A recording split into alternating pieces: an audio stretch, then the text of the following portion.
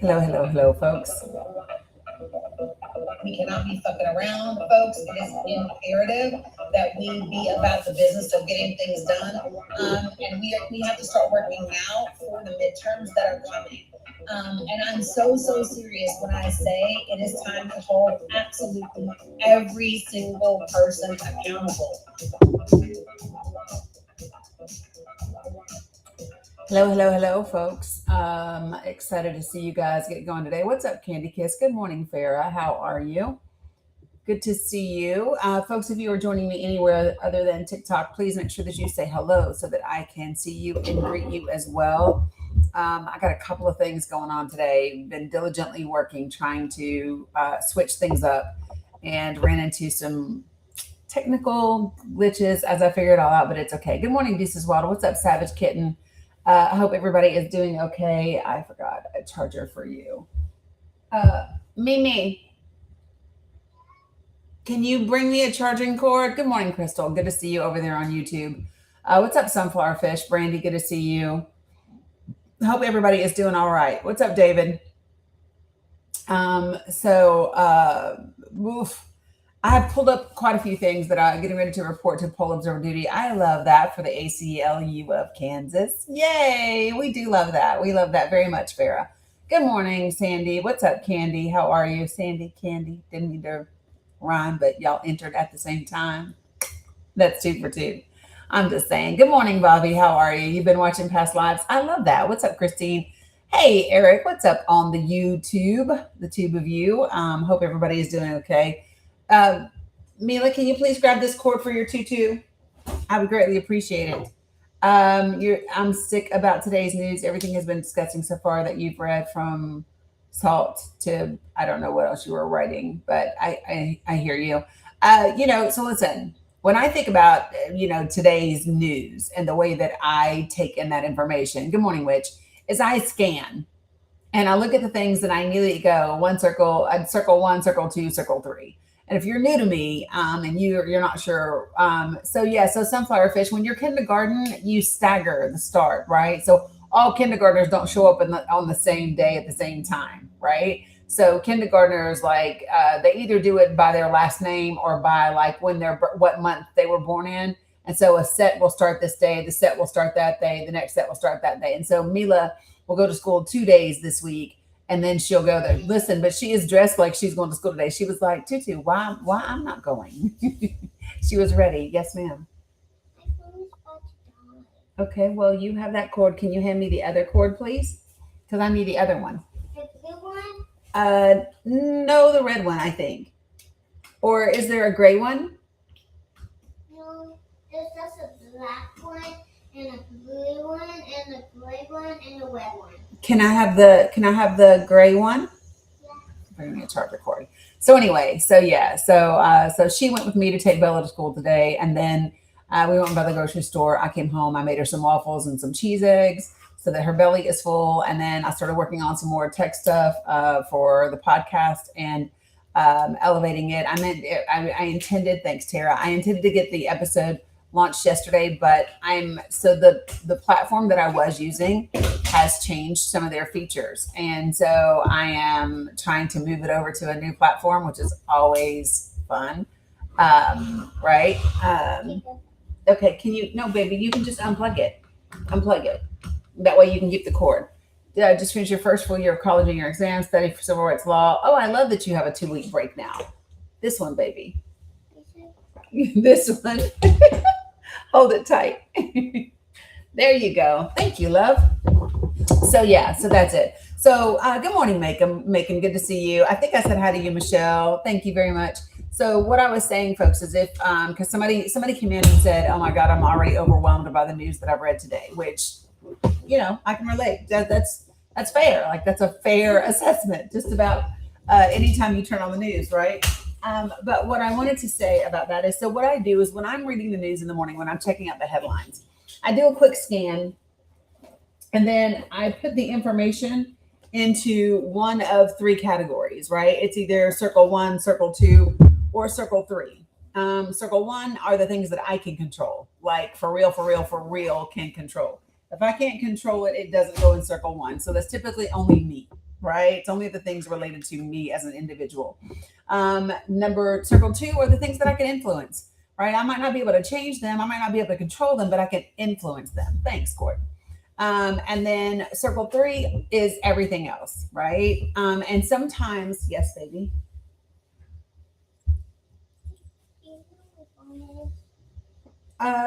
No, it's probably in there. You left it when you were, right? It's right there, baby, on the floor. And circle 3 is everything else. Now, however, listen, so circle 3 doesn't mean we don't care about it. A lot of the information that's in circle 3, we can't influence, and we can't change, and we can't control it. However, knowing that information gives us stuff that we need to do in circle 2s and circle 1s, right? So we still talk about some circle 3s, we just don't focus on them. Okay. So that's what I do when I'm consuming news, right? For the individual who said it's all overwhelming and you're already sick to your stomach, I just put it in my circles and keep it pushing. Yes, there is school today. However, she started kindergarten. They have a staggered start. Not all the kindergartners show up on the same day at the same time all week. So she goes 2 days this week. All the kindergartners will go 2 days this week. Good morning, Brian. Okay. So you're going vote, dim, socialist, everything free.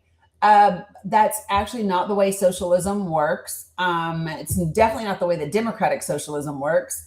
And I don't have anything up here talking about where to vote, which tells me you are either sent here and told what to say, or you're still like, I don't know, maybe assuming of what the conversation is going to be about, right? Yeah, it does, Kathy. It does, Kathy. But if you want to talk about policies and what should or shouldn't be quote unquote free, which by the way, none of it's free. It's paid for by your tax dollars, sir. So it's not free.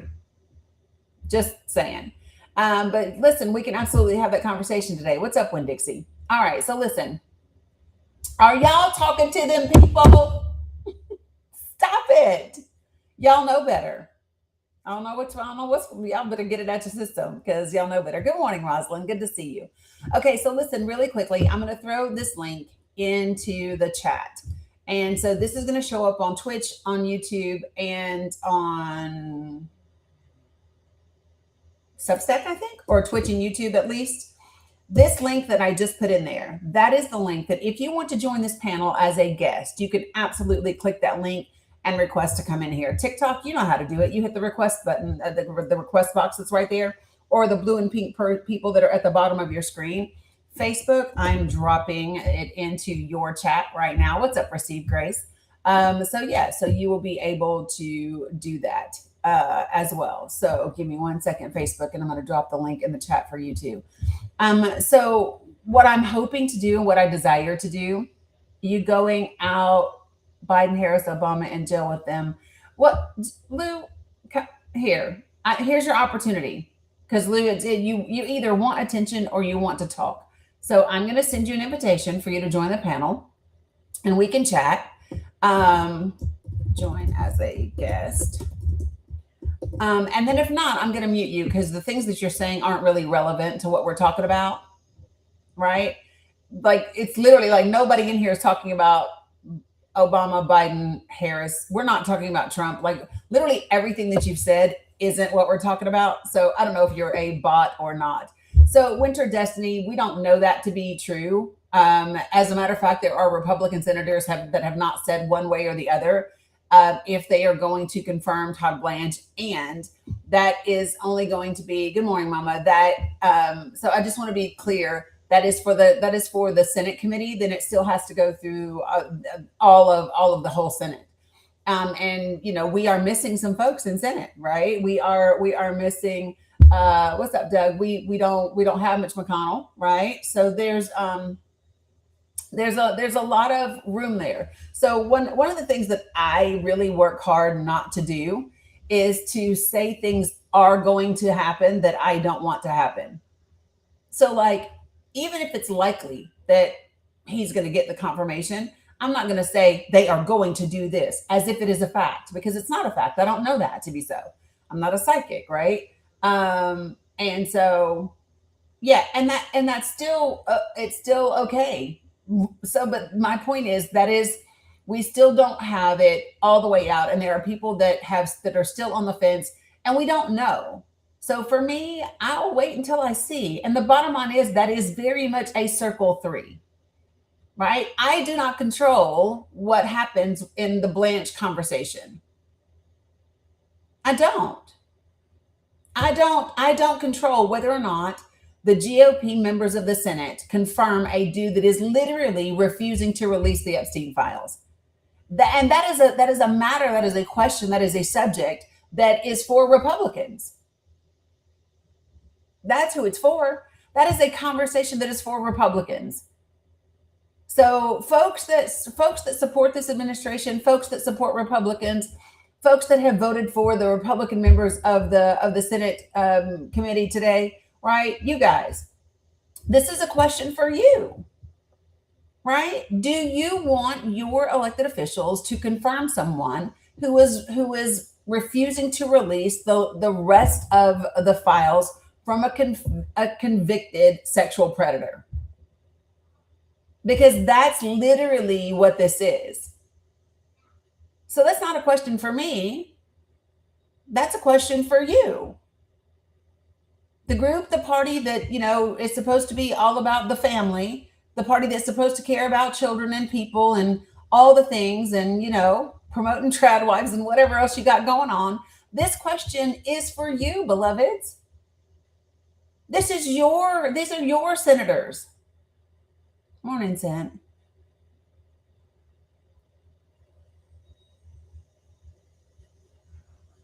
So you got to start asking yourself, what does that say about you and the people that you vote for and the people that you elect and the people that you support?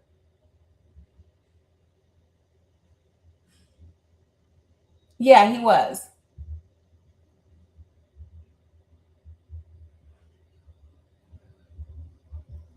Yeah. So guys, listen. I really want you all to stay in the fucking present moment, please. I see these folks say every day things that they will do and won't do, and they don't do half of what they say they're going to do. And by the way, can you all share with me what's the damn difference? If they confirm Todd Blanche, what is the difference from all the hell he's been doing for the last several months? What's up, Mama Africa? What's the difference? And why are y'all acting like this is the most devastating thing in the world? It's the same shit we've been dealing with. We have been dealing with Todd Blanche is just as bad as Pam Bondi, and we've had them both since the beginning of this administration. This changes absolutely nothing. And why you all are just like letting it take your emotions and just as if this is not the same shit, different day that we've been dealing with for the last 18, 19 months. It's the same thing. And if you want to get serious about something, if you want to do something about it, then you might want to be talking about the midterms. You might want to be talking about the senators that are sitting in these damn seats that are confirming individuals that are literally violating the law.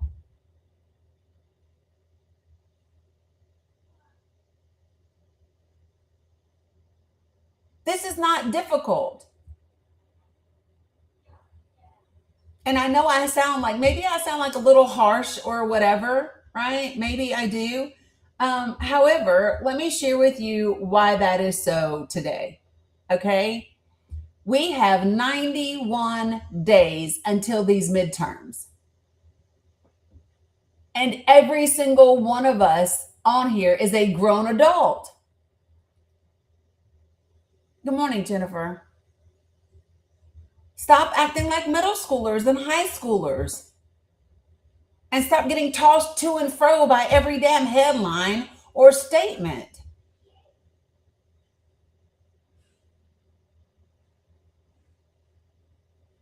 And I say that in love. I love that you're going to go vote for Abdul today in Michigan.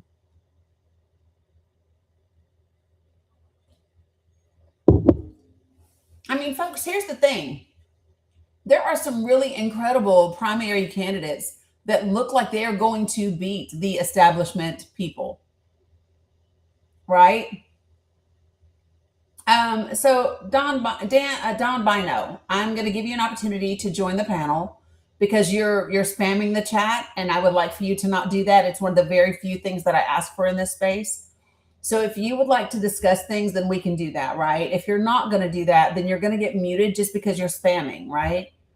Great. I'm glad that you joined. Thanks. So Don, are you spamming the chat? Because you're okay. So spamming means you're saying the same thing over and over and over again, right? So like when you say vote red exclamation point and you just say it repeatedly, it's not good for the algorithm. So let me ask you a question. Are you new to my space? Have you been in here before? No, I have not. Okay, great. So and I asked that because I just like to level set so that you know what space you're in. So I only ask for 4 things in here. I ask that people be respectful, don't use slurs, don't spam my comments, which is one of the reasons why you got my attention. And then don't type in all caps. And the reason for the all caps is because I have folks that are vision impaired in my community. And so all caps are reserved for those individuals and my moderators. So I only ask for those 4 things. Other than that, we can have really robust, diverse discussions. Hey, good morning, Elaine. Do you not see the destruction of America by the Democratic Party? No, I do not. Really? I do not. Okay. So when you talk about the destruction of America by the Democratic Party, can you give me some examples of what you mean by that? Sure. We are a country based on, liberties and freedoms. And one of those liberties is to own your own business and not be a socialist country wherever.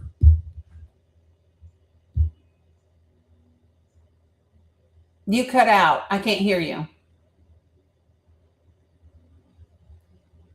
Don Bino, I can't hear you. And you guys in the chat, let me just say this to you. You all know how to do this. Be respectful.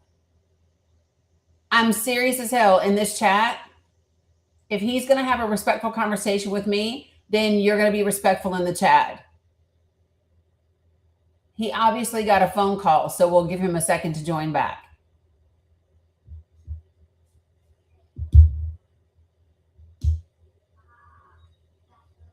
So I'm so serious with you all in the chat. I don't know. Listen, if you're new here, I'm just, the way that we do things is we are respectful in our conversations. He got a phone call. I'm hoping that maybe he'll come back because this is a conversation that I would love to have. When he says, do you see the destruction of America caused by the Democratic Party? I don't, which is why I'm asking him to share with me, what does he mean by that destruction? What does he mean? And that's important, right? So, we'll go from there. Well, cry some more. I literally was just listening. Would you like to come up and take his spot? There's a request box right there. I literally was having a conversation and listening, and he got a phone call. So you just look silly because you said you won't listen. I literally was listening. Period. Right? So it's not hard. Folks, listen, if you are new to this space, this is not a debate me bro gotcha live. This is a have real conversations about the issues, and we discuss the actual facts, not just our feelings, not what we think about something, but what are the facts behind the things. And so that's what we do here. And if you don't like that, feel free to leave. Like literally put your finger on the screen and just swoop, right? That will take care of it. If you don't like the way that the space is run. And then 2, you can either engage in that way or you'll leave. I mean, it's not hard, folks. Call me crazy, but I just expect people to be able to behave like adults, and decent human beings. So, all right. Good morning, Cook. How are you? Good morning. I'm doing all right. How about you? I'm doing fine. What's your age for TikTok purposes? 29. Perfect. Okay. And what would you like to share this morning? What are your feelings on immigration and ICE? So I just really covered that I don't discuss feelings. We can talk about facts. So if you have a specific question, because that's very broad, like how do you feel about immigration and ICE? That's very broad. So if you have a specific thing, we can do that. Yeah, I got you. Do you feel like immigration enforcement are doing a good job and a good thing? Do you think it's beneficial to America what they're doing? If you're asking me, do I believe that what ICE is currently doing under this administration is beneficial for the country? The answer is no. Do you think ICE in general is beneficial to have in the U.S.?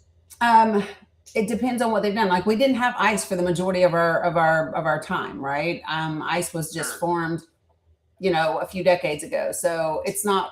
I don't know that it's really even truly necessary for what we do. And I don't care. I'm answering your question. So I don't care about having this particular Department of Homeland Security. I think it's not a matter of whether or not having the department is the issue. I think it's having its job better outlined, better detailed, and much more oversight for sure. Well, the question was really not getting at the department or the name. It was more so the function. Is deporting illegal immigrants and maintaining border security and sovereignty a good thing? So that's not what ICE does. Why isn't it? Well, because when you talk about the border, they're not. Because when you talk about the border, they're not Customs and Border Patrol, right? Well, and so ICE. So when I say maintain the border, just to clarify, part of maintaining the border is monitoring and sending back individuals who have crossed illegally who weren't caught by Border Patrol. Okay, so couple things. When you talk about ICE, can you share with me what ICE's actual mission is for the government? Well, ICE is immigration enforcement, or immigration and customs enforcement. So what they're supposed to do is essentially make sure that the individuals that they apprehend, who they've been tipped off, are actually citizens. Another thing they're supposed to do is they're supposed to arrest and detain those individuals so they can, go through due process or be exported under the Constitution back to their country. Another thing they're supposed to do is make sure that the individuals who are here are legal, essentially, under Trump's new directive. Well, you're shaking your head, but that's essentially what Trump is tasking them to do. So right now. I didn't ask you what you believe POTUS has tasked them to do. What I ask you is it's not because I believe that's what Trump said. I didn't interrupt you. Well, I'm saying you're saying something. But I'm asking you to not interrupt me. Like when I first brought you up here, I asked you to be respectful. Okay, that's it, right? So that means when I'm talking, you don't talk over me. Okay, well, can you repeat what I said correctly and not miscategorize it? So I'm going to finish what I'm saying. Please. Right, because the question that I asked you was not, what do you think POTUS has tasked ICE with doing? That wasn't the question. That's not what I answered. Hold on 1 second. Yes. Okay, when she gets off work. So the very last thing that you said before I began speaking was, well, that's what Trump has tasked them with doing. And so the question isn't about whether or not you believe that's what the president has tasked a particular department with doing. What I specifically asked you was, what do you believe, is their actual mission? So when ICE was created by Congress, right? What was the mission? What was the purpose? Wait. Okay, so what you're asking me, you're asking what the purpose is. Isn't their purpose and their task pretty much whatever the president says? Isn't he the leader? No. I'm in the military, right? So, he's the commander-in-chief. My job is whatever he tells us to do. Actually, it's not. What do you mean? Actually, it's not. Your job is to follow orders, lawful orders, in accordance with the UCMJ. But what is that? Where's that come? No. Yes, it is. It is. Listen. It is. And you are talking to a disabled veteran. You are talking to a veteran. I know exactly. You're going to stop talking over me. You kind of cut me off, actually. No, I didn't. And so again, I'm in the middle of saying that yes, we do follow UCMJ. And so when you say, and so let me ask you this, are you in the military or are you a veteran? Which one are you? I'm a veteran. I just got out. I said I'm in the military to say, like, to give an example, if I was in the military. Something just happened to your mic. Can you hear me better now? Yeah. You're echoing a little bit. Are you recording? Are you on Bluetooth? What are you doing? No, I put my finger over the mic on accident. Okay, got you. All right. So, because what you first said was, I'm in the military. Yeah, you're taking it a little too literally. No, because I'm in the military to say if I was in the military. No, I was giving an example. So no, I was in the military. I didn't just get out. Stop for a moment. I didn't take anything a little too literally. You literally made the statement. You said, I'm in the military. Okay, let's get past that. So that's a declarative statement. Okay. Not an example. Let's get past that. I'm a veteran. When I finish speaking, I will. Until then, no. Until then, no. So I'm going to ask you again, stop interrupting me. I feel like you're just not moving. I'm going to tell you, stop interrupting me. Because you're about to get dropped. Not because I don't want to have a conversation with you, because you continue to be rude. And you keep interrupting me and talking over me. And I've already explained to you that that's not what we do in this space. But do you understand what you're doing right now?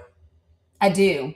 I'm setting appropriate boundaries. I'm setting appropriate boundaries and telling you how to engage with me on my live in my space. If you don't like that, leave. Okay. You don't care how you treat other people. I do not care if you don't like my boundaries. You're correct. I do not care if you don't like my boundaries.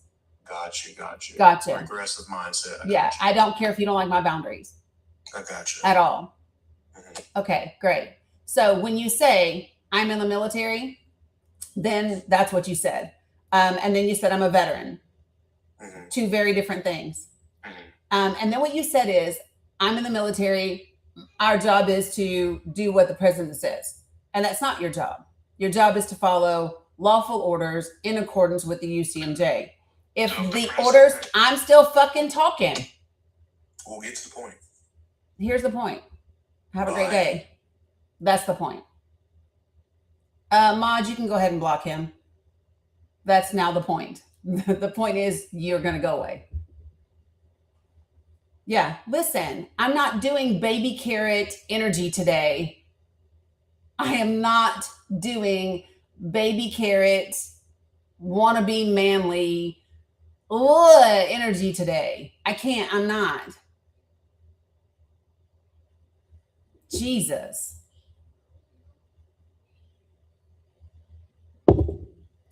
If I'm giving you multiple opportunities to have a respectful conversation, you can either do that or you will leave. This is not difficult.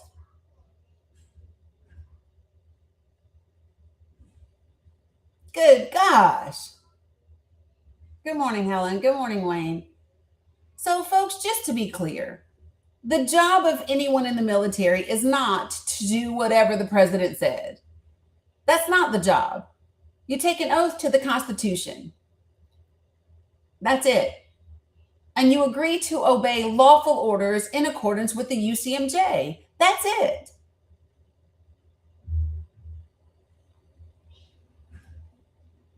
So, miss me with anything else. I'm not doing it. I'm in the military. You know what, bro? So, hey, PK, good to see you. So I'm going to give you an opportunity Escape. I'm going to give you an opportunity to join the panel. And then after that, you will be muted. Not because I don't want to talk to you or whatever, but literally because you keep saying irrelevant things that aren't pertinent to the conversation. So this is your opportunity. Escape reality to join the panel. I sent you a direct invitation. All you have to do is accept. No, Ernie, they weren't. And this is not just in my opinion. According to the law, blowing up the boats off the coast of Venezuela, according to law, that wasn't a lawful order. That's not just my opinion. That's according to the law. Right, Michelle, that part. So, mods, can we go ahead and take care of escape for me? Because they're not accepting the offer, so they can go ahead and go. Appreciate it.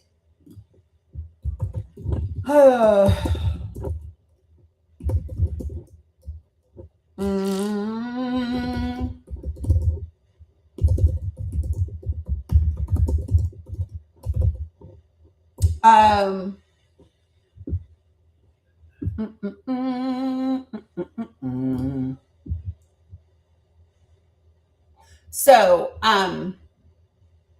give me 1 second.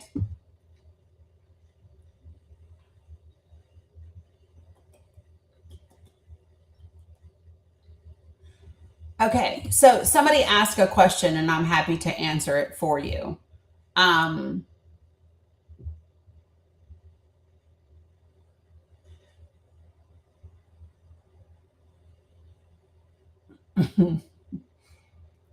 So I would refer you to 18 U.S. Code 2280, Violence Against Maritime Navigation. That would just be one law.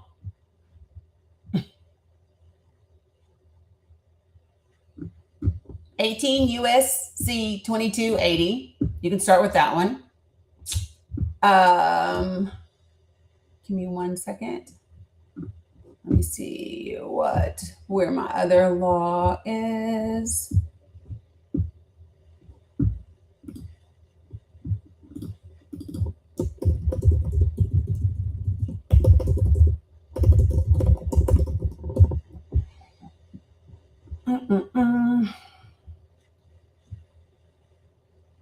So if you just want to talk about that one's the U.S.'s law, 18 U.S.C. 2280. Then of course we're part of the UN, and so there's the Convention on the Law of the Seas. There's that. You're welcome, Jujubee. I do my best, for real. And so yeah, it like I said, not my opinion. They were illegal. Okay, folks. When I bring you up to this panel, do me a favor, put yourself on mute until I get to you. Hey, Tootie, good to see you. And there's going to be quite a few things that we're going to discuss today that I want to make sure that you do know. But I'll take a couple of guests and then we'll talk about those things. Okay. So again, put yourself on mute until I get to you. User 5442. You're going to have to give me an idea of who you are and what you want to say. Because you have a non-identifying account with less than 24 followers and following less than 24 people. So yeah, you're a little sus. Other folks, I got you. Folks, I'm not related to Felicia Rashad, Debbie Allen, Kamala Harris, or any other light-skinned Black woman that y'all may know.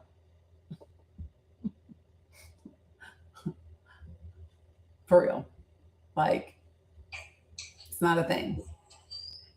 T. Roy, same for you. Sabina, did you mean to request up? Sabina?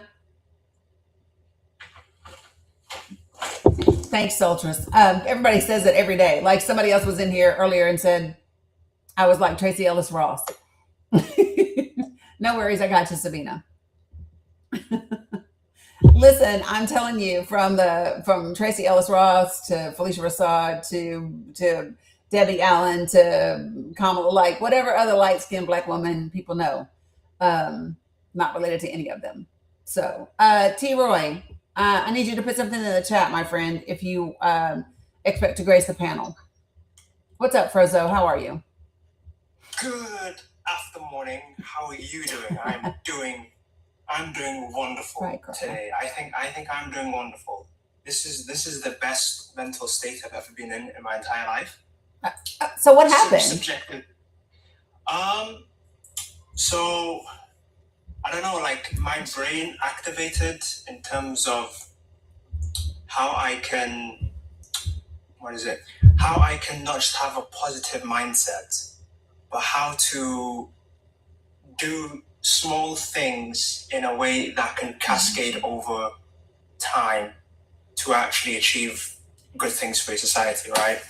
So, you know how my home country is basically a clusterfuck of like 15 different problems. Yeah. Starting with colonization, and then you had the Civil War that happened in 1966. I'm not sure if you know this, but did you know that that same blue and white state funded both sides of the Civil War in 1966? Huh? Not one country in not one side of the world that we should not mention funded both sides of the war. Isn't that wonderful? 1966. So Frozo lives in the UK, but he is originally from Nigeria. Yep, I am from the. People were asking, and so I wanted it. So he's in the UK, but he is from Nigeria. Yep. So after finding out that very interesting tidbit, and then it kind of puts into perspective how the whole racial ethnic tensions kind of flared up, because it's been building up since the Civil War. So just a bit of a background, little bit of detail. So after Nigeria was given independence in 1960, I think it was on April or May of 1966, there was a military-backed coup from south and southwest. A couple of generals and a few of their underlings essentially unalived the northern leadership completely and took over the government.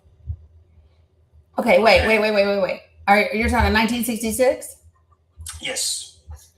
And what are we talking about? Before the Civil War, the Nigerian Civil War. Oh, yeah. Okay, gotcha. Yeah. Guys, when he says Civil War, he's talking about the Nigerian. I think this is where the confusion is coming in. He means in Nigeria. He doesn't mean the United States Civil War. Yeah, I don't know about the United States. I'm not from the United States. No, because we're 18. Ours was 1860. 1861 is when the Civil War started here. So the people like 1800s. Israel wasn't a thing yet. You're welcome, folks. Yeah. Okay, that makes sense. Okay. Yeah, so talking about Nigeria, you guys, what happened, what created the whole racial tensions in the country, why Nigeria is such a clusterfuck of different problems, and how I, using my youthful brain, youthful intellect, and sheer passion, and just being on the internet and reading a lot of books, have come up with a couple of solutions. Now, before I come to the solutions, I just want to give the context, okay? So, military coup, 1966, okay? Southerners unalived all of the northern leadership, which then created a lot of tension in the north, where the surviving northern government essentially orchestrated a series of pogroms against the southerners that were living in the north.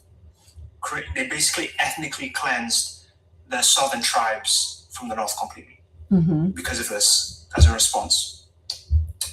And then after that, the northern government then took control of the government again, and the south decided to create their own country called Biafra and secede from the north, which then led to the Civil War. Unsurprisingly, the UK government backed the Nigerian government. That's no one's really surprised there. The Qataris were also involved. The UAE was also involved.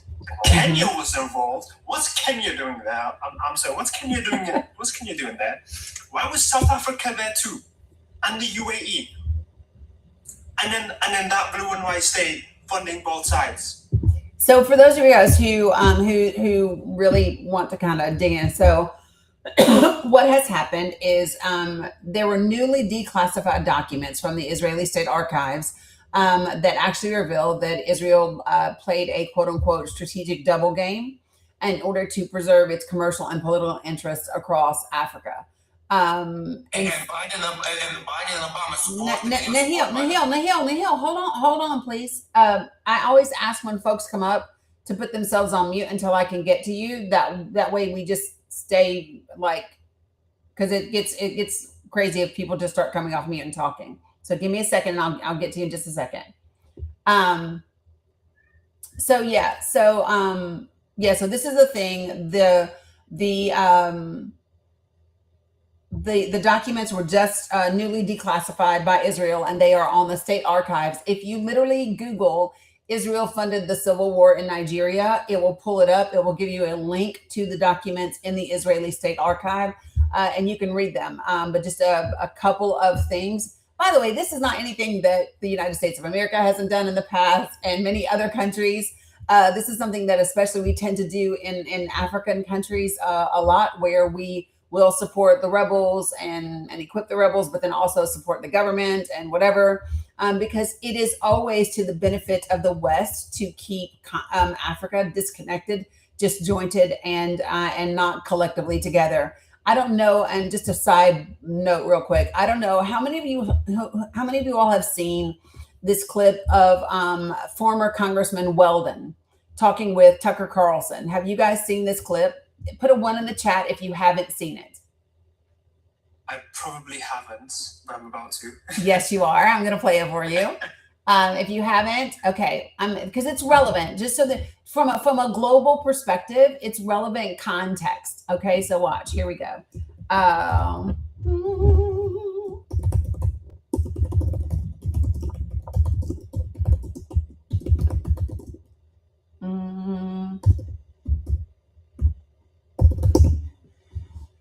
Okay, here it is. So this is actually from April of 2025. Okay, Nihil, sorry that you couldn't wait. James, thanks for being patient. But it's really important. So, and this is one of the things that doesn't happen sometimes. Too often we miss opportunities because they're not amplified to get information out to the American public that would give you a basis. So even though this is something from the past, even though it's something that's not relevant today, the actual actions of it are relevant because they've showed up throughout history in our country and across the West in the way that we do things, right? And so you're going to listen to what he says. This is an interview of Kurt Weldon, former member of Congress, talking to Tucker Carlson about Muammar Gaddafi and the fact that Gaddafi had actually agreed to resign. But we didn't want that. So listen. Hold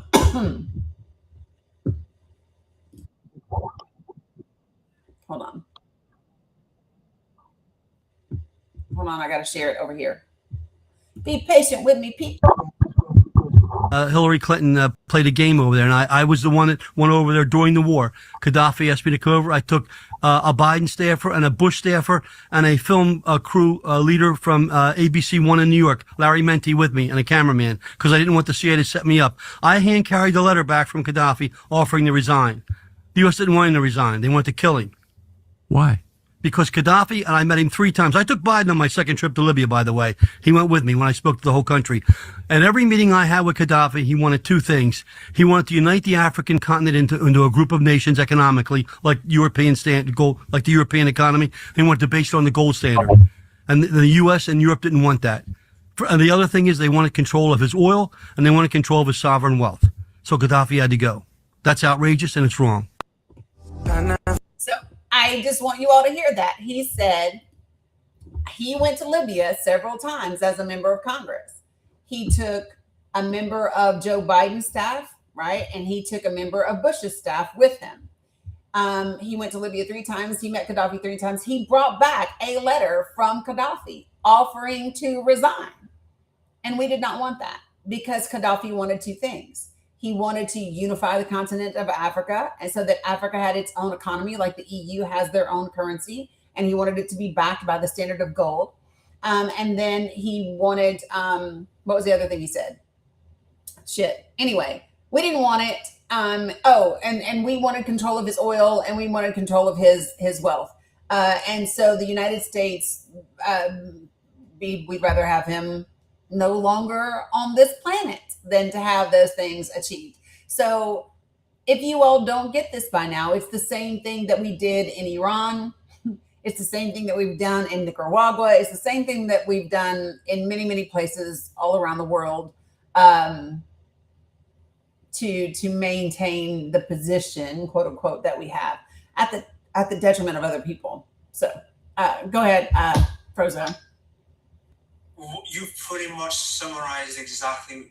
Nothing escapes you, does it? Nothing ever escapes. Yes, yeah. There's plenty I don't know. I just I'm a quick study. That's all. Well, you seem to know everything I know, so it's kind of like I can't be surprised you kind of. So, that being said, so it seems to me that so this has all led to, so after the Civil War and everything, this has led to the destruction of civil infrastructure within the country. The country never really recovered from that Civil War. And about, I think it was 2010, 2011, was when there was a massive outbreak of banditry and schmerism coming from the north of the country. Okay. Mm-hmm. Now, before that, these sort of things had been happening before, like on a down low, but still quite frequent. Like, for example, my primary school back in 2005, 2006, we got held hostage by armed robbers for about 6 hours. Wow, that's crazy. Yeah. That was actually the first time I've actually ever seen a gun in my life at that point. So I will never forget that. That will always stay with me. I would imagine. But yeah, that was the first time that I ever came into contact or understood banditry in my life. I mean, every other day, every other week, someone got kidnapped, someone got unalived, bodies in the streets. Now it's gotten so much worse that the people have completely turned against one another. Because hold on, it gave me a restriction. Oh wow, is it because of what I'm saying? Yep. Of course it is. Of course it is. Yeah. Should I drop and then maybe come back, or? No, it was, if I'm not mistaken, it's only 10 minutes. So I would just not talk about it anymore. Yeah. I'll put an X on that then. Okay. Yeah. Oh no, they don't give a fuck about the cussing. That's not it. It literally said for information that might be quote unquote misinformation, whatever. So yeah. So let me just say this. There's a great article, and I'm not a subscriber of Harriet's. Yes, baby. My phone was hooked up, but my phone is died. Well, use this one over there because it might not have, that one in there might not have worked. Or take the cube in your room if you want. Okay.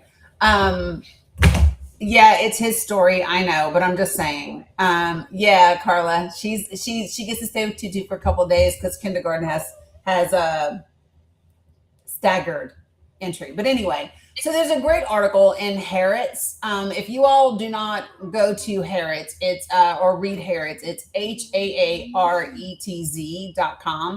I like them, especially when it comes to Middle East information. And so they have this one is a subscriber only article, but the title of the article is, quote, Arms, Massacre and Denials, Israel's Double Game Between Biafra and Nigeria's Government Revealed in Newly Declassified Documents. This article is from 2023, and it's available. So what part of what Frozo is discussing is contained in this article, and it's a good read. So you can Google it and find out about it. So I'm just not surprised that I got censored for that, by the way, because on my platform, whenever I say it, I get like, I think the last time the reason I stopped going live is because every time I open my live and I talk specifically about this, or I implicate specific nations that I will not mention by name, Yeah, I get at least 10 to 15 restrictions. that's for the crazy. duration of that live. So I typically don't get any, and I talk about Israel a lot, but I don't know if it's because of it's the way I do it, and plus I'm not sharing a personal story the way that you just did, right? So I don't know, but I tend to not get them. So, and I just, I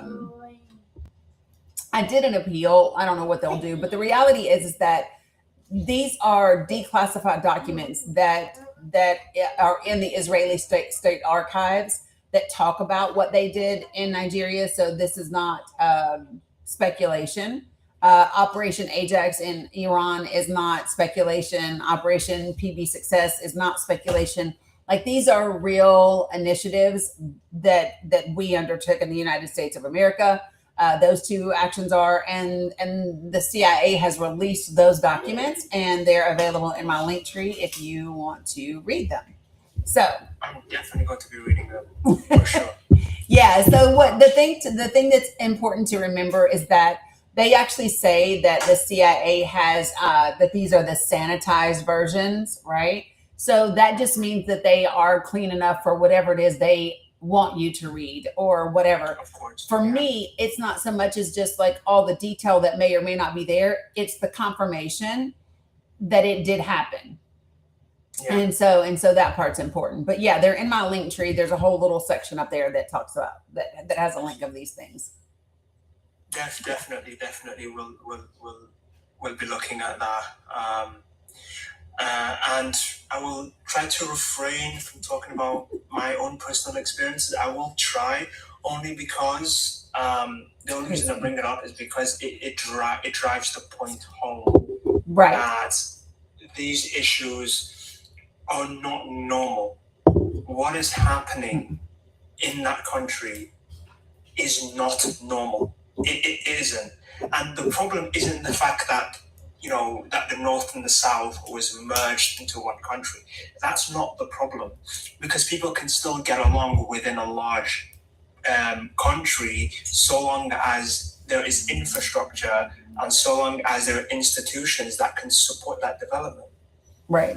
But the fact that it has deteriorated for so long, I don't know what the you, racial I don't know what you're saying, Chris. Go ahead, man. I never said the GUN word. Oh, okay. I think that, no, I said that word, but go ahead. Yeah. The fact that there's absolutely no infrastructure, there's no infrastructure in the country, no healthcare, no education, nothing. All of that is obviously going to create the situation that we are in today. And then you've got the bloody civil war. It was the most bloodiest we've ever had in our history. You have all of that that's creating this situation. This is by no means, this is not natural. This is not normal. Yeah. No one can sit there and be like, this is normal. Yeah. And you'll find the same things happening in Sudan, Congo, every single place where there is some kind of a civil war. You've got foreign hands in there. Yeah. Yeah. There's hands in there. Like, listen, so everybody that's in here, can you put a 1 in the chat if you're not familiar with like the Scramble for Africa, or if you're not familiar with the Sykes-Picot Agreement? Yeah, I saw that. Oh yeah, I did say that. Oops, I did say that. Yeah. Really? I did say that. Holy geez, you guys. Okay, so very briefly, because I'm not going to go into them at all, but in the late 1800s, there was a meeting that was held in Belgium by all the European nations, and some folks, and only for me, that's okay. And literally all the European nations got together to decide how they wanted to divide up Africa and which countries were going to get to control which part. So let me see if I can kind of.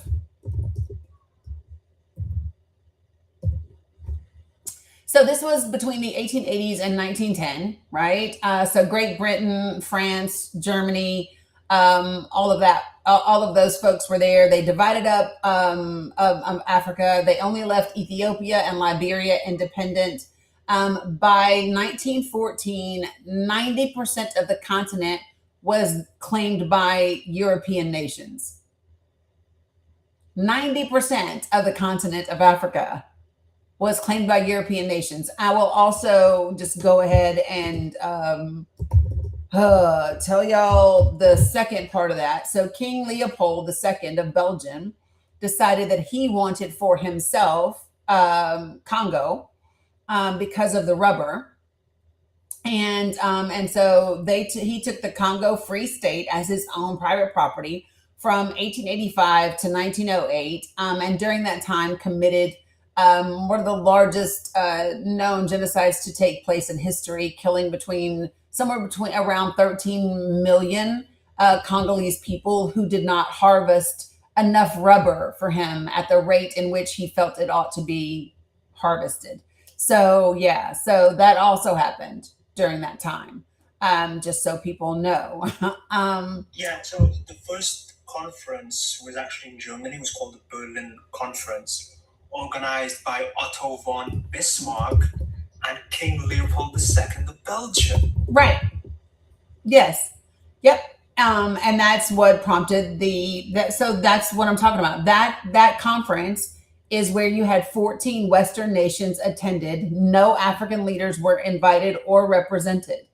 So the German Chancellor Bismarck set the rules for European colonization and trade in Africa. And this is what's known as the Scramble for Africa. I'm using the word Scramble for Africa. You're calling it the Berlin Conference. They're the same thing. And that they occurred between 1884 and 1885. But the act, like the actual colonization, happened all the way up until 1914. And by 1914, 90% of Africa was colonized by European nations.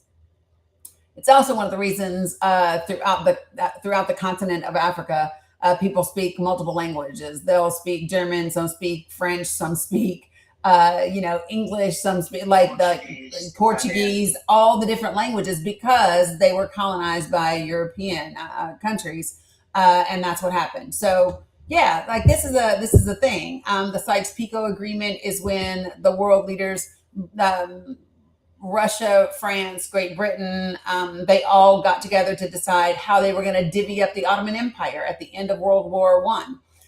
And in that conversation, the agreement was they made an agreement with the surrounding Arab nations that if they kind of helped participate, they agreed to the sovereignty of these Arab nations, and they agreed to respect their sovereignty and their independence. And then they turned right around and made an agreement with the Zionist Federation to establish Israel, which undercut their agreement with the Sykes-Picot. There were several secretive agreements that happened where the British just backstabbed the fuck out of everybody in these conversations. So yeah, so that's your history, folks. Just a dabble of it. So feel free to hang tight. James, I want to get to you real quick. Good morning, Jeff. Good morning, Gumps. Good morning, James. How are you?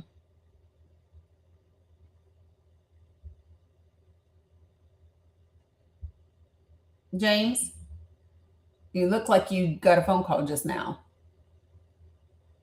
User 5442. Okay. Yeah. What would you like to share and say this morning? Well, I was just wondering what your insight was relative to the fact that we have a ceasefire, and now most of the people in the Middle East don't want us to escalate the war, and how are we going to get out of it? What ceasefire? There was Trump had said he was going to escalate the attack, and then he turned around and stopped it because what I've heard was he was asked not to do it because of the people's in the Middle East feared further escalation on some of their locations. So now we have a situation where they don't want any escalation of military efforts, but we're stuck because there's no it's just no win or no. I mean, we've given them more power than less. So we don't have. There is not a ceasefire. They are talking once again about maybe I am not subscribing to you. You can kiss my ass. No, I'm not. Give me 1 second. Sorry, y'all. Listen, I am very particular about who I do and I don't subscribe to. This will not be one of them. Give me 1 second. Okay, so here's the thing.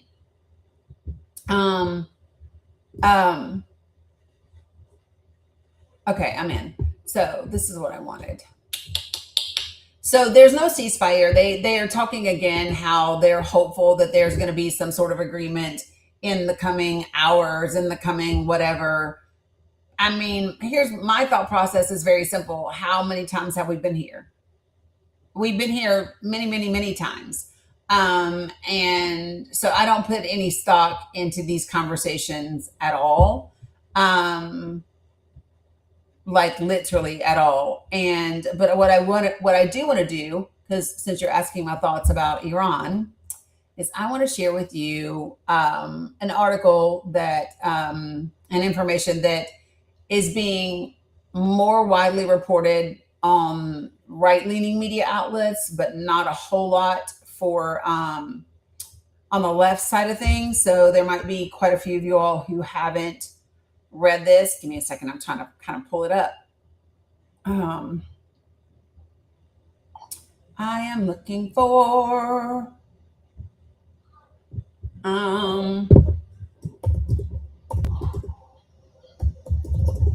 there it is. That's what I want. Okay, are you ready? So, according to a report from Reuters, the U.S., and I'm quoting, U.S. has used, quote unquote, virtually all of its long-range precision missiles during Iran, according to Reuters, during the Iran war. The U.S. Army has used up, quote unquote, virtually all of its long-range precision missile stockpiles, specifically Army tactical missile systems and precision strike missiles during the 5-month war with Iran, according to the report from Reuters. Military sources expressed concern that the rapid depletion threatens global readiness, warning that low inventories could severely limit the U.S. military's ability to deter potential conflicts with near-peer adversaries like China and Russia. U.S. Central Command has nearly exhausted its regional munition supply, requiring the Pentagon to transfer land-based precision weapons from stockpiles deployed in other regions around the world. Defense analysts highlight that replenishing the high-end munitions will take years, noting that replacing advanced systems costing over $1 million each creates a window of vulnerability despite recent production increases. The president dismissed concerns, of course he did, over weapons shortages, issuing a statement assuring that the U.S. possesses, quote, far more munitions than anyone in the world, end quote, while defense contractors scale up manufacturing to record levels. So, yeah.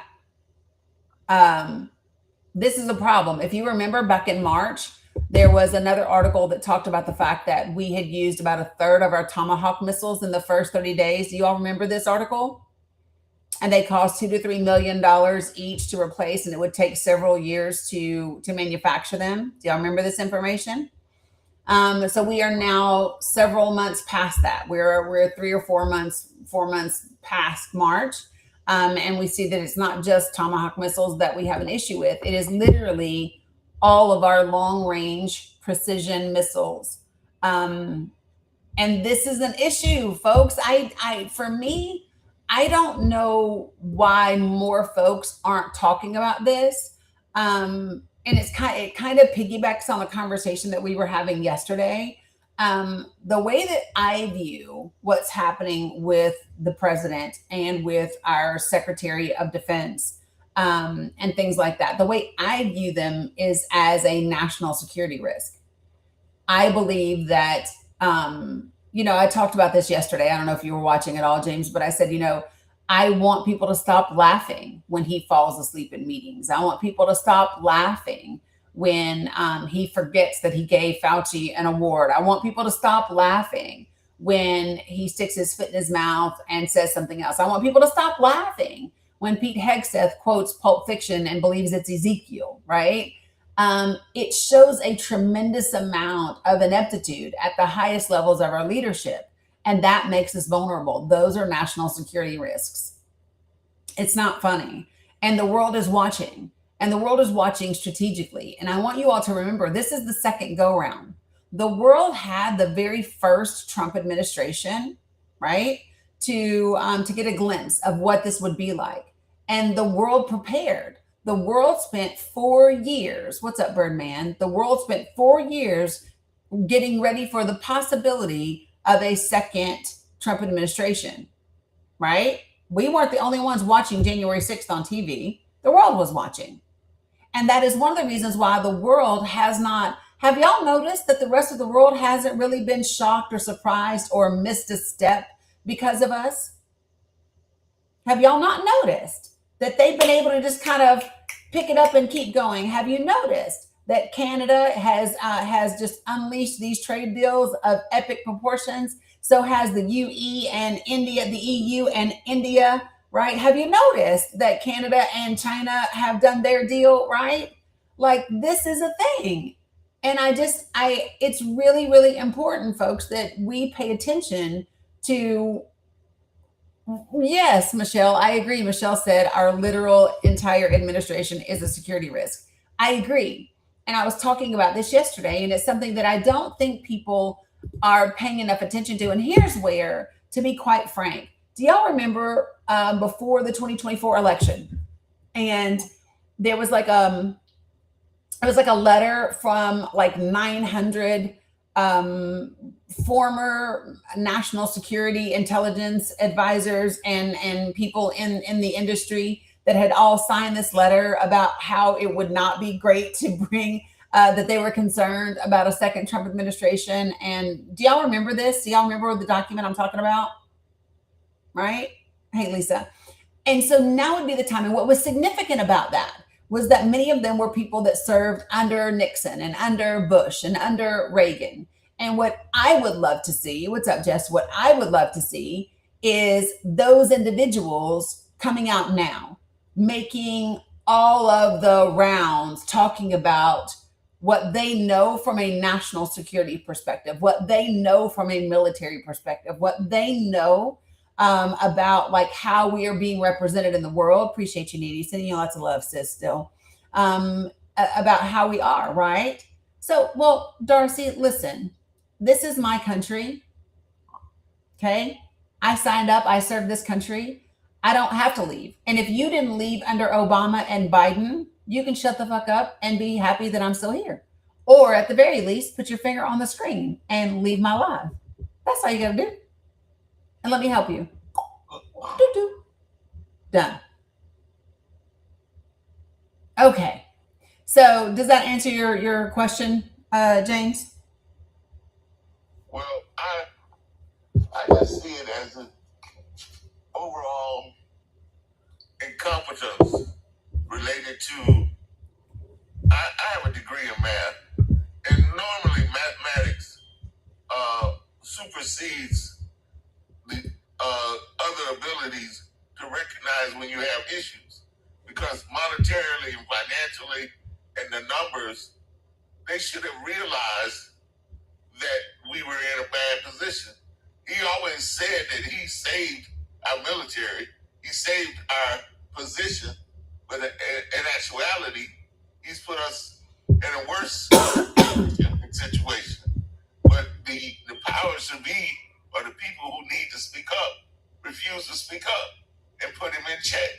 You know, we just find ourselves in a position where the Republican Party just gave control over to this man and put mediocrity in his cabinet, and now we find ourselves in a position where we've lost respect around the world, lost our position, and I think it's thrown the whole world into chaos.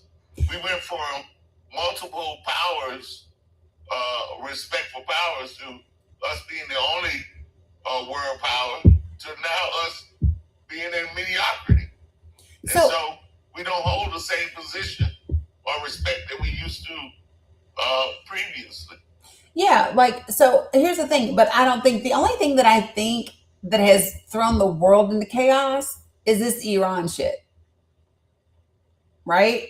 The world has been preparing for this to come, whether it came under a second administration for POTUS, or whether there was somebody else, whether it was a JD Vance, whoever it was, right?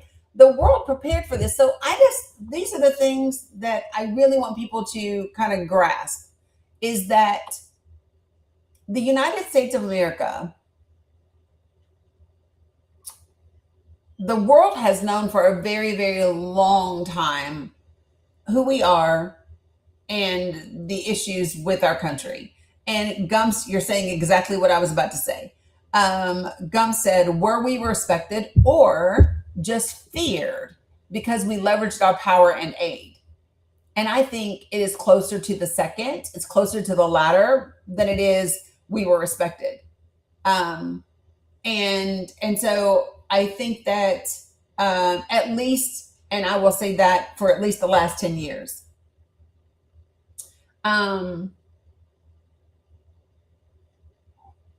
Right.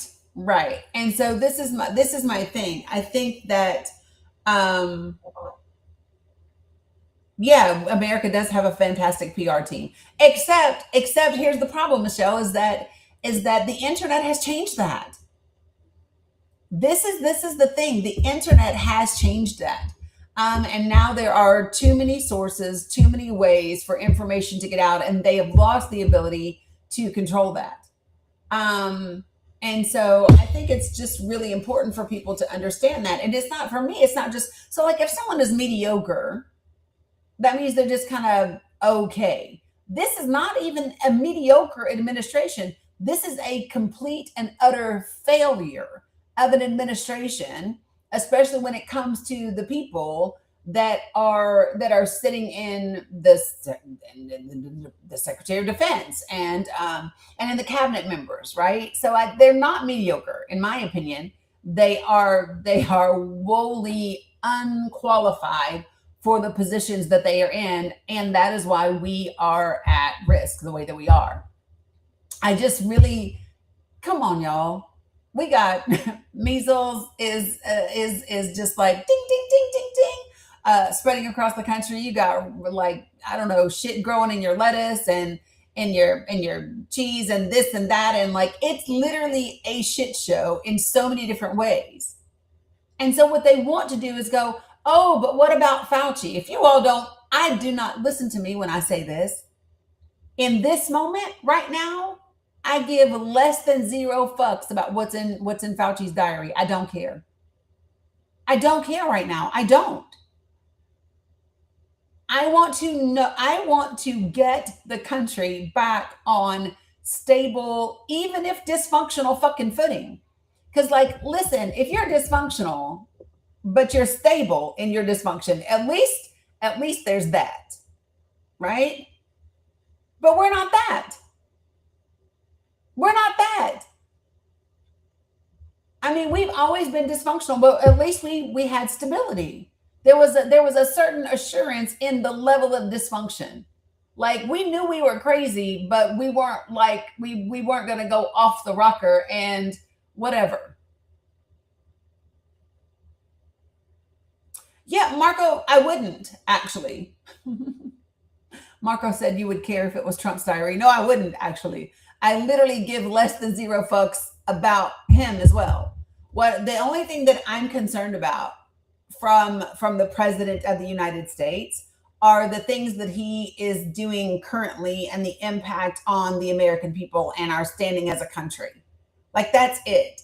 And what I understand is that the vast majority of it doesn't come directly from him, right? So what I understand is many of these initiatives they come from other places and other people and other think tanks and other organizations. And so those are the things I'm concerned about. I'm concerned with Russell Vogt. How about that? Can we talk about Russ?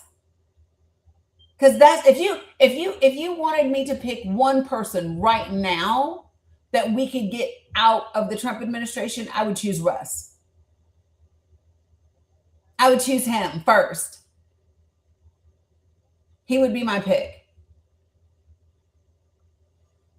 And then I have like other orders after that. But he would be, if I could just, yes, he is, Jeff. He is. He's horrible. Hey, what's up to Michael? So I'm just saying it's important for people to understand there's a reason that Russell is referred to as the shadow president. Stephen Miller is a minion. Stephen Miller is a minion. And listen, as soon as if Stephen Miller loses the position that he's in, and he has no power, we won't hear from him. You're representing the wrong flags. I'm not sure what you're talking about. I'm here. So listen, there's a link in the chat. I'm here where you can actually click that link and join the panel so that we can have a fluid conversation. Because right now I'm not able to piece together what you're saying. Oh, welcome, Facts people. Appreciate you guys. Aw. Thank you, Steve, for sending folks. Appreciate it. The problem, though, is credible and competent leadership gives you stability and gives you a presence that allows other people to react normally or to support you. He is so chaotic that few countries want to get into his chaos. And when we don't have a Congress that is willing to put him in check, his chaos becomes the rule of the day. And so we just, until we get some people who are willing to take back control of our government, we're in an era that anything can happen at any moment. You remember when he said you don't tell your enemies what you're doing? He tells them every day what he might be doing, which throws us into a mess when he turns right around and don't do it. You know, you create more chaos when people can't be assured that your word Thank you, Steve. has some value. His word doesn't have any value because he says he's going to do one thing and doesn't do it.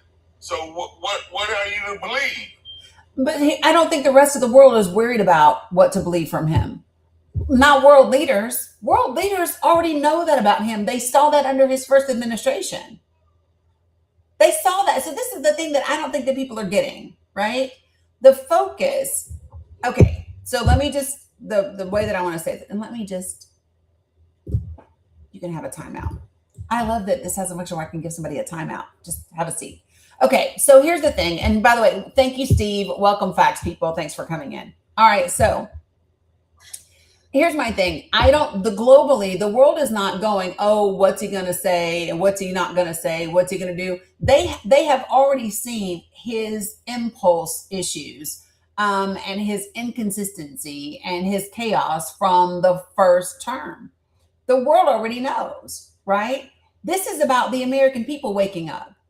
This is why I keep showing the Roger Stone documentary, A Storm Foretold, because the rest of the world has seen it.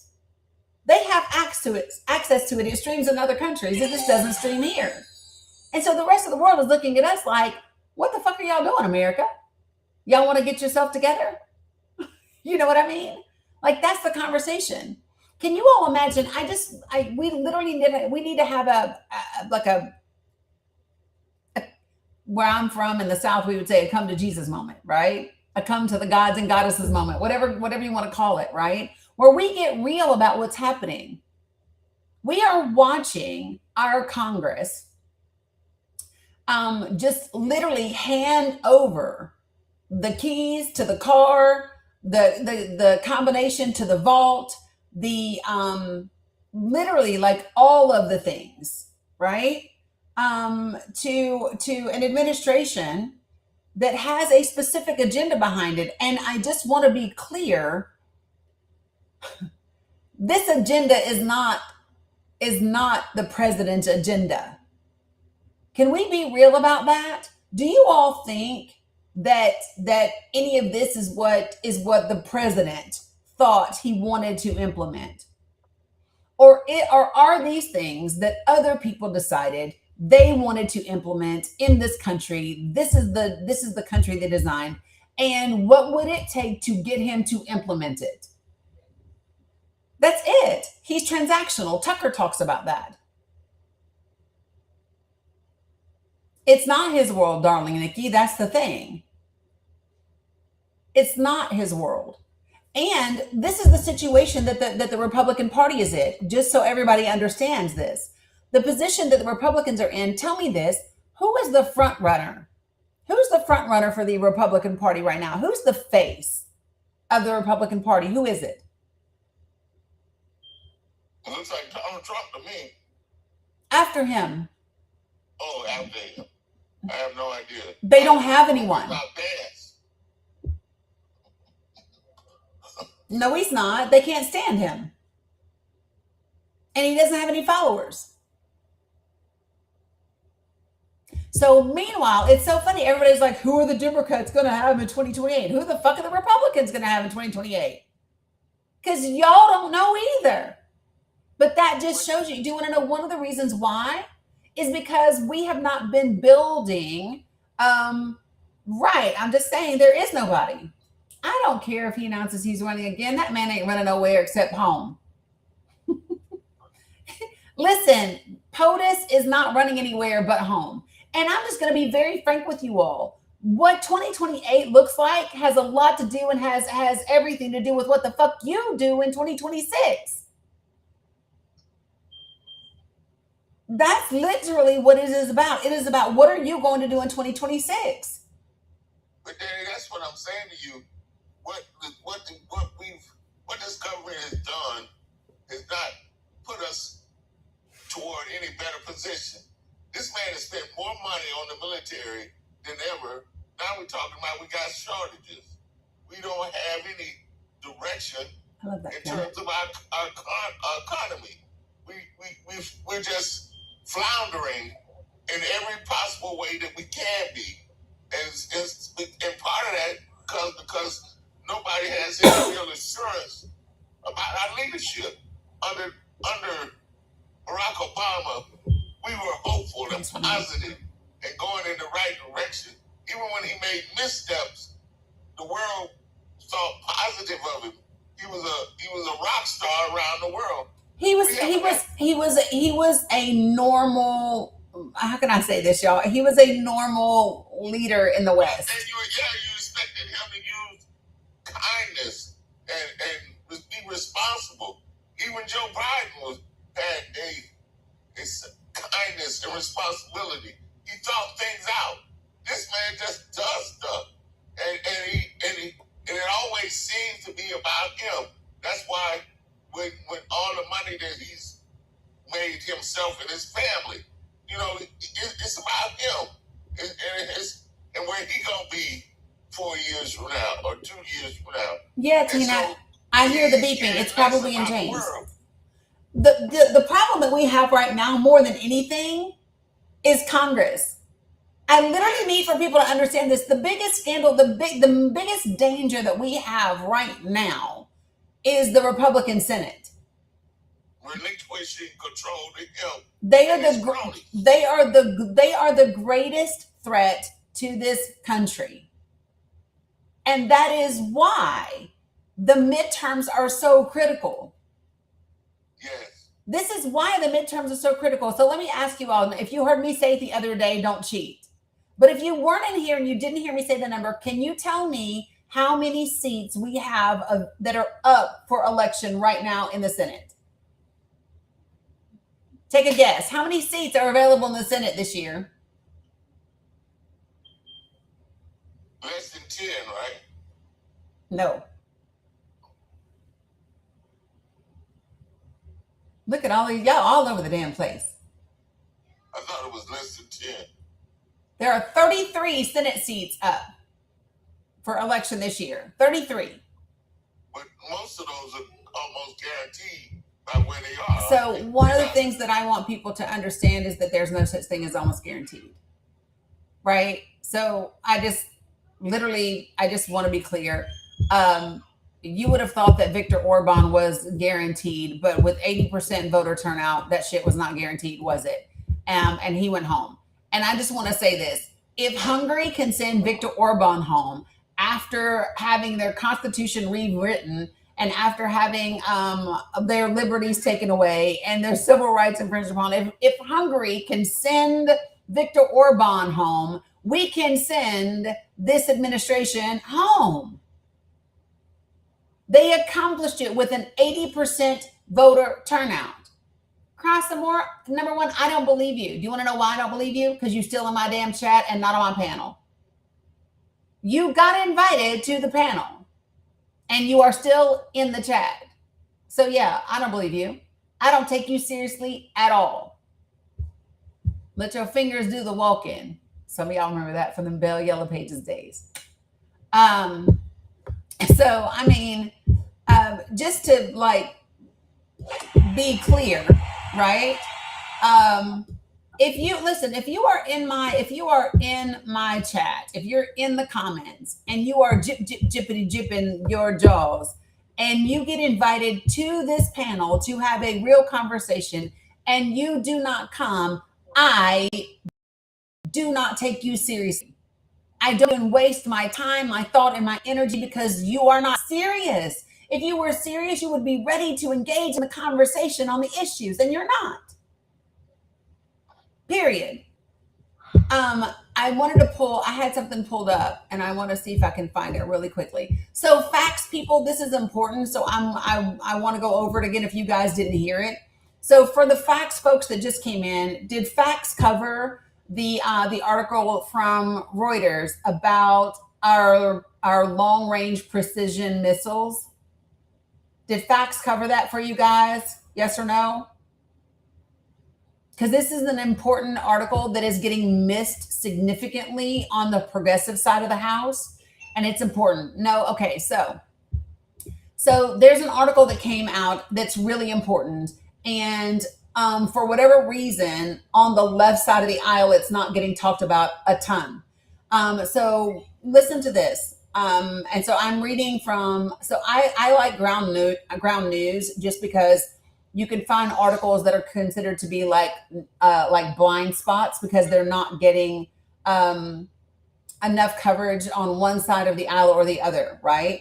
So 38% of the sources carrying this story are 38% of them are center leaning. It's coming up now. The left is starting to pick up on it a little bit more. It was 17%. Now it's up to 33% and 29% Republican. But here it is. So Big Mike, you're spamming the comments, so you're muted. Okay, so here's the article. The U.S. Army has used up, quote unquote, virtually all of its long-range precision missile stockpiles, specifically Army tactical missile systems and precision strike missiles during the 5-month war with Iran, according to this report from Reuters.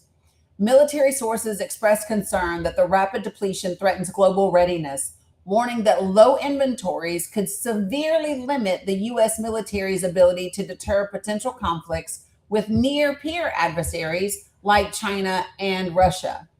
U.S. Central Command has nearly exhausted its regional munitions supply, requiring the Pentagon to transfer land-based precision weapons from stockpiles deployed in other regions around the world.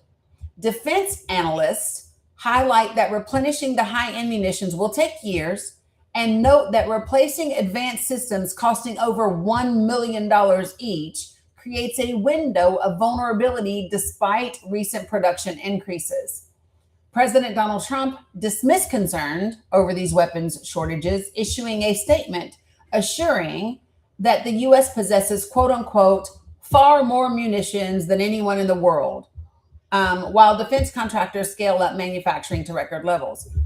I want to remind you all, right, that there was an article that came out in March, several of them, that talked about the fact that we blew through a third of our Tomahawk missiles in the first 30 days of the war with Iran. Hella, Raja, right? If you don't remember that. And those suckers cost $2 to $3 billion to make.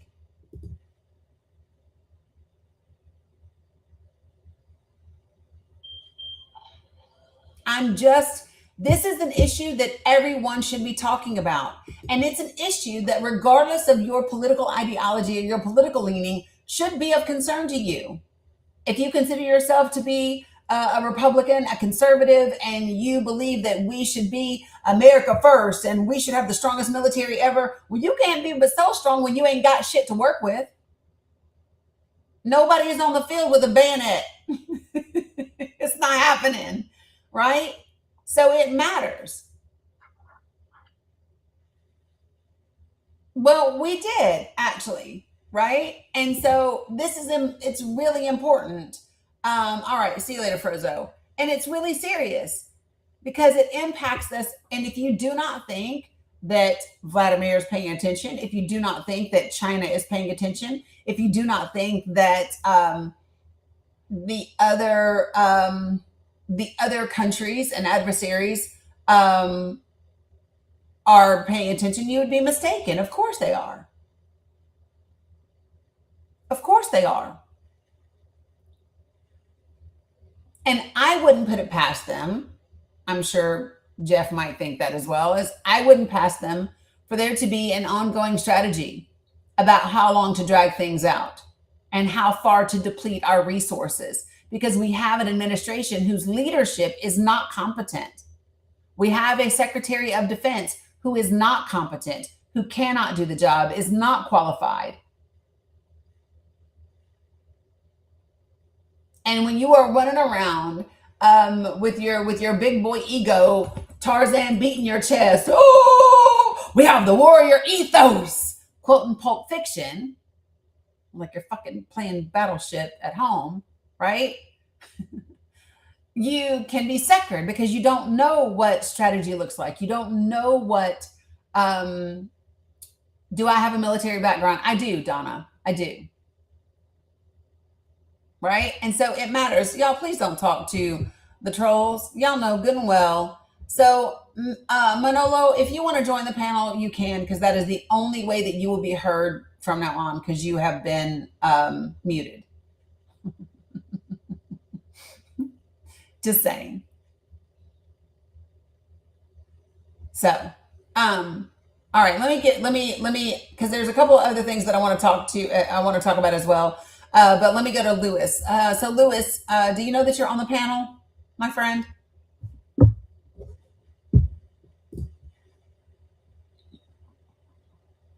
Exactly, Michelle. Lewis, going once, going twice.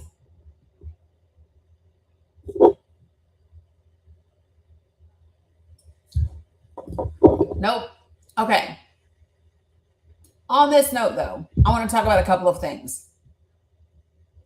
The Senate seats that are open. So right now, Joni Ernst's seat in Iowa is an open seat. And here's what's interesting about this seat. So can we talk about this for a second? Yeah, Missy, I know that Blanche's confirmation hearing is going on right now. And I'm just going to be very direct. I'm not playing and listening to it because A, I don't want to hear anybody grandstanding for their fucking sound bites and their social media reels. B, I don't want to hear any lies and fuckery that come out of his mouth. And C, I can't change the outcome. And after that, it goes on to a Senate vote. And then it'll be up to that. Right? So 22 of the, you said 35, I saw 33, but 22 of those seats are currently GOP. And so there is a huge opportunity to flip things. So I'm going to talk about the seats really quickly. Okay. So let's talk about them. So the seats that we have that would be considered battleground seats, I want to cover those first. Okay. And it's interesting because the battleground seats that are Democrat, there's only 3. And that's New Hampshire, which has Shaheen. That is Georgia, which has John Ossoff. John, I don't know what I just said. John Ossoff. I think I said Joe. John Ossoff. And then Michigan, which has an open Gary Peters seat. Okay. So those are the 3 Democratic Senate seats that are considered to be battleground seats that are open in this election. 3. Now, and they're battleground. Now, here's what's funny, because guess how many Republican are battleground? Thank you guys. Thanks for the clarification, Hill. So the Republicans actually have more battlegrounds than we do. So you've got Maine, which is Susan Collins, Ohio, which is John Newstead. You've got North Carolina, which is Tom Tillis's open seat. And I love the fact that Roy Cooper is running for that seat because North Carolinians, they like Roy Cooper. So that's a great thing. Florida, you've got the incumbent Ashley B. Moody. Texas is John Cornyn. Iowa is Joni Erst's seat. Nebraska is Pete Ricketts. Montana is Steve Daines, which is an open seat. Nancy G, the confirmation hearing is going on right now. This is just to get it out of committee, and then it goes for a full Senate vote. The earliest they can do a full Senate vote is Saturday. And then Alaska is Dan Sullivan. Okay? So listen to the states that I just named again. Alaska, Montana, Nebraska, Texas, Iowa, Florida, North Carolina, Ohio, and Maine. Those 1, 2, 3, 4, 5, 6, 7, 8, 9. Those 9 Republican seats are battleground seats for the Senate. And they are super duper opportunities to flip things and make some shit happen. So what I want to do now is, I don't like doing this, but I'm going to give you just a little bit of the numbers because we don't have the 2026 margins. It doesn't do that because it's not doing whether or not the state is purple. It is doing whether or not it's battleground or not. And I can also show you which ones are non-battleground, but first I want to talk about battleground states first. Okay. Shelly, did you mean to request up?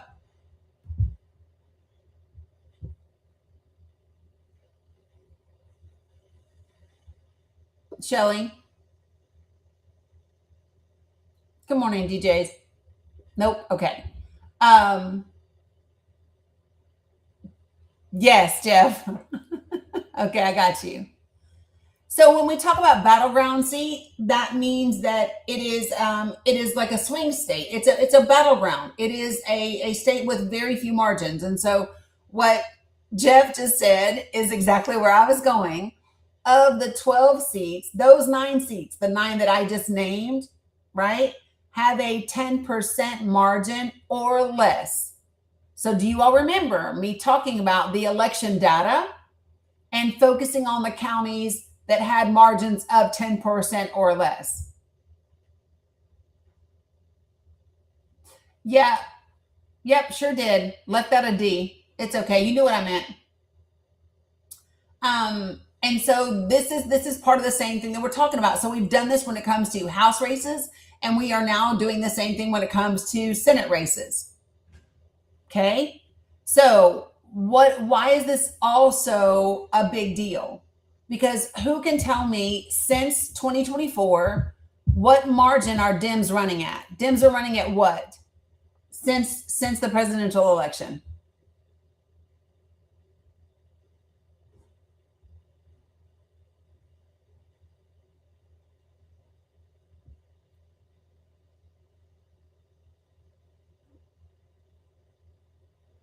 It was plus 13.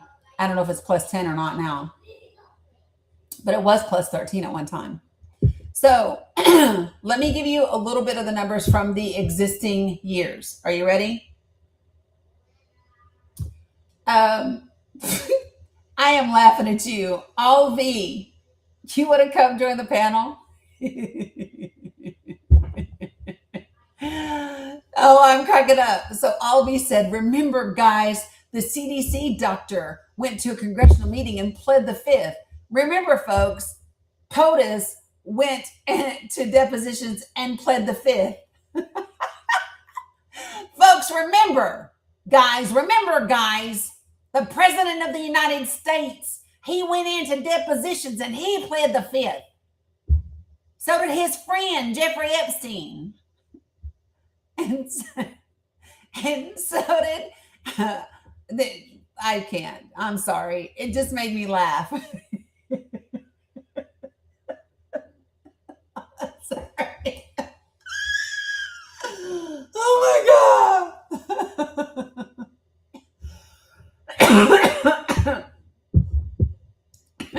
It's how I read those things.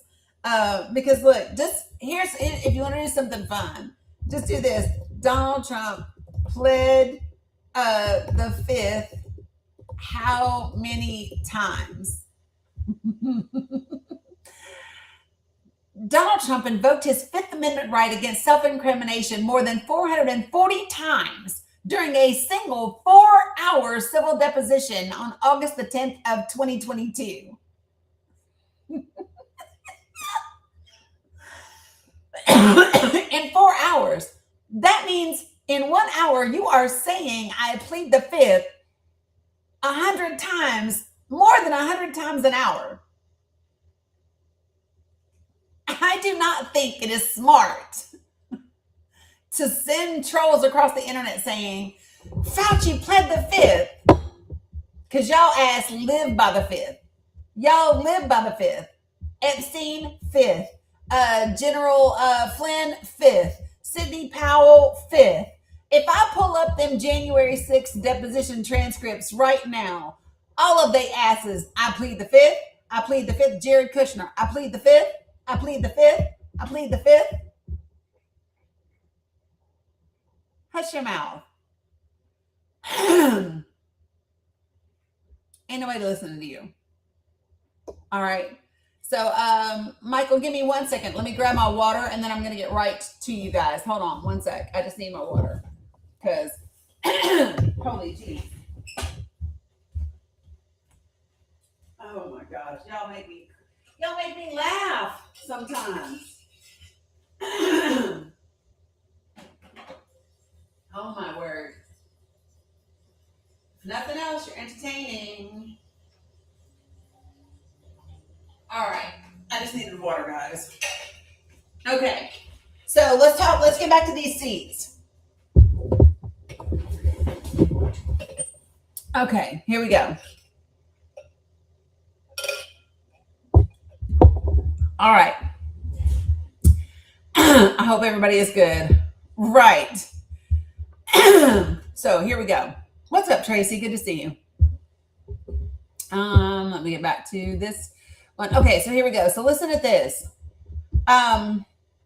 In 2020, I don't know, Scotty, to be honest. So I want to give you what the 2020 margin was and what the 2024 margin was for these particular states. Are you ready? So in Alaska, it is Republican plus 13, and it was like Republican 12.7 in 2020 and 13 in 2024. Florida, it was plus 13. Georgia, in 2020, it was plus 1.2, and then Republicans for the presidential election, it was plus 2.2. Iowa, plus 13. Maine in 2020 was plus 8.6 for Republicans. Dems now sitting at 6.9, plus 6.9 as of 2024. Michigan. But y'all, not this whole thing. Closing out. I got you, Jeff. Sorry, guys. Michigan, plus 1.4 on the Republican side. Montana. This is where, like, Montana, it's wild to me because on a state level, Montana I don't know. Anyway, Montana is running at plus 19. Nebraska runs at plus 20. New Hampshire runs blue at plus 2.8%. North Carolina in 2024 plus 3.3. Ohio plus 11 Republican. Texas plus 13.6 Republican. And so these are the Senate seats. Now you figure if Dems are running, yeah, I figured it would, Tara.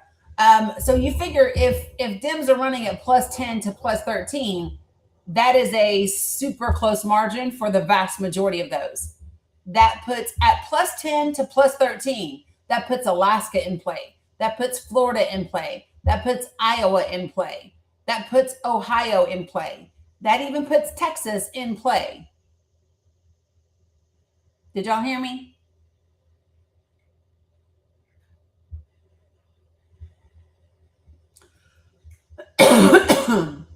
Yeah, North Carolina, definitely in play. Sorry, I missed North Carolina. So let me say this again.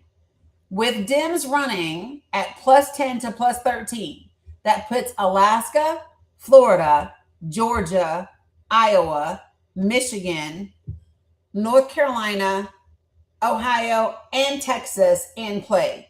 So 8. How many of the list here? 1, 2. Alaska, Florida. Look at me counting again. Alaska, Florida, Georgia, Iowa, Michigan,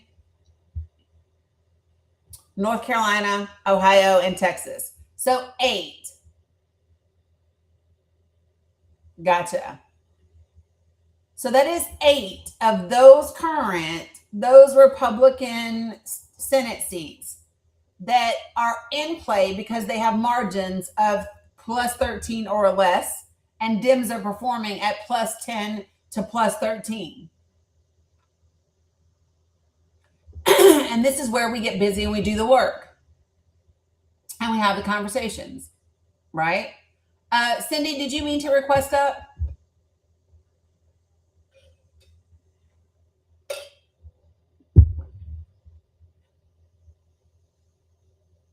I don't know why people aren't clapping, Kim.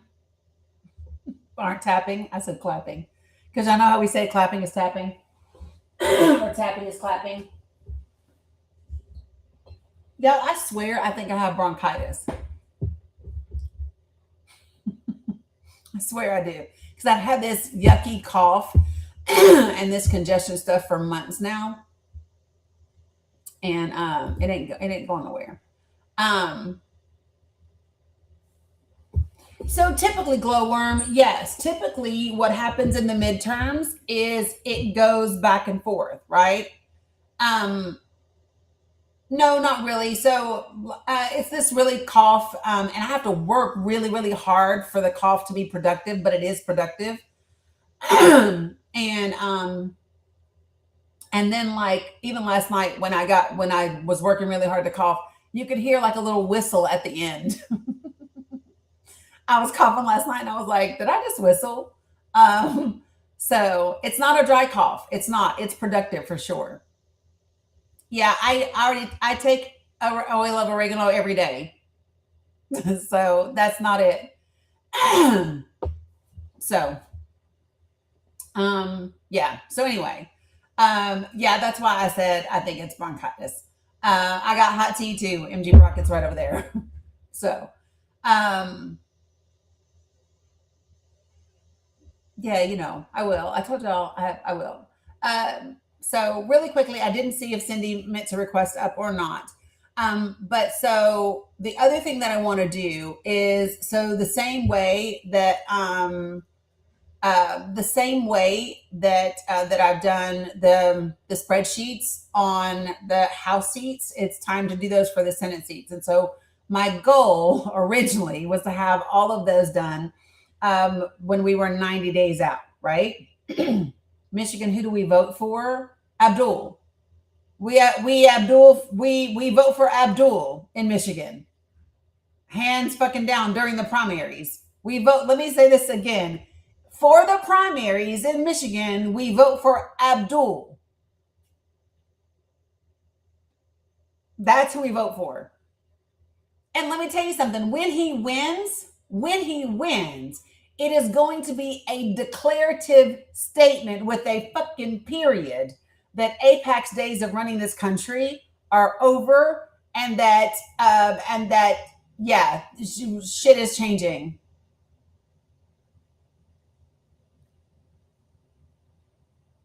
Just being clear.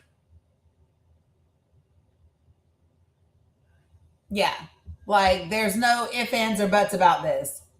Yeah, it's Abdul, 100%. They spent $41 million in this primary, folks. They spent, so like for me, so let me tell you why I said period instead of exclamation mark. Exclamation marks aren't like the end of things, right? Period is the end. Done. Doop. Doop, doop. Right? So just saying. Yeah, they're voting in Michigan right now. Right, Shawnee. They spent $41 million in a fucking primary. But she has to. So how many of y'all, because y'all know I played this yesterday, I believe, and I'm happy to play it again. I got some facts people in here. So let me ask you this. So for my folks that are in Facts' lives and came over here, number one, glad you're here. Thanks for being here. Number two, if you have not heard Haley Stevens speak about her relationship with Israel, let me know. Put a 1 in the chat if you've never heard Haley Stevens clip talking about her relationship with Israel and how she feels about Israel. Really? Okay, I got y'all. We're gonna do it again. I've played it a lot. We're gonna play it again today. It's so funny. My computer, as soon as I start to type her name, it pulls the clip up. It pulls it right up. Doop, doop. Like, oh, boss, you want this? Yes, I do. Thank you very much. All right, so here we go. He played it for you several times. You know, I've played it several times too, Hill. Because it's like, yeah, just saying. All right, here we go. All right, I'm going to share it and play it. And here we go. You ready? Make sure. Okay. In the United States Congress, I will continue to fight for the people of Israel. I will continue to fight for Israel's existence. Israel comes to me in my dreams. I see Israel's future, and I know that Israel will continue to exist for the Jewish people. In the United States, Israel comes to her in her dreams. Let me just tell y'all something. No, she doesn't. She doesn't sound like the GOP. She sounds like many of the Democrats who are also Christian Zionists. She sounds like exactly who she is. That's Haley Stevens from Michigan. Listen, folks, I need for y'all to understand this shit right here. When we have a conversation, when we talk about Israel and the United States of America, that is not a partisan conversation. That is not a partisan conversation, because the leadership within the Democratic Party and the leadership within the Republican Party are all complicit and are all compromised when it comes to that relationship. That is not a partisan conversation. And so we have to be very, very clear about that. Just saying, because that's the truth. When Ted Cruz sits in front of Tucker Carlson and says, I joined the Senate to be the most pro-Israel senator there is, that's a problem for me. You are literally joining our Congress and you are becoming leaders in our country for another country. No, I can't stand Chuck Schumer's ass either.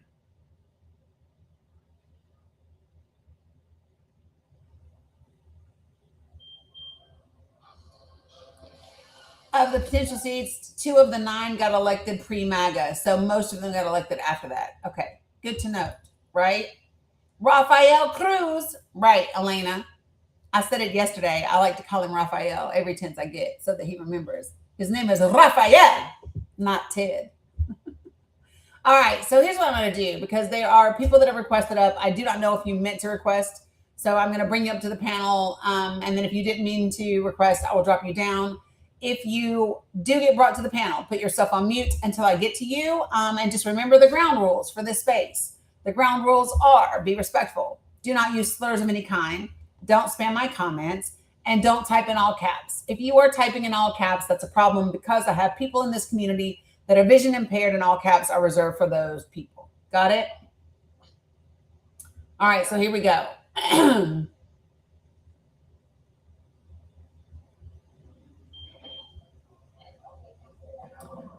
All right, Top Gas. Good afternoon, how are you?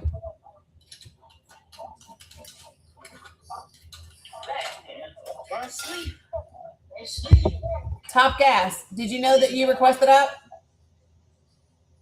Nope. Panther King, do you know that you're on the panel? What's up, Noop? Panther King, do you know that you have requested up and that you're on the panel? Nope. All right, just me. Did you know that you requested up? Actually, no. I got you. No worries, I got you. Okay. All right, that was easy. Y'all see that? So guys, this is a great thing to do every now and again, is look down at the bottom of your TikTok screen. If the two little people at the bottom of your screen are gray, that means you have requested up to the panel, whether that's by accident or not. So just check it, okay? If they are pink and blue, you have not requested up, and you can actually request up to join the panel. So James, was there anything else that you wanted to add to the conversation or bring up and discuss? Well, that was pretty much it. I got you. Appreciate you, as always. Good afternoon, Godson. How are you? I'm okay. Good afternoon. Good afternoon. What's your age for TikTok purposes? 55. Well, ahead of time. That's all right. What would you like to share or say? Well, I was just talking about your coverage to this Iranian war, immediate immigration, ICE, blank hearings, affordability, healthcare, etc. Well, I really feel like we got way more important things to worry about than this. The threat is right on our soil. Where I live at, they're marching down there screaming death to America, and they're not playing. We have way more things to worry about. The president is okay. He's done exactly what he said. Save black jobs. Where I work at, we had 50 illegal immigrants. Since Trump in there, all 50 gone. And guess how many black people are working now? About 48 out of that 50. So we got happy young blacks up in there, never had a good paying job like that in their life. Changed their life.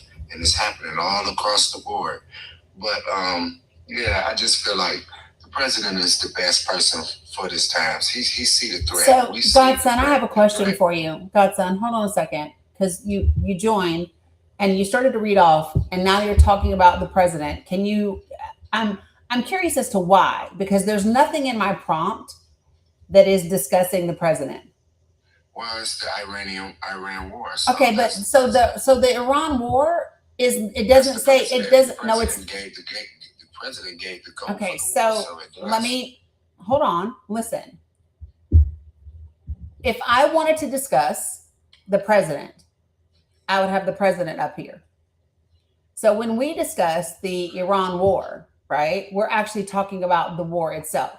So I'm not sure how long you've been in here, but there's significant concerns. Can you do me a favor and let me finish my sentence and don't interrupt? Thanks. So there is significant concern, and rightfully so, because we have depleted virtually all of our long-range precision missiles in this 5-month war with Iran. It is putting us in a very vulnerable position when it comes to our peer-to-peer adversaries like Russia and China. When you couple that with the fact that we blew through a third of our Tomahawk missiles in the first 30 days, right? And all of these different things, the long range missiles, our Tomahawks, all of them take, $1 or $2 million a piece to make. And it takes 2 to 3 years to build up and replenish our stockpile. So it leaves us vulnerable. So that's one thing when we talk about the Iran war and the impact. And that's a significant one, right? So that would be one thing. The other issue that we look at with the Iran war is the impact on our supply and what that looks like in terms of gas prices and fuel, and not just gas prices, but prices across the board, because so much of the world is running on, they rely on diesel for the ships and the planes and the things that bring us our materials all around the world. So we have the increase in cost that comes with that, what we've seen already, and then what we know is to come. So when we talk about the Iran war, those are the things. No, I'm not having. If I wanted to discuss the president, I would put the president up here, but he's not here. Okay, well, as far as our missiles and all of that, our generals, I trust our generals. We got that. They've been saying this. Have you ever served in the military? No, but I have. My uncle is. I just talked to him. We had a family reunion. So your uncle, he's listen. Still serving now. He's going over there now. Godson. He's doing Godson. convoy run. Godson. Can you tell me your uncle's rank in the military and his MOS? Well, I know he's been in there. I know he served 29 years, and he's been to Iraq and other places doing the convoys like 3-4 times. So he has 30-something years in the military. Okay, so I spoke with him 2 days ago. Okay, so hold on a second. So the question that I'm asking you, so can you tell me what his rank is? And do you know what his job and what his... I just told you should know about his rank if he's been in there 30-something years. 30 years doesn't determine your rank. Well, he's done it all, so that's enough. He served our country. Well, no, that's not enough. That's not enough. No, it's not enough. And so, and let me share with you what I mean. Served 30+ years? Let me share with you what I mean. Have you served 30+ Godson, years? So hold on a second. Godson. The reason why I'm asking you specifically. My uncle. You said my uncle's service is not enough. No, that's not what I said. Not enough for this conversation. Not enough for this conversation. And here's the reason why. Can I finish my point? No, I'm going to say what I'm going to say, and you're going to stop interrupting me. You're going to stop interrupting me and talking over me. Stop. But you won't stop. let me talk. Stop. Okay, go ahead.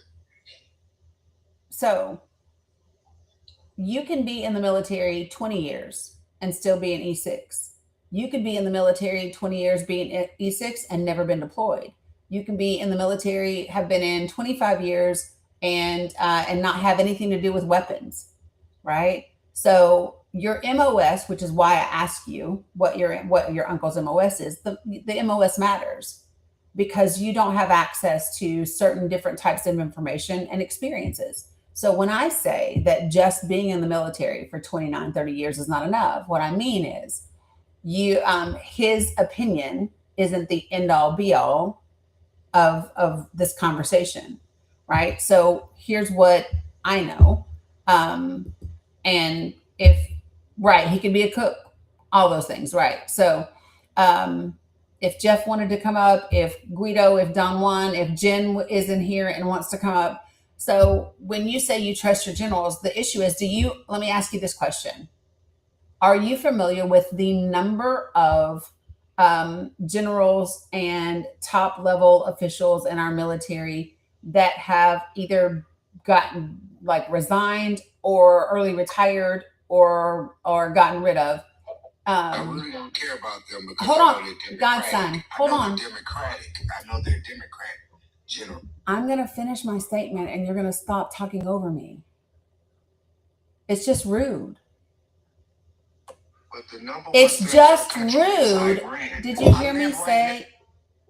I'm right next door to him screaming death to. When you decide that you want to be respectful, then you can join my panel. I'm not going to let you just sit up here and continue to interrupt me and act fucking crazy.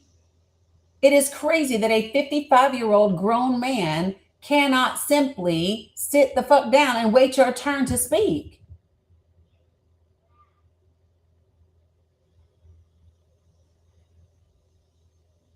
It's crazy work to me. If you are 55, yes, that's how old he said he was, then you should be able to wait your turn and have a respectful conversation. And if you can't, then this is not the space for you. Period. Go somewhere else where people can scream at each other and act crazy. Godson, do you understand? I don't care. I believe in free speech. If someone is screaming death to America, that's their business. I don't care what someone says. I don't care. And don't type in all caps. It's also one of the things. I only asked for 4 things, y'all, and they're not super difficult.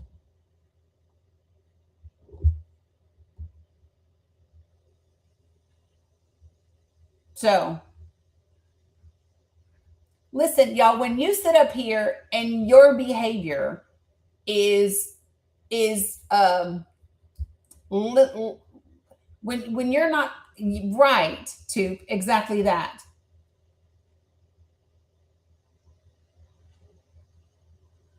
Holy jeez. All right, folks. When I bring you up, put yourself on mute until I get to you, please. I would greatly appreciate it. It's really important, folks, to just be able to have a respectful conversation. Like real talk. Well, he got cut off because he would not let me finish my sentence. That's why he got cut off. Okay, so I'm going to go on this panel. I'm going to go Jen. I'm going to go Jeff, then Jen, then Haas, and then Be Real if Be Real connects.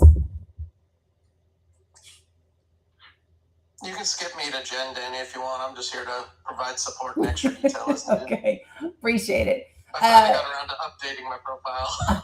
I see. I said, who this? Knew you. Yeah, it's not the little green worm anymore. Love that. Jen, you wanna pop in here? My name. I was kind of listening, but I was also working. So yeah, no, literally, it's just so Godson was on here talking about that. He was just talking about he didn't care. He didn't care about the depletion of our missiles or any of that because he trusts our generals. Our generals, quote unquote, got this. And the generals that left and the top advisors, the top military officials that left, he didn't care about them because he knows they're just all Democrats. That's just stupid. Right. And so my point to him was, I don't care who you are. We should all care about. So I know you were working. So I don't know if you heard me talk about the Reuters report. But the reality is when they are saying that we have depleted, quote unquote, virtually all of our long range precision missiles in this war with Iran in 5 months, and you couple that with depleting 30% of our Tomahawk missiles in the first 30 days, there's legitimate concern for our vulnerability globally, especially when it comes to our peer-to-peer relationships like Russia and China. Oh, yeah, absolutely. I mean, how many service members do we have in the Middle East right now? How many service members do we have in Europe? Because they're talking about pulling service members out of Europe. So this is the other thing it talks about. So listen to this. U.S. Central Command has nearly exhausted its regional munition supply, which has required the Pentagon to transfer land-based precision weapons from stockpiles deployed in other regions around the world. Yeah. You are correct. I'm going to say it again, Godson. I don't care if Iranians are screaming death to America. No, I don't care. Do you want to know why? because I understand what free speech looks like. And I also know what the United States of America has done in Iran. If I lived in Iran, I probably wouldn't like us either. And so they're allowed to feel how they fucking feel. Screaming death to America does not mean you deserve to die. In case you don't know what human rights are. We're not supposed to kill people because they scream death to America. Like maybe that's some shit you don't understand. That is free speech. And I done told you, don't type in all caps. Now you're about to get blocked because you don't know how to follow rules. You're acting like a child. The amount of the upper echelon that has either been fired or left because of this administration puts us in such a bad position, because what they're doing is they're weeding them out to get the people who will do what they tell them to do, no questions asked. Right. Which goes against the whole oath that you take when you serve. That's what's happening. Yeah. And so I just also, because he said he's 55, he said his uncle is in the military. His uncle. But he couldn't tell me his uncle's rank or his MOS. Now, if he's 55 and he's talking about his uncle, I'm going to say his uncle got to be at least 10 years older than him. Maybe at least. So that puts his uncle at 65. What 65-year-old you know? Heading over. I'm just saying. Let me put it in context. So when people talk about years of service and rank, those mean nothing when it comes to your experience. Yep. I had the last year that I was in before I got out, there were people that were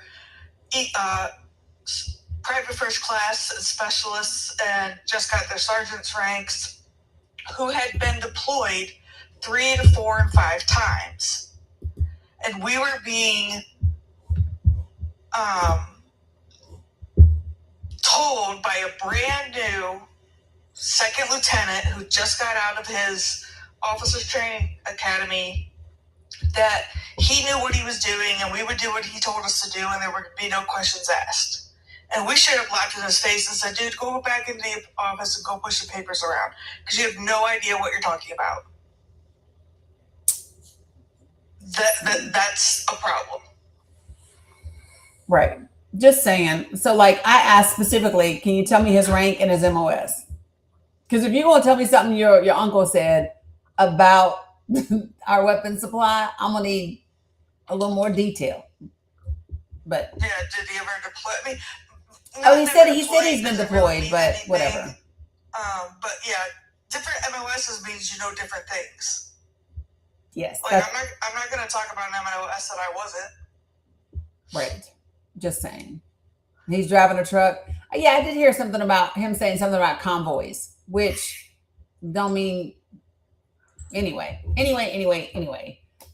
It's just really wild to me, which is why I was like, if any of my other veterans want to come up here, feel free. Because it was just crazy work. And the thing about it is, and so let me just also say this, folks, there are going to be times when I cut people off because this is my platform and I am responsible for the information that I allow to be spread on this platform. So I know that there are other platforms that let people lie for 5 fucking minutes straight. I am not one of those people, right? When you start to say some shit that's not true, I'm gonna stop you for a moment and we're gonna address the thing that you said. Because what I'm not gonna do is let you lie for 5 minutes and then try to go back and try to figure out all the lies, because people pop in and out of here.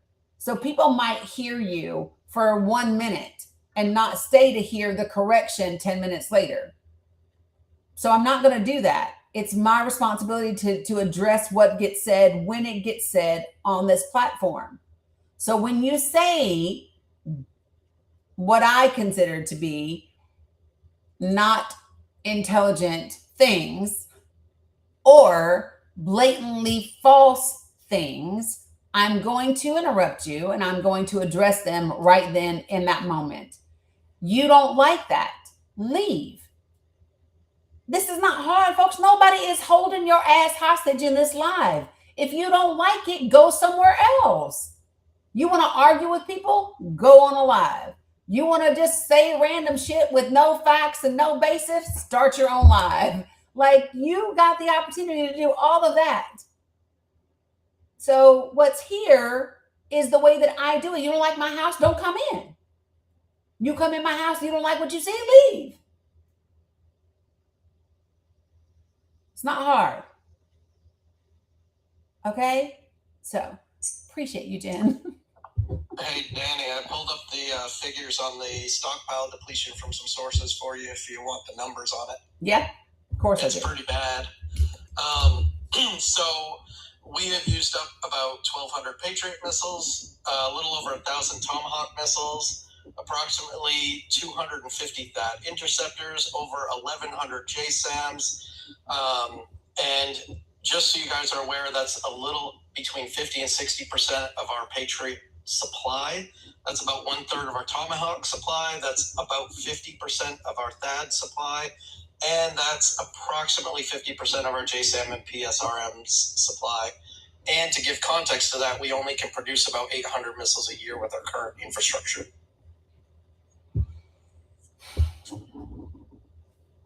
So it's going to take anywhere from half a decade to a decade to replace what we've already depleted, and we're still going. And that's at current structure. Even if they were able to ramp up production, producing the infrastructure to then produce more missiles is going to take years as well. And that leaves us strategically vulnerable in other areas of the globe. And that's the part right there and what have we gotten for it, Jeff? That's my thing. We haven't gotten shit for it. Higher gas prices, higher regular prices, like, that's it. It's really crazy that this is, go ahead. And that's not even counting that those are becoming obsolete with, the modern warfare tactics, with, the drone warfare and, guerrilla tactics that are going on, and all these other things that even if they were to replace them, they've now been rendered obsolete. So now we're talking about replacing things that are no longer as functional as they used to be with the way modern tactics are, and having to build new infrastructure on top of that just to replace them, and then build more new infrastructure to create more modernized weapons. So that we're just sitting ducks right now, honestly. Can I build on that for a second? Mm-hmm. On top of having new types of weaponry, that means new training. And they're not even keeping up with the current training that they're supposed to be doing for soldiers because they don't have the money to fund it. Yeah. I know, because I saw friends that serve, I saw people that I keep in contact with, like specific training as far as like medical readiness, having combat medics, not your full medics, but your guys that can do IVs real quick, bandage up real quick. They're not doing basic trainings to keep up with current standards, but they're going to start using new weaponry that nobody knows how to use. They're just, it's a setup for failure because they don't have long-term visions. They're just here and now, and we're just going to go out and bomb everybody. That's what it is. Yeah. And let me just say this. Anybody that wants to start this, oh, well, Iran could, this is all worth it if Iran doesn't have nuclear weapons. First of all, they were not on the path to having nuclear weapons. They were not. They were complying with the JCPOA. Before I even talk about all the other countries, can you name for me the only country in the world that has used nuclear weapons? It's us, in case y'all didn't know. It's us. We're the only people that have actually used them. Us. And you didn't even have to use it. And Israel has an estimated, on the low end, 80 nukes. Israel has never, ever allowed an independent inspection of their nukes. Ever. If we are concerned about nukes in the Middle East, why did the president of the United States just say Saudi Arabia could have them? Right? And we surely don't want to talk about Iran and treatment of women if we're not going to talk about Saudi. Right? We're not going to do that either. So I just think it's really important that people stop with this nonsense that's not accurate. Okay? So I'm going to go Haas and then Good Trouble and then Brooklyn. Haas, what's up? What's your age for TikTok purposes? Well, I'm in my 40s, so well above the threshold. It's unfortunate that this war was so unnecessary, and it wasn't needed at all. I think you had a great agreement in place from 2015. But of course, classical Donald Trump, he wants to put his own there. And so he couldn't stand, in my opinion, again, this is my interpretation of it, he couldn't stand Obama working out an agreement that actually worked, that kept everything in place. There was a lot of pressure, obviously, put on the Trump administration from Israel, because Israel was going to do what it was going to do, and so they knew that Trump was going to get involved and somehow bail him out. But I'm shocked and appalled by one fact, and that is that the United States government or the military is running out of arms. Like $1 trillion a year spent on military expenditure. $1 trillion, right? And after 60 days, you're running out of certain weapons. Like that shouldn't be the case at all. What happens now if China uses this information and says, "Oh, you know what? I mean, we can go and take over Taiwan." What do you do then in that case? You're spread too thin.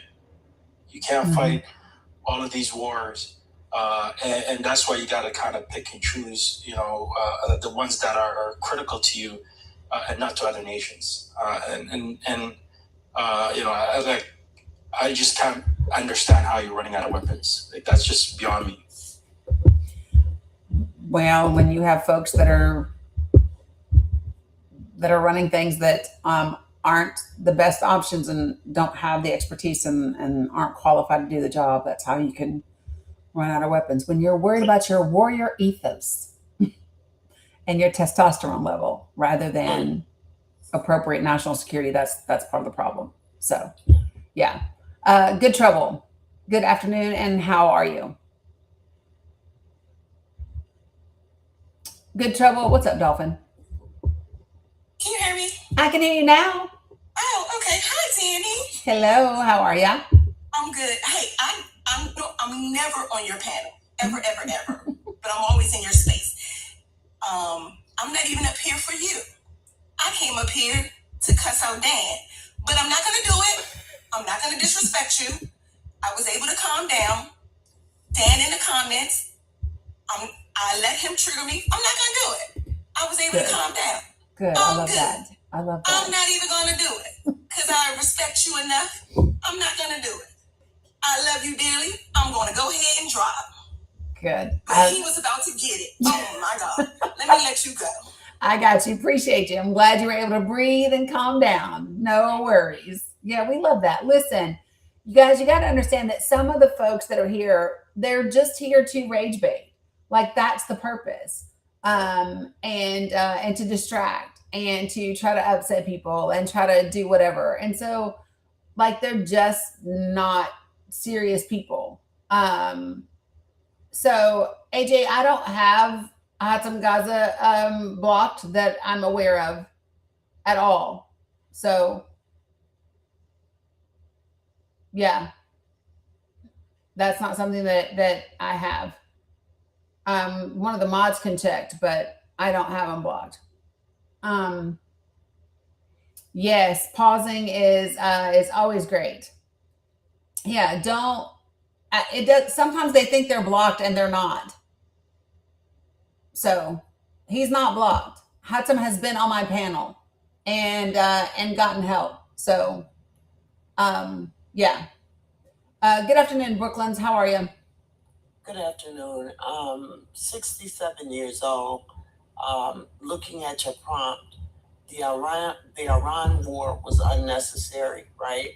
Obama had already set things in place.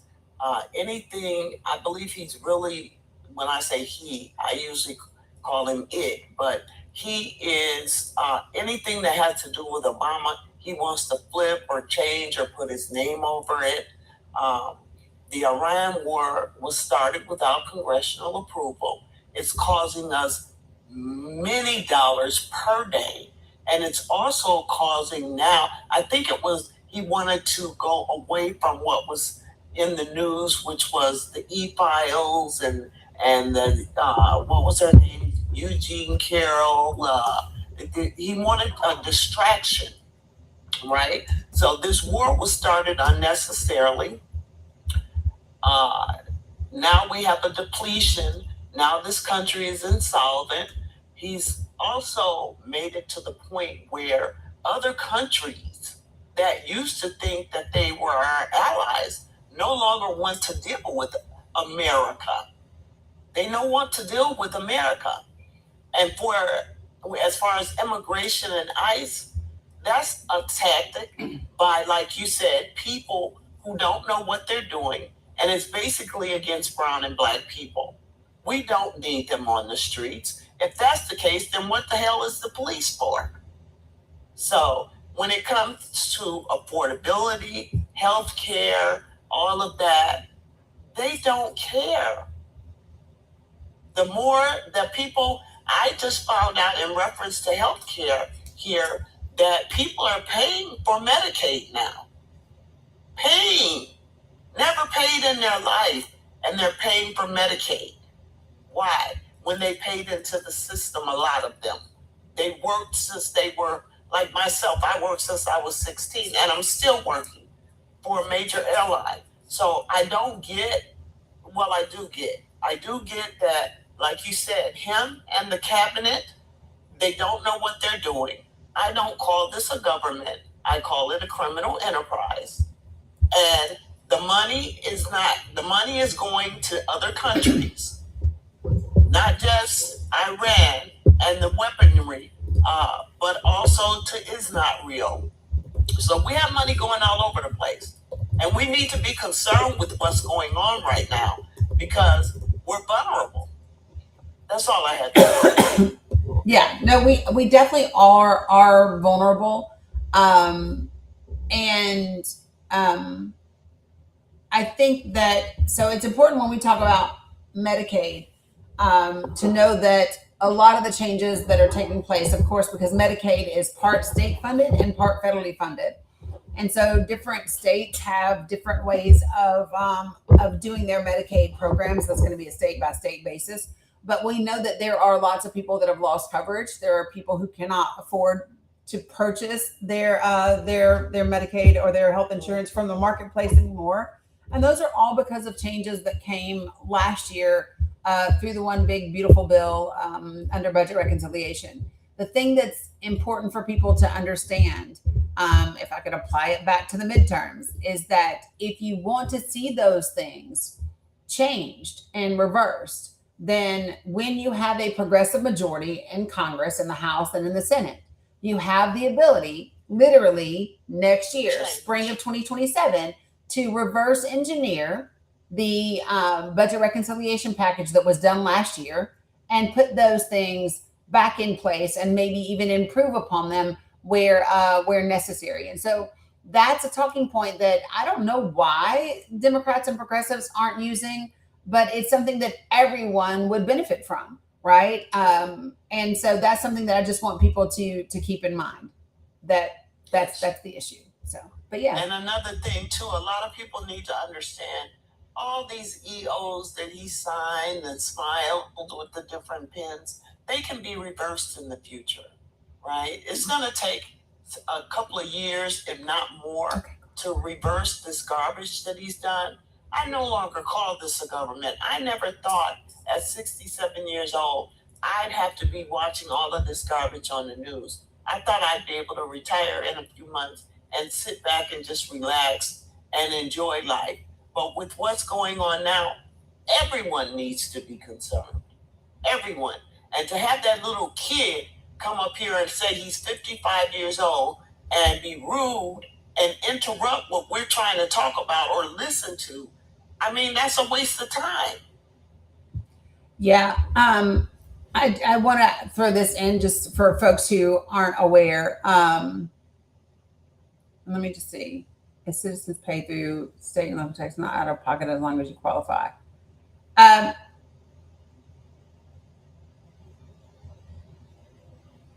What was said, Dani? I'm trying to read Donna's comment, and I'm not sure what she's referring to.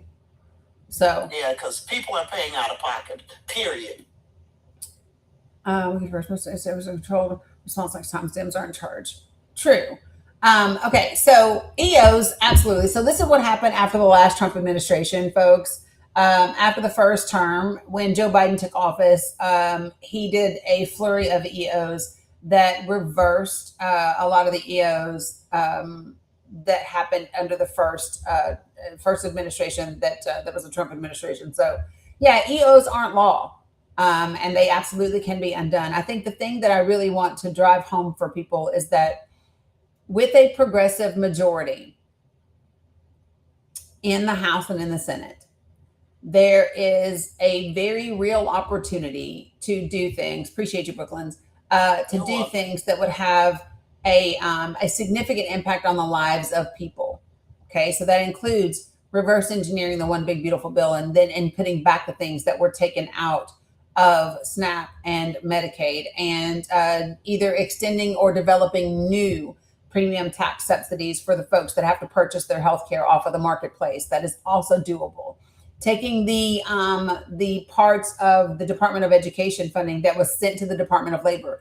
I don't know how many people are aware that the Department of Education is literally paying the Department of Labor to do part of its job with no real oversight and no reports to Congress as to what's been happening, right? And so it's really important that people know that these are things that are missing from our current government structure, and the impact is on our children. I don't know what what you're thinking, where you want the Department of Labor handling the things for the Department of Education when it comes to our children. So those things were done by DOJ, and yes, a progressive Congress can absolutely redo the funding and the departments for USAID. Yes. Yep. And it is a push for child labor. Listen, I don't know how many of you all listened and heard Dr. Oz say out of his mouth that if people could just start working a year or two earlier, right out of high school, if they'd be in high school, if they just start working a year or two earlier, and then maybe never retire because they're healthier, they just want to work more, then we could get out of this deficit. It's absolutely crazy. It's not that they do not want you to be healthy for you, not to enjoy your life, not to spend with your family and friends, not to have time with your children and go on vacation, but so that you can work for the fucking billionaires and millionaires more. That's it, folks. Ain't none of them trying to figure out how they can spend more hours working. But that's what they want you to do, and that's what they want your children to do. I said it yesterday, and I'm going to say it again. They want you to believe that you can do nothing, so that there's nothing you can do, so that you will do nothing and they will get away with everything. I'm going to say it again. They want you to believe there is nothing you can do, so you will do nothing and they get away with everything. And you get to choose to not believe that bullshit and actually do something that matters. Just saying. Also, just for us military folks,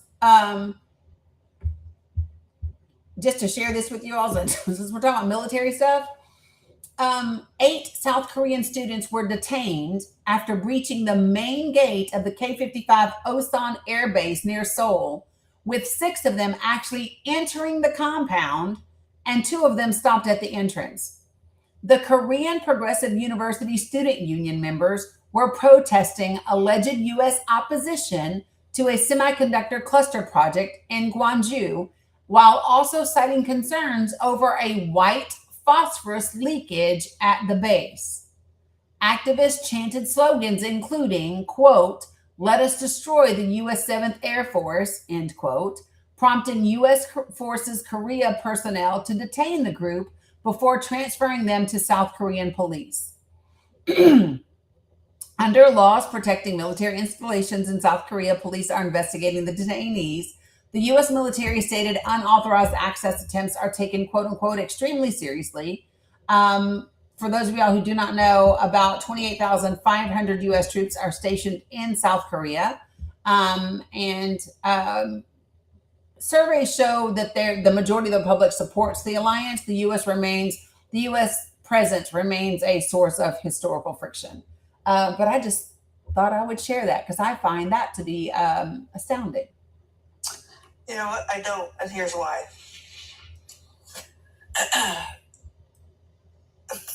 I would say probably 50 to 60% of our bases, the people that are manning those gates, are not service members. They're private contractors.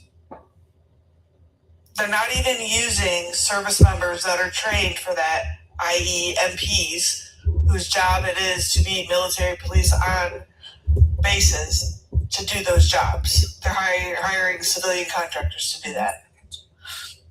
So it doesn't surprise me.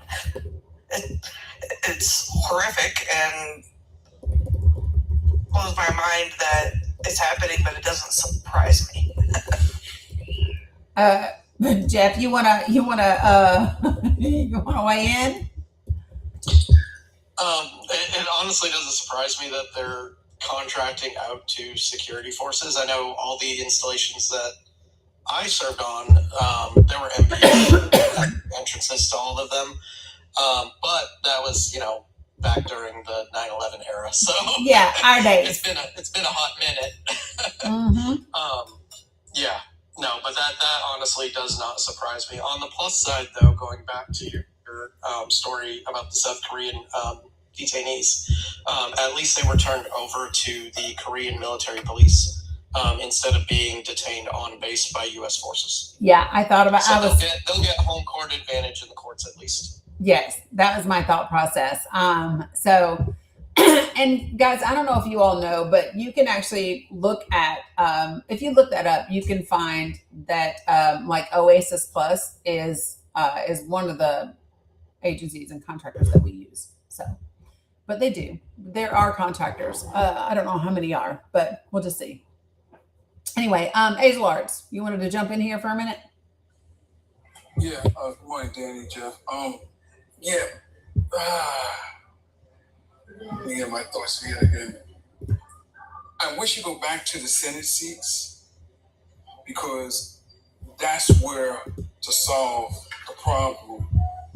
And people don't understand all that we're talking about can be solved once we control the Senate. That's the issue. And this is some weeks ago, there's 4 states in play. I'm not too sure, 4 or 2 states that could jeopardize us not controlling the Senate. And of those states, we need to concentrate on that. I forget which one they are. They're up at the top, but they're Republican rule. Yeah, but, so please go back and focus on that. Educate the people. Sesame Street is not there no more. You can drop me down because that's why I came up. Appreciate it, Azlar. Okay, so earlier in this live, I was talking about the Senate seats that are up and available right now and that are critical.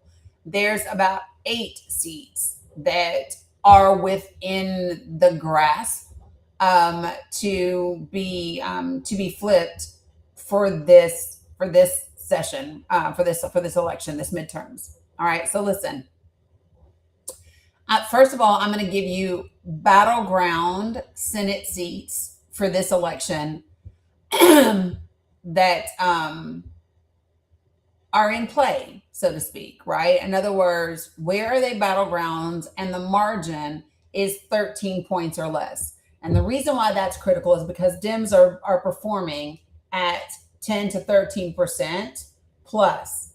So if the Democratic Party is performing at plus 10 to plus 13 since 2024, and every single seat that I'm about to name is currently Republican, right? Or leans Republican, but has a margin of 10 points, 13 points or less.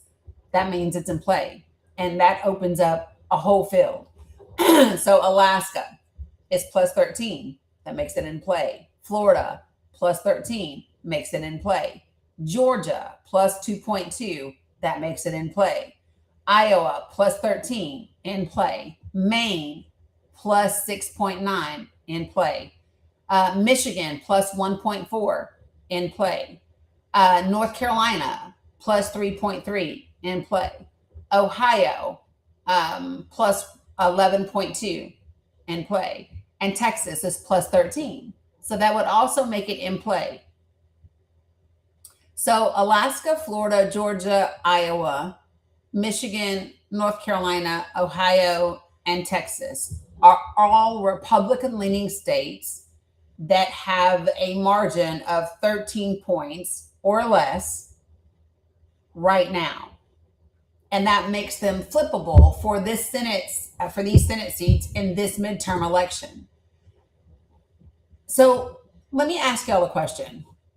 And they're going to see some of these, they're easy questions. You probably, I didn't mean to do that. Thank you. When I ask these questions, they're going to seem simple, but I just want you to I'm just going to roll them out. So does anybody know, what's up, dad jokes? Does anyone know why the Disclose Act didn't pass in 2010? Can anybody tell me why the Disclose Act, Jeff, you don't get to, but can anybody tell me why the Disclose Act did not pass in 2010? So for those of you guys who do not know, the Disclose Act was a piece of legislation, bipartisan piece of legislation, that was put before Congress right after the Citizens United decision by the Supreme Court. So Citizens United is what said corporations are people, and when corporations spend their money, they're exercising their free speech, right? And so that's how we got all of this shit ton of dark money in politics. And the Disclose Act was a bill that said you get to disclose, you have to disclose. You can spend $20 million to run ads against a Democratic candidate, right? And with your super PAC that you've set up. You just have to say who's behind the $20 million. You just have to disclose who it is, what the company is, who the people are. You just have to disclose it. That was the Disclose Act. It didn't even say you couldn't spend the money. It just said you have to disclose it. You guys, they literally ran a Republican filibuster to keep that from passing in 2010. It passed the House, but it was the Republican Senate that ensured that it did not get passed. So if you are someone that considers yourself to be conservative, if you consider yourself to be a Republican, if you believe that you want all of this corporate money out of politics, and you believe that there should be accountability from these rich billionaires and millionaires and corporations that are putting all of this money into politics to get people elected who are going to do what they want for their companies, you should be concerned that it's your party that kept that from happening. It's your party that kept that from transpiring. And by the way, that there's a bill right now that was introduced this year in 2026, the Disclose Act. There's a 2026 version of it right now.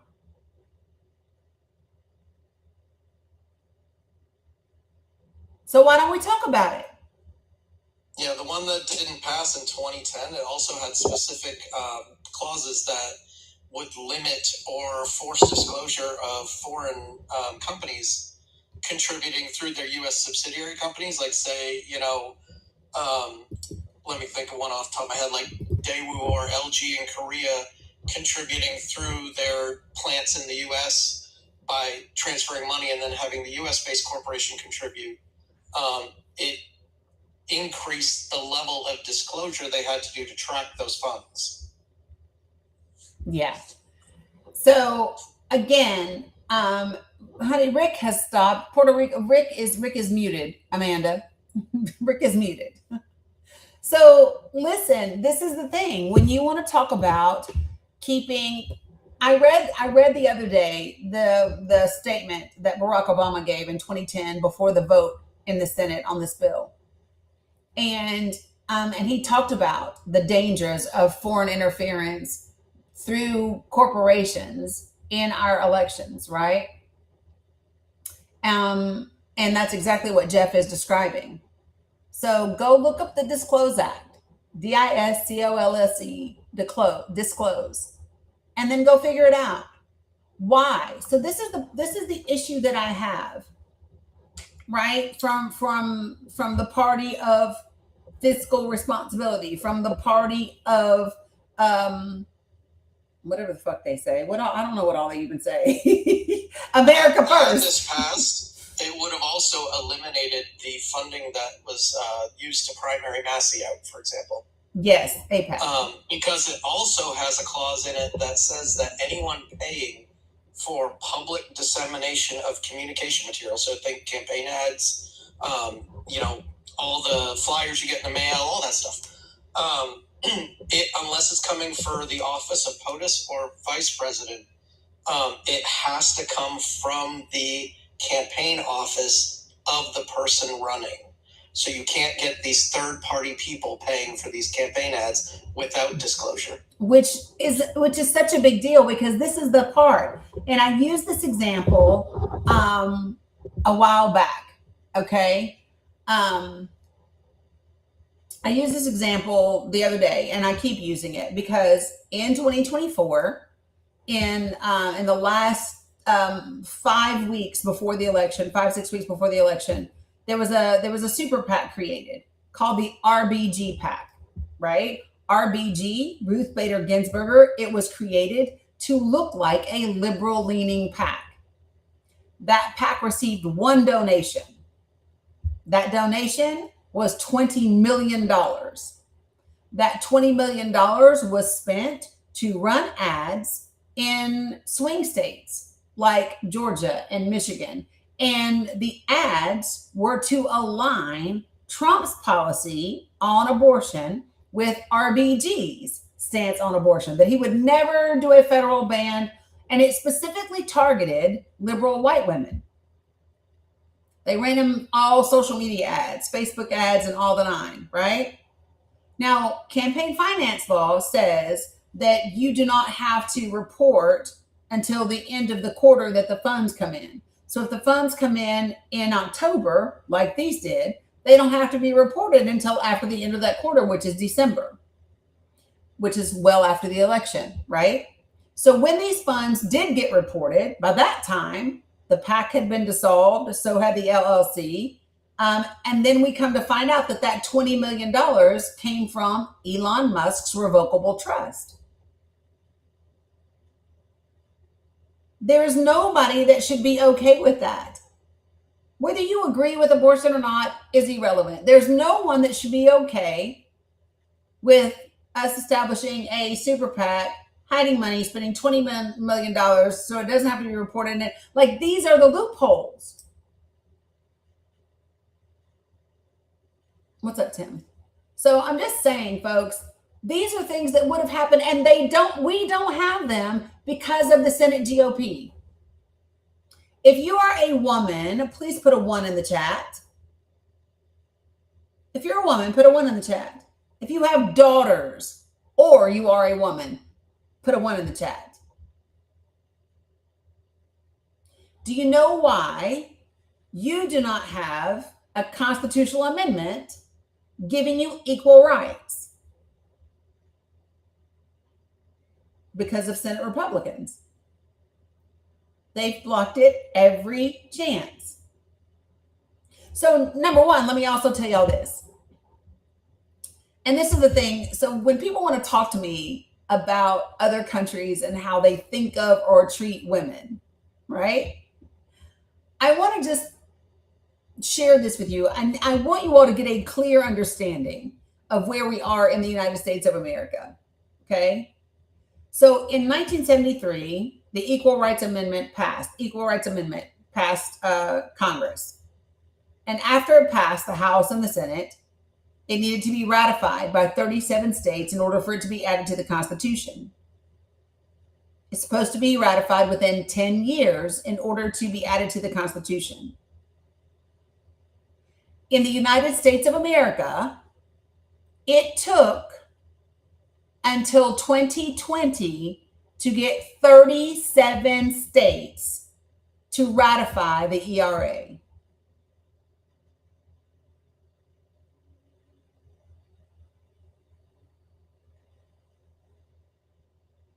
That's my entire fucking lifetime, y'all.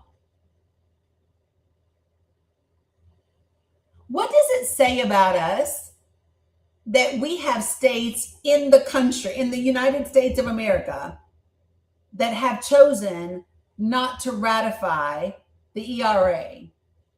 Joseph, don't be jealous of my nose just because it's bigger than your manhood. Don't be jealous of my nose just because it's bigger than your manhood. There's pills for that. And surgery too. You can do it. I believe in you. So anyway, what does it say? That it took 50 years, damn near, to get 37 states to ratify the ERA.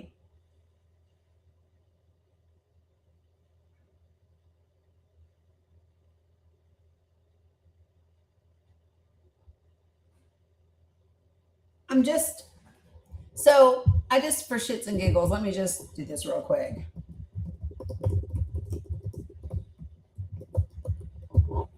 So, would you like to know which states have not ratified the ERA? I'm going to give them to you.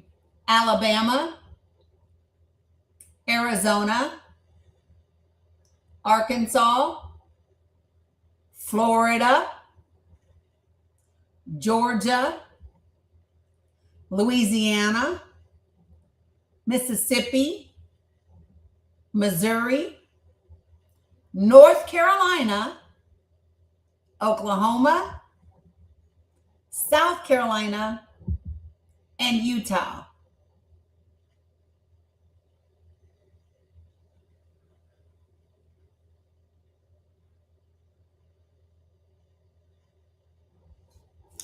How about that?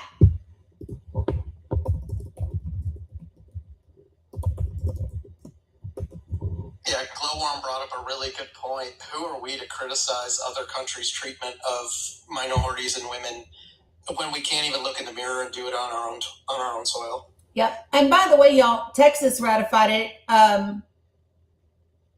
in 72 when it passed. And Texas approved its own state level equal rights amendment through a voter referendum in November of 1972. Yeah, Texas is actually more Democratic leaning and left leaning than people give it credit for. It's been gerrymandered to all high heck. And that's honestly part of the reason why we have so much trouble with that one. Yeah. Everybody that I just named, these are the only states that didn't. So I'm going to tell you right now, if you've got someone running for Senate in Georgia, John Ossoff, I'd be calling his fucking office right now. I'd be calling North Carolina. You got Roy Cooper running for office. All right, Roy, can you talk about the fucking ERA, please?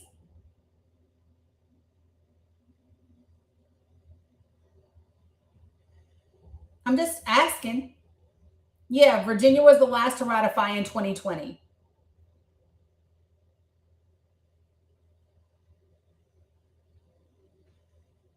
I look at this and I go, what in the absolute hell? And why? What is it?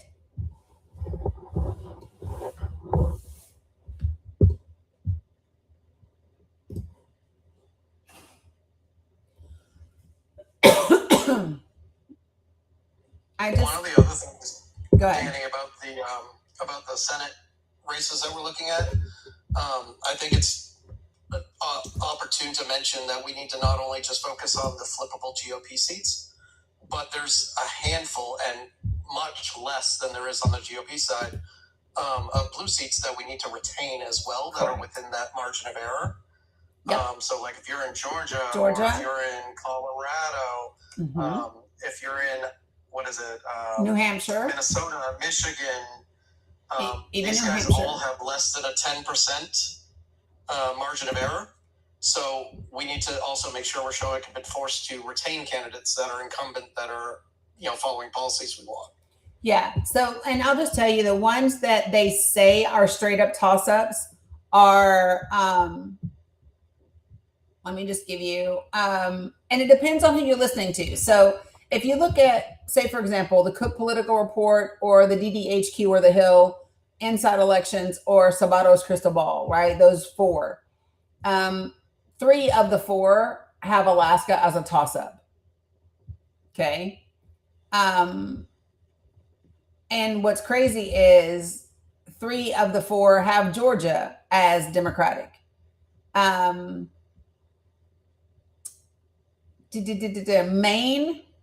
3 of the 4 are toss up. Michigan, 3 of the 4 toss up. North Carolina, 3 of the 4 Democratic.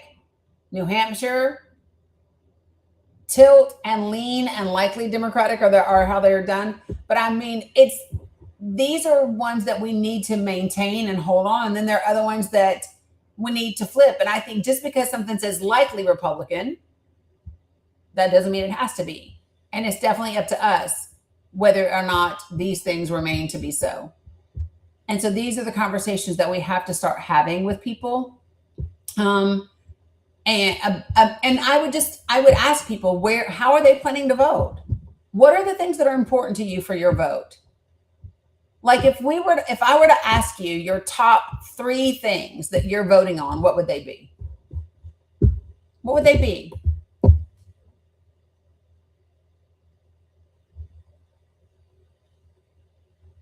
Give it to me in the chat. Veronica says the economy,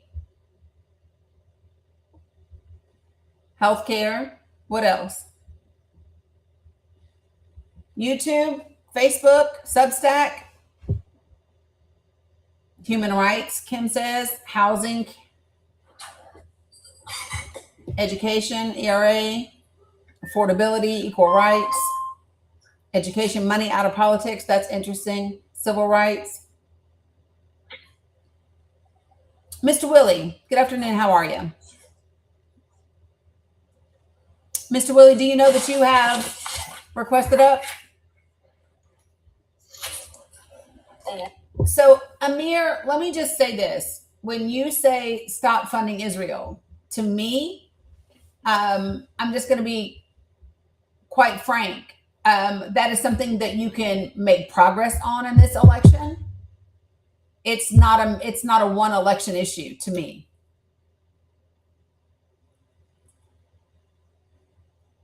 In my mind, when we talk about stop funding Israel, when we talk about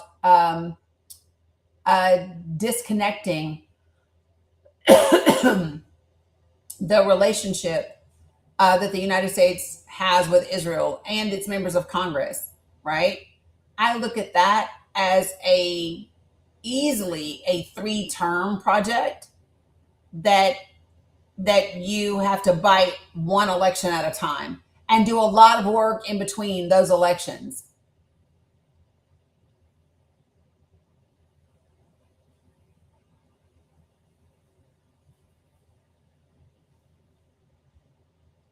Right? And I do think that, so like, I don't know if you all saw, so let me just say this to you all. Well, Amir, you can have your opinion. You're entitled to it. I also am a bit of a realist. I understand just how ingrained Israel is in the United States of America. And I understand the impact that Israel has on both sides of our Congress. I also understand that 250 members of our state legislators took their asses to Israel last year. And for anybody that doesn't know, they're walking around wearing badges that say 50 states, one Israel. These midterms, you're not gonna be able to completely disconnect everything. You're not. And so listen, this is so sometimes people get mad at me because I'm pragmatic when I talk about these things. But I'm just gonna tell the truth and shame the devil. And you don't have to like the truth, but it fucking is what it is. It very much is what it is. You are not going to be able to get rid of everybody in Congress that is at the beck and fucking call of AIPAC in this midterms. They're not all even up for election. And some of them are going to win their primaries. Some won't, but some are. And guess what? If you have an AIPAC taking Democrat that wins their primary against a non-AIPAC candidate, right? If the establishment Dem that takes AIPAC is who wins that fucking primary, that's who you're voting for in the general election. Because that candidate is still a Dem at the end of the day and is going to be on your side when it comes to domestic policy issues.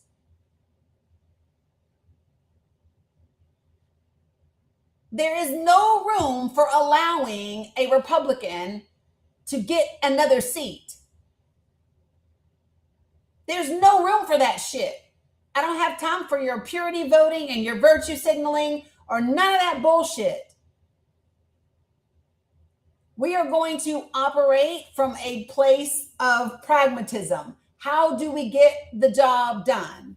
No, Amir, that's not what I'm saying. Why don't you come to the panel? Because that's not what I'm saying. And it would be great if you didn't like oversimplify and put words in my mouth. Because that's not what I said. First of all, hello. Hi. Hi. Second, before I start, I have an issue with your first point, Iran war. You know how this is funny? Because every war America wages on other country, you call it the war of that country, like the Iraq war, like the Afghanistan war, like the Libya war, like the Taiwan war. It's all other countries' war. Well, you guys wage it on us. So I am aware that we are the one waging the war. I'm aware. I'm also the one that is using. So when I name it as it is, like American war on Iran. American war on Iraq. So let me tell you why. Amir, I'm going to answer your question. Because I needed the fucking space on my graphic to list everything else that I had to list. That is why. Okay. So let's get back to your point. Let's do. Yes. Right now, America is losing another war to us, Iranians. And this time, it's not only the war you're losing, it's actually everything. This is going to affect everything in your daily life. Strait of Hormuz and Bab el-Mandeb, when they close. Can I pause for just a second? I asked you to come up here because of what you said in the comments, specifically regarding the midterms and Israel. So we already know, especially in this live. That voting thing is not going to help you. So what I would like for you to do is not interrupt me. Could you do me a favor? When I'm in the middle of a sentence, let me finish my sentence. Finish. Yeah, I'm going to. So I'm familiar with you and I've seen you in other spaces. I got no problem with what you're saying. I don't know if you know who I am and know what happens in this space and how I talk. In this space, we are very aware of how we got here in this war. We are very aware of what it's costing us on multiple levels, right? Not just in gas, but across the board. We are very aware of all of the issues and where the blame lies. All of it. The conversation right now is about, yes, hold on one second. Yes, baby. Yes, ma'am. The conversation right now is about our 33 Senate seats that are available, because it is our Senate that is the most culpable in all of these actions, and it is our Senate that has the most power and the greatest ability to address many of the things that are on my board. Okay, so when we talk about that, yep. So Saeed, you have to go because I don't allow that in the space. Go get me a bag for you. So when we talk about those seats, we look at those seats to see where we can make and gain the most ground, because without this election, our entire country is fucked on every level, even domestically. Agreed.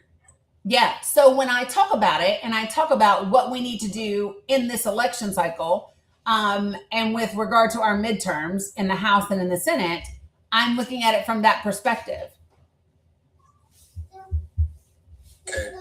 When you talk about you need 3 terms to get rid of Israel, that's where I say you're not going to survive this. So that's not what I said though. What I said is to get rid of all of the members in Congress that are complicit with Israel. It's going to take more than one election cycle. Why? Because they're not all up for election this cycle. And they won't all be up for election in 2028. It will take at least three election cycles to have all of them come up. Now, in between that time, there will be some that see that there is a tide that is changing in this country. And they will change their positions. And during that time, there might be the votes needed to stop funding Israel. There might be, what I specifically said though, is the ability to get all of the members of Congress that are currently tied to, compromised by Israel out of office will take 3 election cycles. Yeah. What's the percentage of the APEC candidates?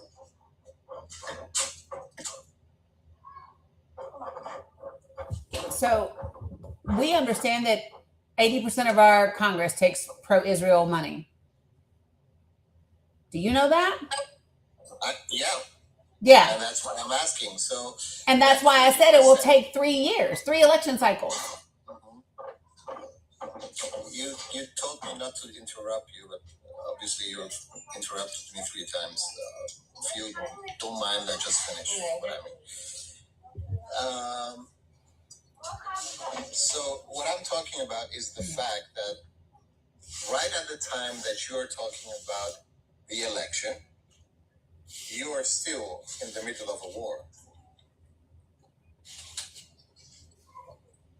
Going by election to get rid of the connection between the United States and Israel, which will definitely better your life. Looking at the money going there and the loan moves going there and their power over everything you have in the United States. Even 2 elections is going to take too long. United States is going to put boots on the ground in Iran, and they're going to lose big time. And when that happens, Iran is going to control the entire GCC countries. No one will be able to do anything without our permission, which means the petrodollar will go down. The countries like China and Japan and Korea, they're going to sell their papers. China is going to request their gold, just like Europe will, because Europe is going to go down even worse. And your money is going to be worthless. Your people are going to suffer from hunger. So, Amir, let me just, I am going to interrupt you, because what you're doing right now is you're just kind of narrating your, I don't know, your psychic prediction about what you believe is going to happen. And what I'm going to say to you is, we don't know what is going to happen, right? We don't know. And what I know is the best opportunity for people in the United States of America to have an impact on our government, our domestic and our foreign policy and our issues is absolutely through our midterm process. And ensuring that we have a progressive majority in the House and in the Senate is the best opportunity for this country to get itself stabilized and in a place where it works for the benefit of the majority of our citizens, because currently it does not. That's it. All I'm trying to say is that this system you're trying to talk about and get people to choose the right person is not going to work, because the system is rotten and owned by those who shouldn't be owning it. So let me again say this, okay? So whether the system is rotten or not, so let me explain it to you like this. The system is like a house, okay? So just imagine this big, beautiful house. And the house has termites. And the termites have been eating the house for a long time, but the house is still standing. What you don't do is just give up and burn the fucking house down, right? Because that's not wise. It's not helpful. So instead, what you do is you find the beams of the house that are the most vulnerable, that have the most damage, that are the most corrupt, and you replace them with different beams, with stronger beams, better beams. And you continue that process until you have rebuilt the infrastructure that is holding your house up. And that is the process that we are in right now. I am not asking, just to be clear, your opinion about what you think is going to happen, because you can have that opinion, right? The reason that I invited you to come up here is because you said, oh, so you're just going to sit back and watch more genocides, right? Mm-hmm. And to be clear, not participating in these elections will give you more of those damn genocides that you're talking about. Not working within our system and our structure that is available, that does work, that does close the loopholes, will produce more of the genocides you're talking about.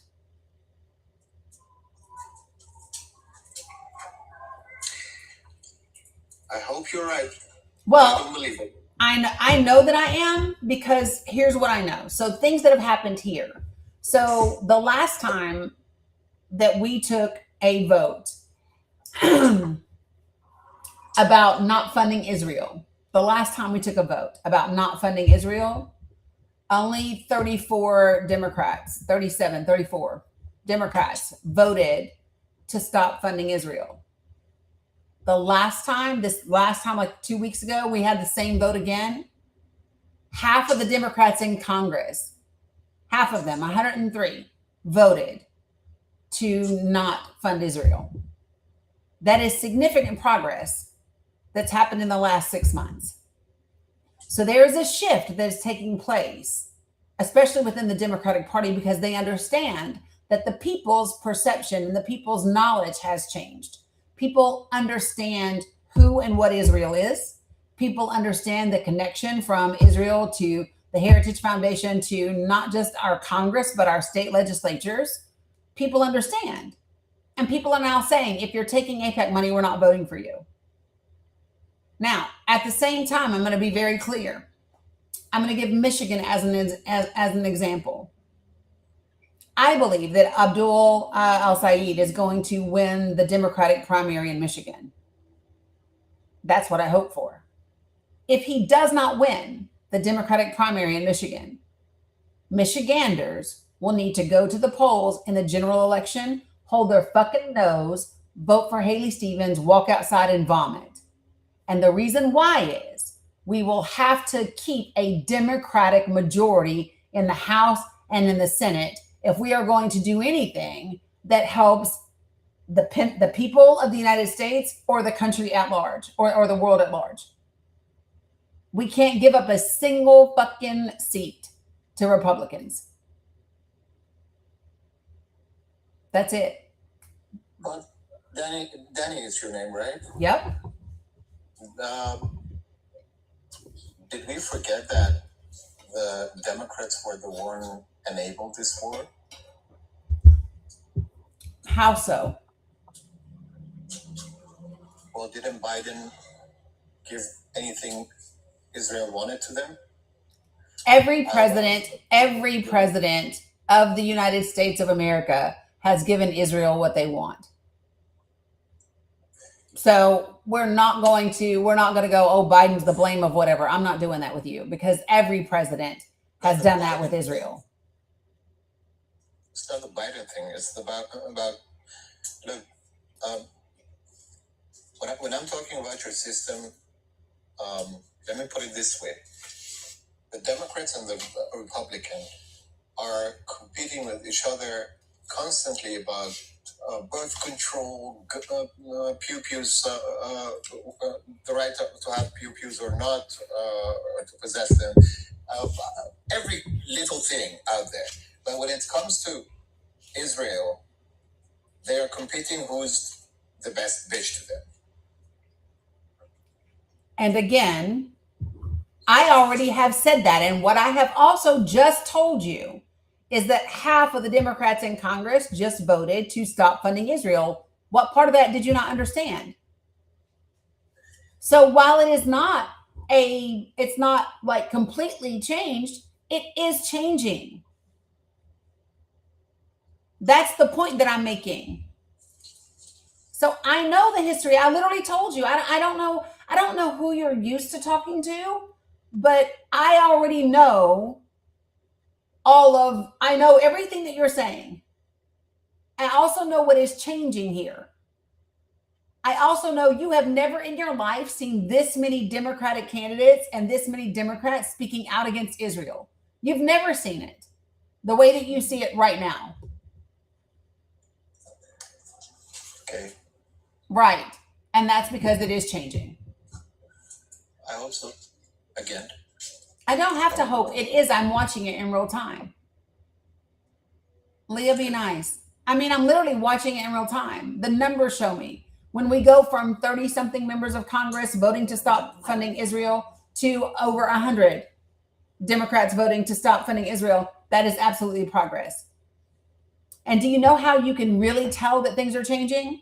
When AIPAC has to spend $30 million in a primary in Kentucky, when AIPAC has to spend $40 million in a primary in Michigan, that tells you things are changing.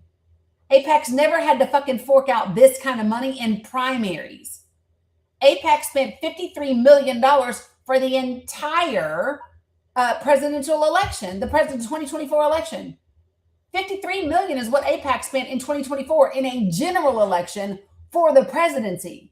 They've more than doubled that money in primaries in this country.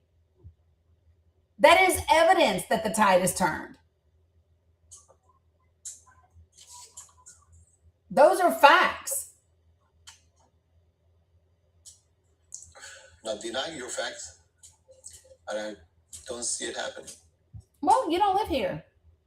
No. May I interject for a second, Dani? Sure. I don't live there, correct, but I'm from the country that is being boom right now, and maybe you guys don't see it, but there are dead people dropping everywhere. And I don't believe you guys believing in that voting is going to help. I believe that if you want to save your own country and yourself, you guys need to get on the streets. That's how you do it. Okay, well, that might be your opinion, right?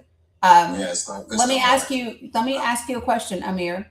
Can you share with me what happens when the people in Iran go to the streets? What happens? Yeah, what happens in Iran?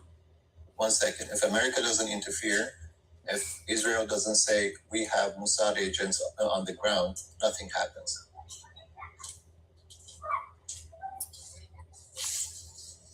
Okay, go ahead, Jeff. Amir, I just had a couple of quick questions for you and a little bit of talking to do.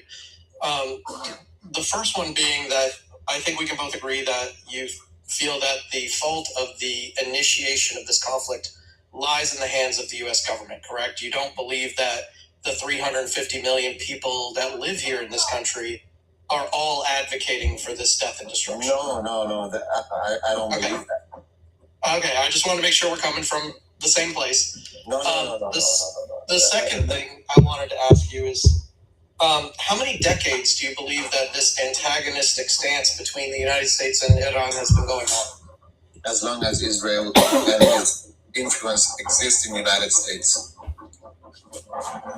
It has been a very long time. So my question for you about that is, would you prefer to see an immediate Band-Aid solution to this conflict, or would you prefer to see long-term change in the systems that have supported decades of antagonism? Well, actually, I believe that revolutions are most fast resets. They are fast, yes. However, they typically don't provide lasting change. Correct. Without change to the systems that caused it. This space is looking for long-term solutions, not quick fixes. That depends upon the people. Do you people want the same system? Or do you think that maybe having multiple parties that have equal power and people can vote based on their conditions for their for the government, and which benefits the people? And when I'm saying benefits, not by lies and propaganda, what is being shown in mainstream media in your country. Amir, can I ask you a question? Can you tell me when the first third party was created in the United States of America? How long has the United States had three parties? I'm not so familiar with American politics. Well, but you just said that we needed a third party. And you said we needed more than two parties. Right. So let me ask you this. Do you know how many parties, how many political parties we have in this country? How many do you have? Dozens upon dozens. But why is it done? And why is it there? And then when it's election, it's always about Democrats and Republicans. So that has to do a lot with financing and our electoral college, right? Exactly. And so let me ask you a question. Do you know how we change the electoral college? Do you know what the only way to change do you know how the only way to change the electoral college is? I'm not familiar with your politics, so I'm going to ask you to explain what it is. Okay. So see, the electoral college is outlined in our Constitution. Like the actual Constitution of the country outlines our election process and our branches of government and all of that. So you actually need Congress to change the structure of the systems. Yeah. So if we don't vote, if we don't participate in the elections and don't change those systems, we can't change the systems. We can't. Like you can revolt all day long and get rid of this current administration, and you're still stuck with a constitution that outlines how this country, how it works. But going on the street and asking for what you want, maybe you can change the system that a Senate. And so let me just finish. A Senate where people work, a few people vote and decide 350 million people's fate. And we know already that a lot of people have a price and they do sell themselves. So why is it necessary to keep that Senate? Why is it impossible to change the entire system, a better system? So again, you change the system through Congress. That's how you change the system. That's the body that changes the system. It's not a dictatorship, right? So we have Congress, and our elected officials is how we change the systems. Which is why you have to vote to put the right people in office to change the system. And so, by the way, you have revolution, you have no elections, which means you're stuck with the same people in office. I mean, like, those are just, that's just like the facts. Tighten it down. So what I think is, and I understand that you are from the outside looking in, what I think is that you don't have enough information about how our system works to be able to be able to properly advise Americans on what they should or shouldn't do. And what's I'm not telling you. As I said in the beginning, Dani, you guys do not have that much time, and things are happening as we speak. And I'm not giving my opinion. This is the opinion of most of the analysts, economical, military, anything. They are saying this is happening. We are aware of what's happening. Like, you're in a space, I don't know, I know that you go in a bunch of lives, but in this space, we are very aware of what's happening. In this live right here, I'm incredibly aware. This is a live, like, I spend a ton of time, I spend so much time educating on this app about Operation Ajax and about 1951 and about Mohammed Mossadegh and about BP, what's now BP, and all of those different things. What's up, strategy? So, like, this is an incredibly well-informed space that you're in, and we literally understand. I understand the impact of the Strait of Hormuz. I understand the impact of the Houthis and what can happen. I understand all of those different things. I understand the dangers of our reduction in long-range missile capacity and our stockpile systems. I understand all of those things. And when I look at all of those things, the fastest way, I know who Amir is. When I look at the fastest way to, first and foremost, stabilize the country, because we are not stable right now. This is not stable. And one of the reasons we are so unstable right now is because we have a Senate in Congress that is capitulating to the executive branch. That's part of the problem.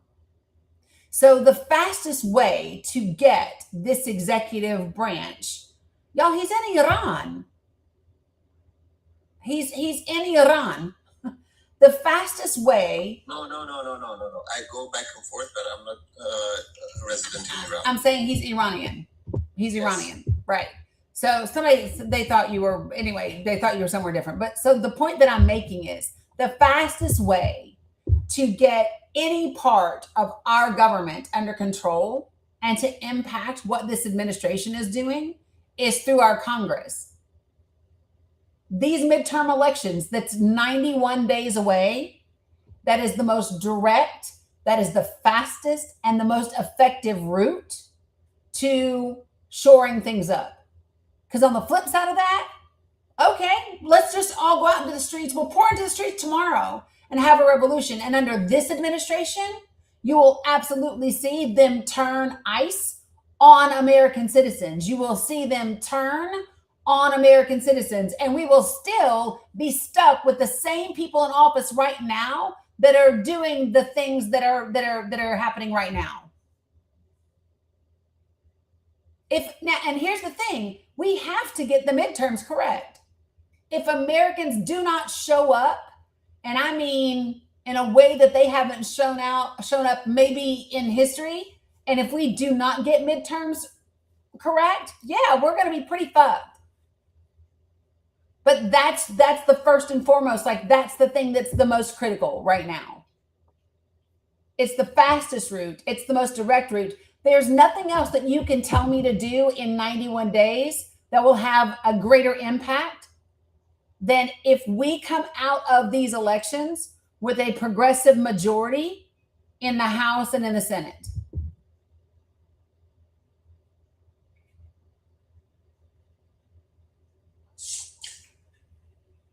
I hope it goes well for you guys. Yeah, All me I can too. say. Mm-hmm. Yeah, because your revolution answer doesn't give us any tools or any ammunition or anything to kind of utilize. What's the percentage of people in the United States that are likewise fully aware of everything just like you? I don't know. I don't know that there's any way to know that. So here's the thing, Amir, those are things that I don't know. So the only thing that I do, and I do it every single day, is I get up and I use the platforms that I have been given and to share as much information as I possibly can. I provide an extensive link tree that is in my bio that provides all of the sources for all of this. And then I literally crunched election data for 20% of this country's states, developed an entire database of information with graphics.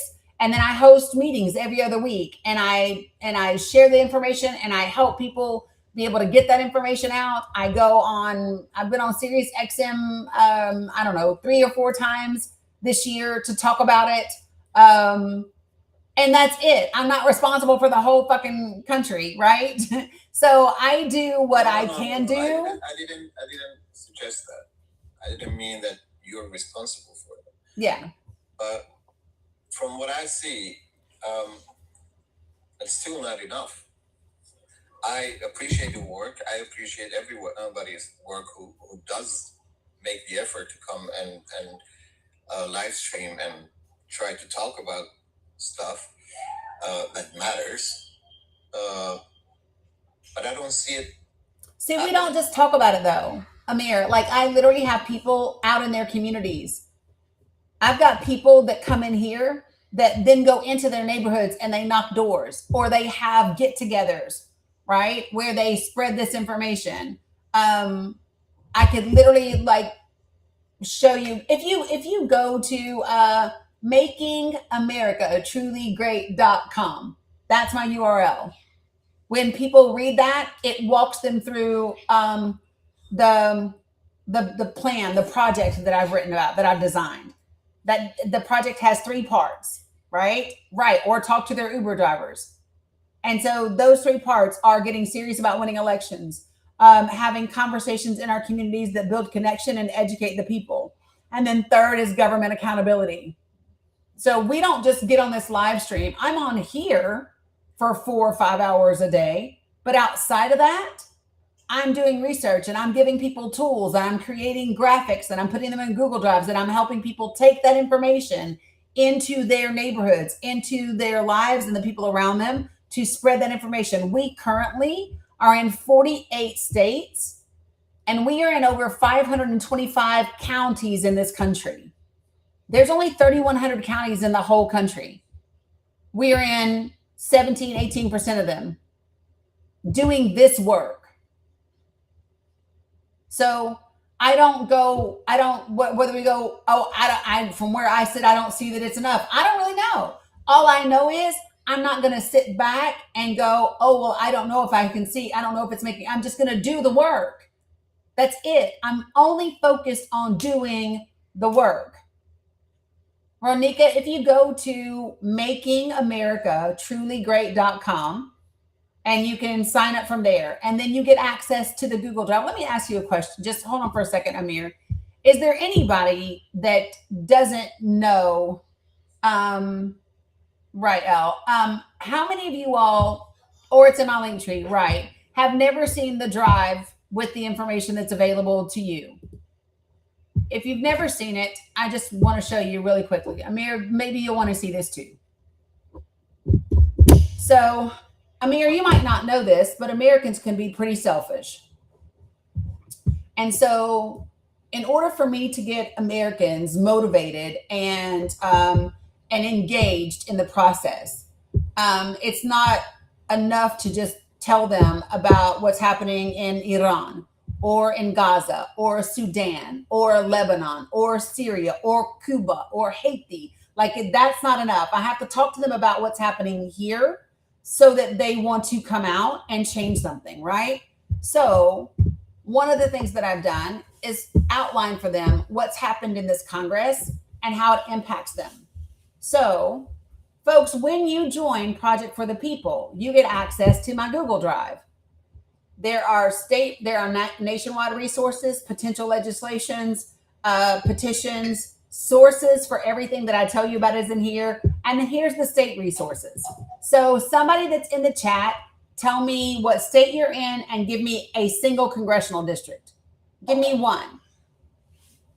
Give me one state, one congressional district. PA 9. So I'm going to go to Pennsylvania. So in Pennsylvania, if I go to District 9, you can get English or Spanish. In here, you're going to be able to see specifically for your congressional district how many people are projected to lose your Medicaid health insurance because of the one big beautiful bill last year. This is how many people are going to lose their SNAP benefits, some or all of them. This is how many people are going to become uninsured because of the tax premiums that expired, right? Also in Pennsylvania, you can go down here and I can show you your statewide graphics. I can show you where your data centers are by congressional district. What are the adults that are on Medicaid? How many of them work? What are your poverty levels in Pennsylvania, right? 12%, 1.5 million people live in poverty. These are your voter registration guidelines. I have done this for every congressional district in the entire country for all 50 states. There is a ton of information. And so what we do is we go out into our communities and we share all of this to get people engaged. And then once we get them engaged, talking about the things that directly impact them, then we can also talk about the things that impact you and Palestine, West Bank and the Gaza, and everywhere else. This is, there's a ton of other things that are in here as well, folks. But this is the gateway to information. And we keep adding to this information every single month, every couple of weeks. I put more graphics in, and we have, and I host Google Meets, and people come and we role play and we practice conversations and we share information. We do all of that. So if you go to makingamericatruly.great.com, I don't know where my board went. My board was up here, but it's not here right now. So let me show you. Guys, you can take a screenshot or scan this QR code, and that will take you there. So yeah, Amir, when I say I'm aware, I'm aware. When I say I'm not sitting around hoping things get better, I mean that. We're doing the work. And what I know to be the fastest, most direct route to getting results is Congress. And the fastest way to get Congress is through the midterms. So hopefully that makes sense. I would say Hey, Cheryl. a very good job and make it work. We're doing the best we can. Like, this is my thing. Like, I'm not responsible for anybody else. You know, we do what we can. And so this is why we're talking about these Senate seats that are available, because they are realistic. Like, they are actually in play. The margin is close enough to get those Senate seats.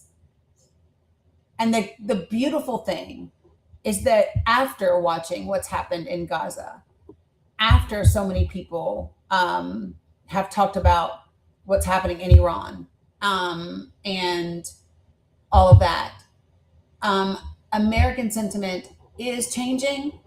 Maybe not at the rate that you would like it to, maybe not being seen as much as I would like for it to, but it is. And so that's where I have to stay focused. Because I'll just share this with you all, and then I appreciate you. So I have this thing that I live by called these circles, right? So circle number 1 are the things that I can control. Circle number 2 are the things that I can influence, right? Circle 3 is everything else. I focus 80% of my time on circles 1 and 2. Because that's where I can be the most effective. And I know that whatever is in my circle 3 is in somebody else's 1 and 2. And maybe if I focus on 2, I end up influencing somebody who the other issues are in their circle 1 or circle 2, right? And that's just how I have. If not, people would be sitting up, balled in a curled up in the fetal position, because stuff is really not great here, and we know that. So if you want to say anything else, Amir, you're more than welcome to. No, I'm good. Okay. I wish you good luck. Thank you. Appreciate it. You too. Thank you. Have a good one, everyone. All right, folks. So I have got roughly 45 minutes, almost an hour left in this live. Thanks. I'm updating my gift goals. Thanks for the reminder. I don't think I set them this whole damn live, to be honest.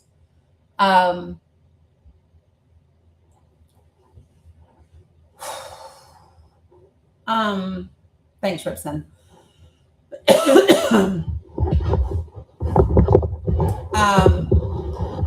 Val has lifted. You just sound silly. I'm just being honest. You sound silly. And if you want to discuss why I'm saying you sound silly, the link is in the chat for you to request to join the panel. So I'm just saying. All right. So folks, listen, if I bring you up to this panel, put yourself on mute until I get to you. Remember, I only ask for 4 things in this space. I ask that you be respectful. Don't use slurs of any kind.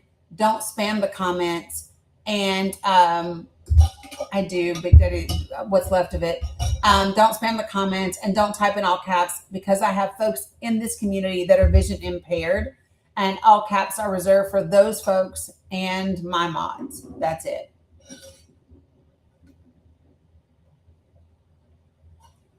Hey, Mimi. Mila. She's being so good. Mila, can you grab me my peppermints off the couch and bring them to me? I'm gonna have to get her some ice cream. Huh? The peppermints? Yeah, my peppermints. They're right there on the couch. Appreciate it, Drew. All right. There's quite a few of you guys. I don't know who's a real request and who's not. So I'm just going to start hitting accept. Put yourself on mute until I get to you folks.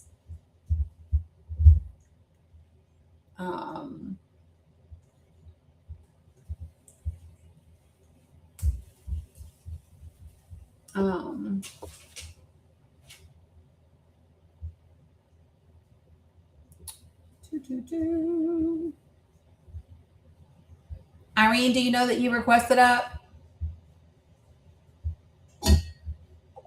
Just asking.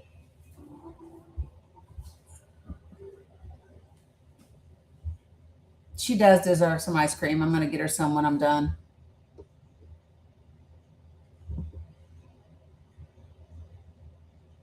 Yeah, it is. It's because of whatever I got going on. I told you, I think I have bronchitis, actually. Sunflower fish, did you mean to request up?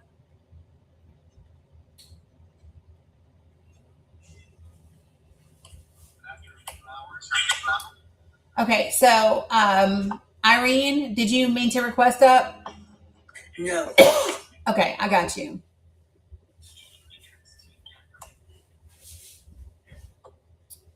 What flavor ice cream? For her,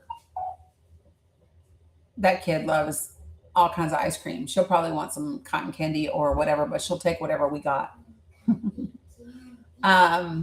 Okay, so Candy ice cream. girl, I heard you. All right, so Ripson, good afternoon. How are you? I'm doing great. How about yourself? I'm doing all right. Did you mean to request that? Well, I caught up in there. I'm not 100% sure where we at, but I recognize what you're talking about before, which is awesome. I didn't hear the conversation. I just turned on to it. So I would love to. I've been hearing it before. I was like, oh, I want to talk with this lady. She's pretty good. Okay, cool. Is there anything specific you want to talk about? She may be hitting all of them. I see you got Iran, war, immigration, Blanche, man, you just turn them up. I love it. There's a lot to talk about. There's a lot to talk about as we get ready for these midterms. Yes. Catching the cold, I see. No, I've had this cough and this stuff for a while now, so I'm gonna get it checked because I can't ditch it. It's been a couple of months, so and I take my allergy meds every day, so I think I might have some bronchitis or something, but no. Yeah, going that long, you probably want to check it out. What's up, Ronnie? Yeah. Cliff's Edge, you want to get in here too? Yeah, I just wanted to say hello. I was talking to I think at some point last week, and he gave me some good advice, and I just wanted to give you an applause and give you a pat back and give you some good motivation as what I'm doing out there in the United States. And I just also wanted to mention what your take is about the current crisis in Japan, the currency, and how that affects the bond markets for the United States, and what your take on that is regarding the economy. Okay, baby. 1 sec. Give me 1 second, guys. Do I have a mod real quick? Give me 1 sec, Cliff. I got you. Do I have a mod that can give me like a quick break while I fix Milo real quick? Holy jeez. You better take care of yourself, girl. Yeah, I know. I don't know. I've just noticed lately it's a little like at first it was just a cough and I couldn't get things through. And I had to work really hard.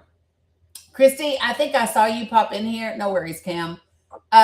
Christy, I think I saw you pop in here. If that is you and you want to come up and chat with the folks, by all means, let me know and just request, and I'm happy to let you do that. So, I'm looking real quick. Okay, I don't. All right, you guys. Thank you, Space Ranger. Appreciate it. Okay, right back. Hold on, guys. Here, Mila. Come on, babe. Hey, everyone. Welcome to Dani's Live. We appreciate you all being here. This is some really important information we have got to get out before the midterms. If you have not sent your daily heart me, please do that now. Share out the live as much as you can and tap that will help us get more people out there hearing everything that we need to be talking about. There.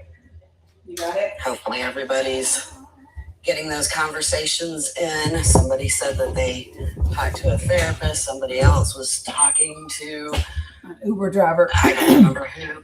Oh, welcome back, Dani. Thank you. Just really quickly. I just need to get Mila squared away. So appreciate you, Space Ranger. Yeah, folks, if you haven't already, yes to your daily heart meet, but then make sure that you click it again on TikTok and claim your daily points. Clapping is whatever it is. Tapping is clapping, sharing is caring, and some other shit they say. I don't even know. But yeah, I appreciate you doing all the things. Thanks. Not a problem. That was good timing. I got to get back to work, so you can go ahead and drop me. Okay, awesome. You're my lunch break. Love that. All right, thanks. Got it. Appreciate it. Yeah, so let's see. Okay. 1 second.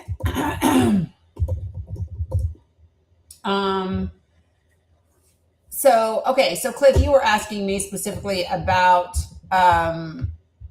Japan.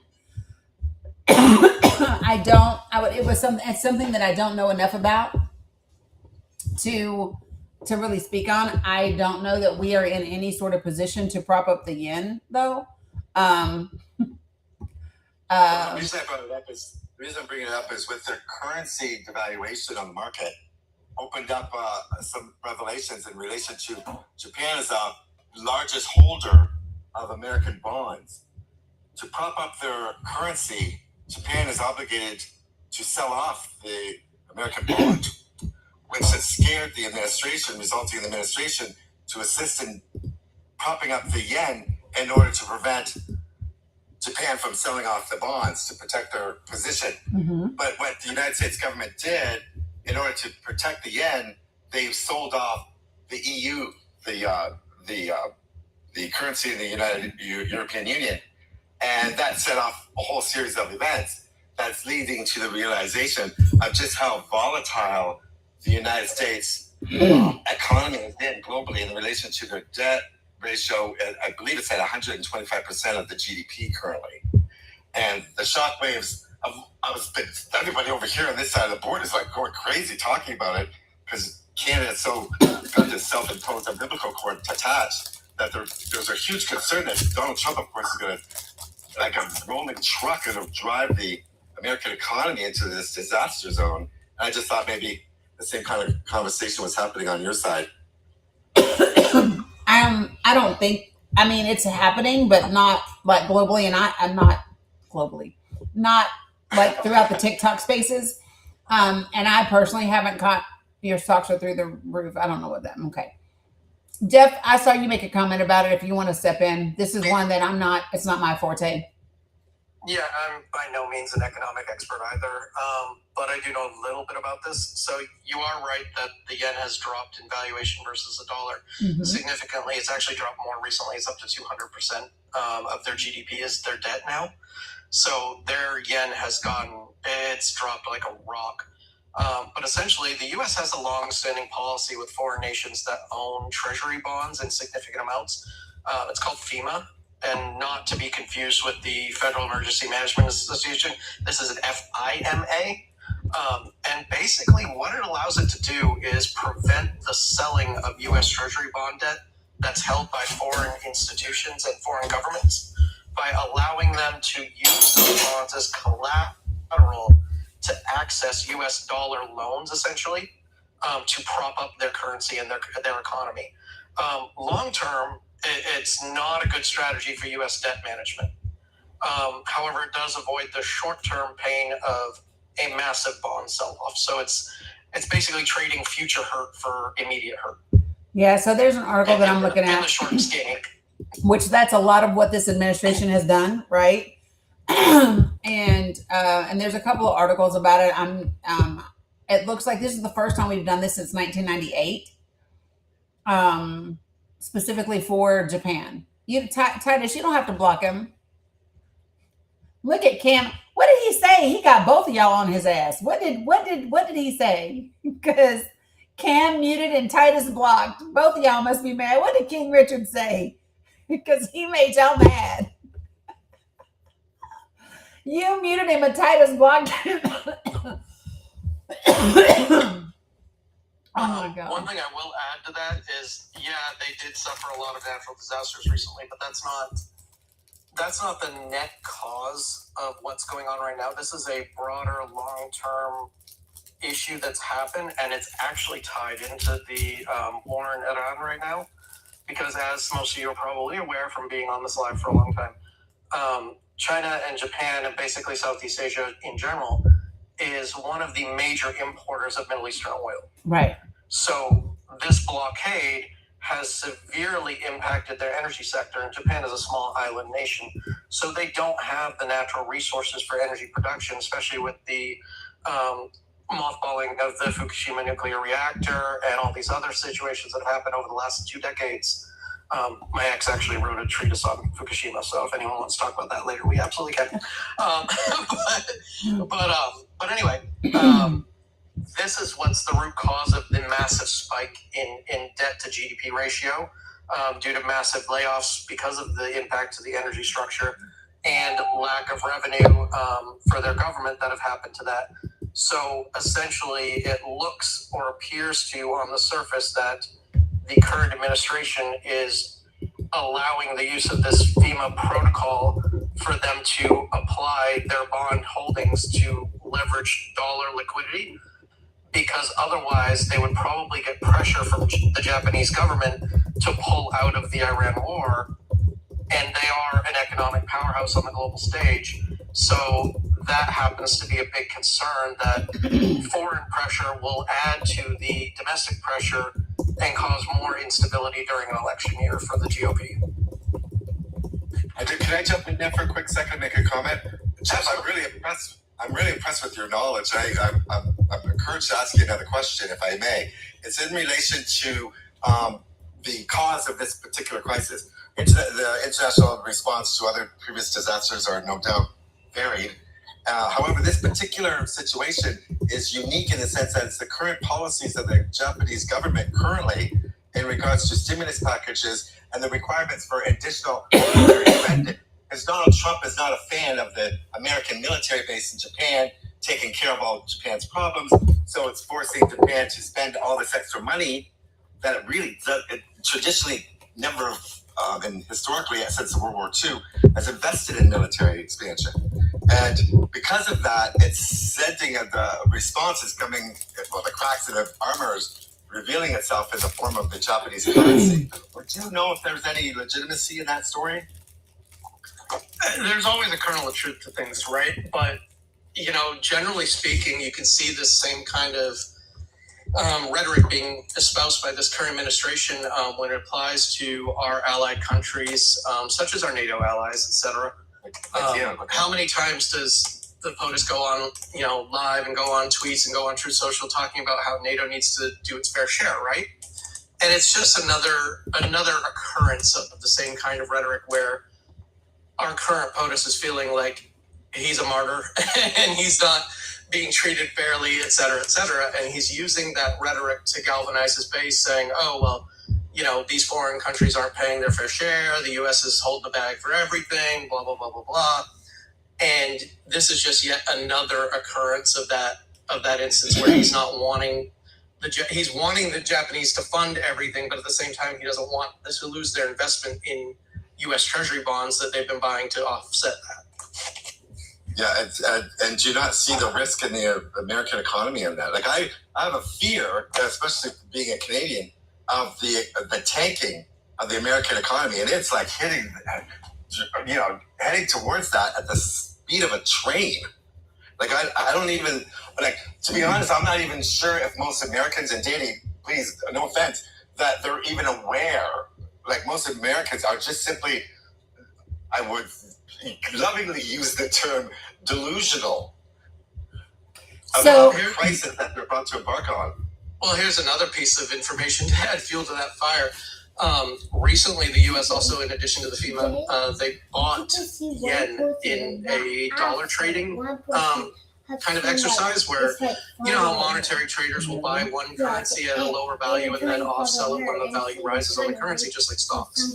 Well, the U.S. actually sold off its stock, part of its stockpile of the euro in order to. That's because they were trying to offset. They were buying up yen. Yeah, that's what I was telling Danny about. That incident is what I was referring to, because that revealed just how much of a crisis the American government was in order that it revealed their necessity to prop up the yen, realizing that if the yen collapses any further, the Japanese government will be obligated to sell off the American bonds, which would be catastrophic. They're the largest holders of American bonds.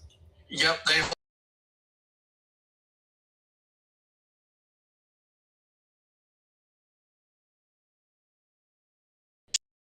All the other foreign investments, over half of our national debt is influenced from it. Yeah, it's Japan, China, and the EU are the three biggest stakeholders. Absolutely. Additionally, Japan had to raise their interest rates on their loan, like kind of like what we do with our mortgage rates. They had to raise their interest rates to prop up their own investments domestically as well. So their economy is being crippled by this, but we're trying to prop them up in order to keep them quiet, essentially.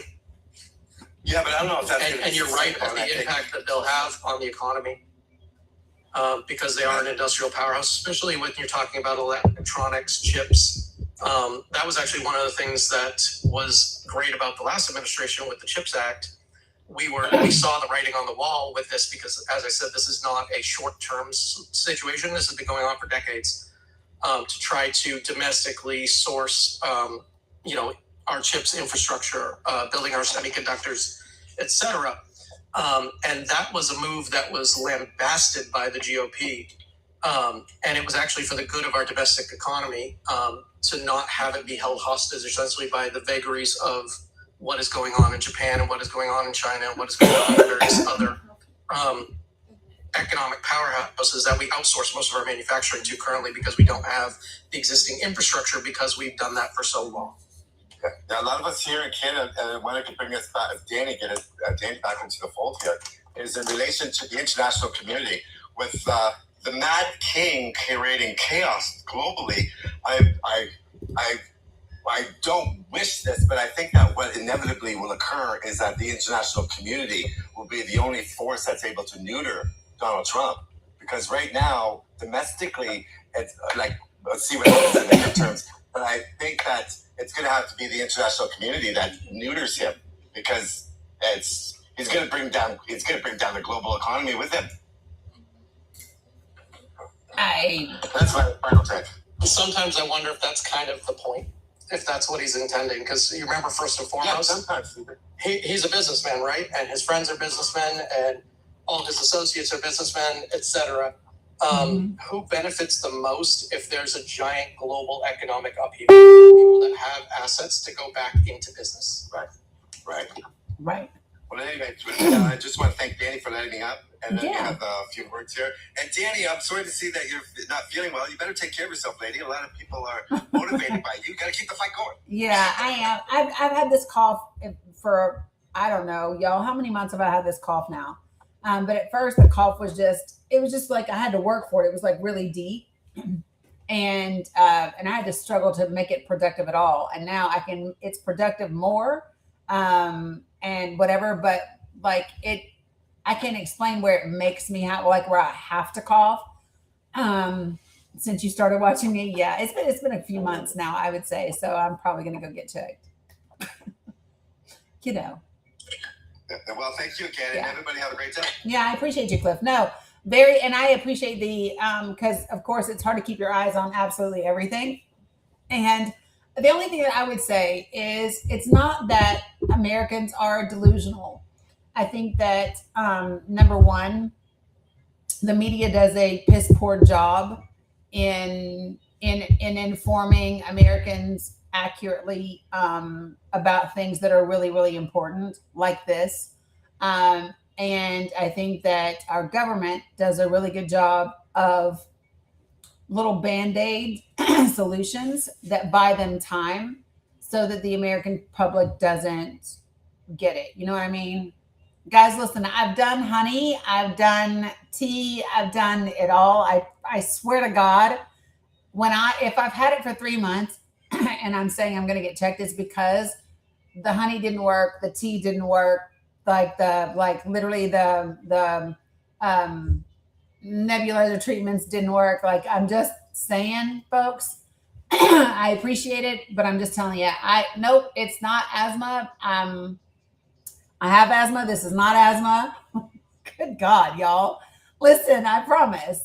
And yeah, so just right. No, oil of oregano didn't work. I'm just telling you, it's been several months and I'm going to get it checked.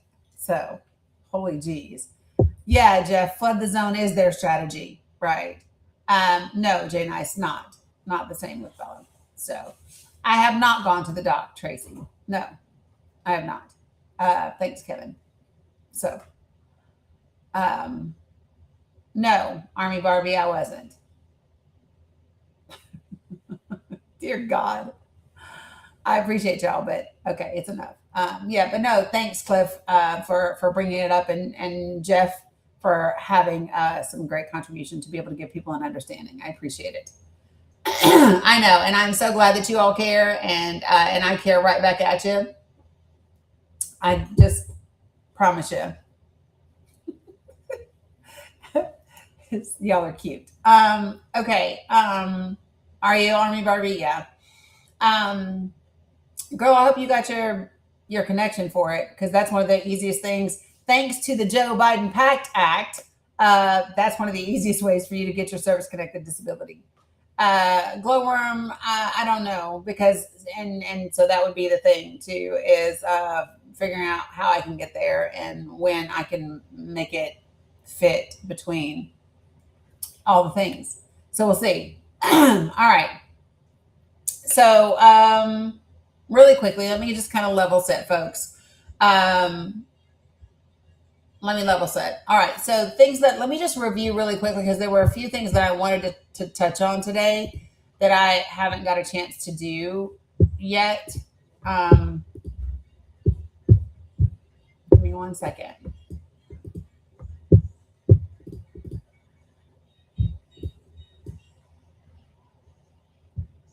Yep, I'm aware, just Tracy. Yeah, see, I just do not believe that the president of the United States has learned anything over the last 6 months, because he's now posting and saying things that like Iran's choices are limited to a deal or total surrender. And number one, I don't know how many times we've heard this before, right? But that shit is not going to play well with Iran, and Iran is going to say, yeah, fuck you, prove it.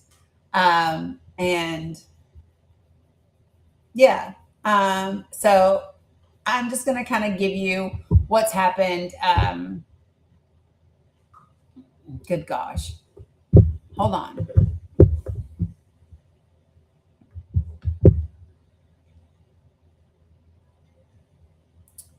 Ooh, that's not good. An Indian vessel was hit near the Yemeni waters in a quote unquote unprovoked attack. That's not good. Secretary of State Marco Rubio says the U.S. has made progress in talks with Iran aimed at getting more ships through the Strait of Hormuz, but no final deal has been reached. Iran's foreign ministry spokesman Esmail Baghai says Iran and Oman are continuing talks aimed at ensuring the safe flow of traffic through the Strait of Hormuz, with discussions focused on designating safe inbound and outbound lanes. Israel's military said it carried out several operations yesterday in the occupied West Bank. I'm really pissed about the fucking West Bank stuff and why more countries aren't saying and doing something, including dismantling weapon production machines and arresting a person it says is affiliated with the Palestinian Islamic Jihad group. It says its forces will continue to operate in the area. The Palestinian Prisoner Society has condemned ongoing raids and arrests in the occupied West Bank by Israeli forces, describing them as a campaign of quote unquote aggression against the Palestinian people, end quote. Israel and Lebanon are still deadlocked in their withdrawal process.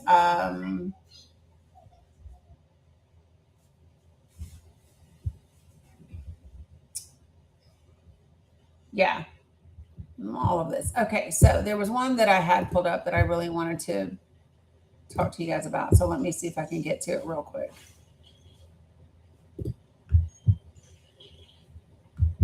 It's not going to be on here. It's going to be over here.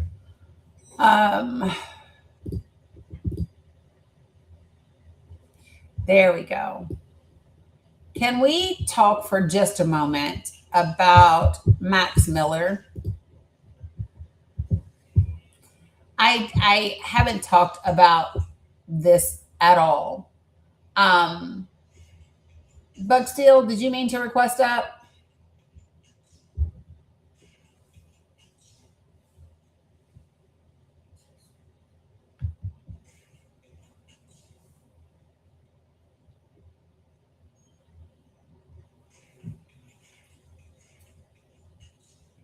I'm guessing not.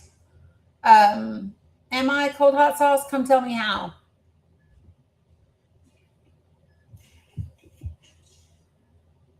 Come tell me how. Cold hot sauce.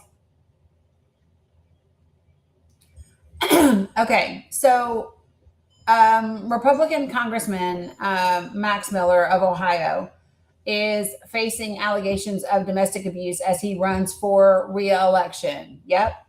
And his ex-wife is the daughter of Ohio Republican Senator Bernie Moreno. And the part that there's a couple of things that I want to talk about it. So Mother Jones obtained around 2,000 pages of court filings and police reports pertaining to Miller, which include allegations dating back to high school. Have you guys heard about the 2,000 pages?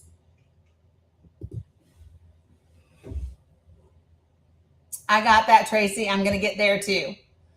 Don't let me forget. I'm going to get there. Hold on. I got you. So Moreno actually put out a statement on Miller. So give me a second. So he actually he called on him to resign, and let me see if I can get the no, I don't want this. Can I have the actual like screenshots? Because he posted some stuff on social media, and the screenshots are what I would like to read to you from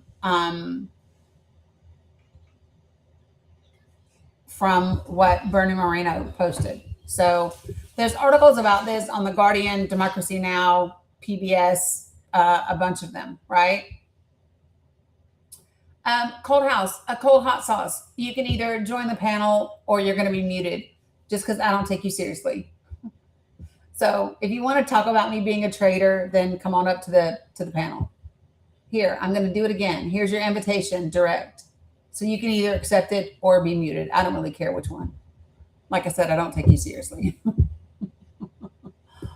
Like, yeah, bruh. I'm good. All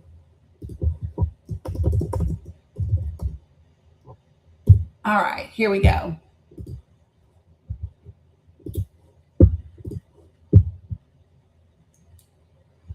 Da da da da da da da da.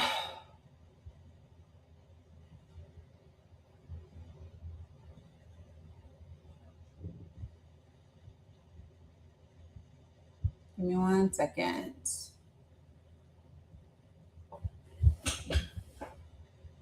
Come on, come on, come on, come on, come on. I want the actual screenshots of what he had to say.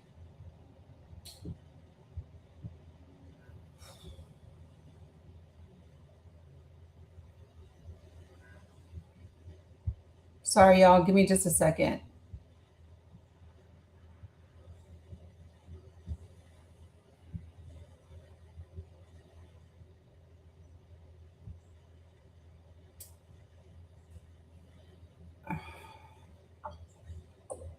he has until tomorrow for us to find out if he's actually going to withdraw or not for re-election. That is, yep. Thank you.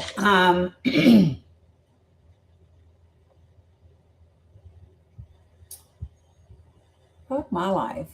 Why can't I find the thing that I had? This is what I get for having a bajillion things pulled up for y'all.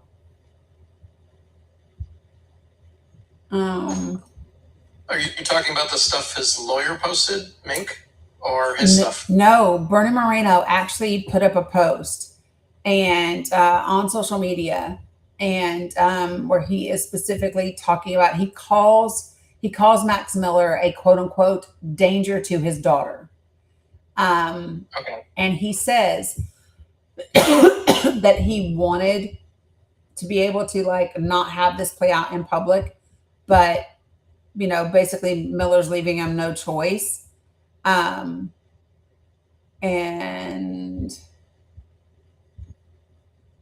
hold on.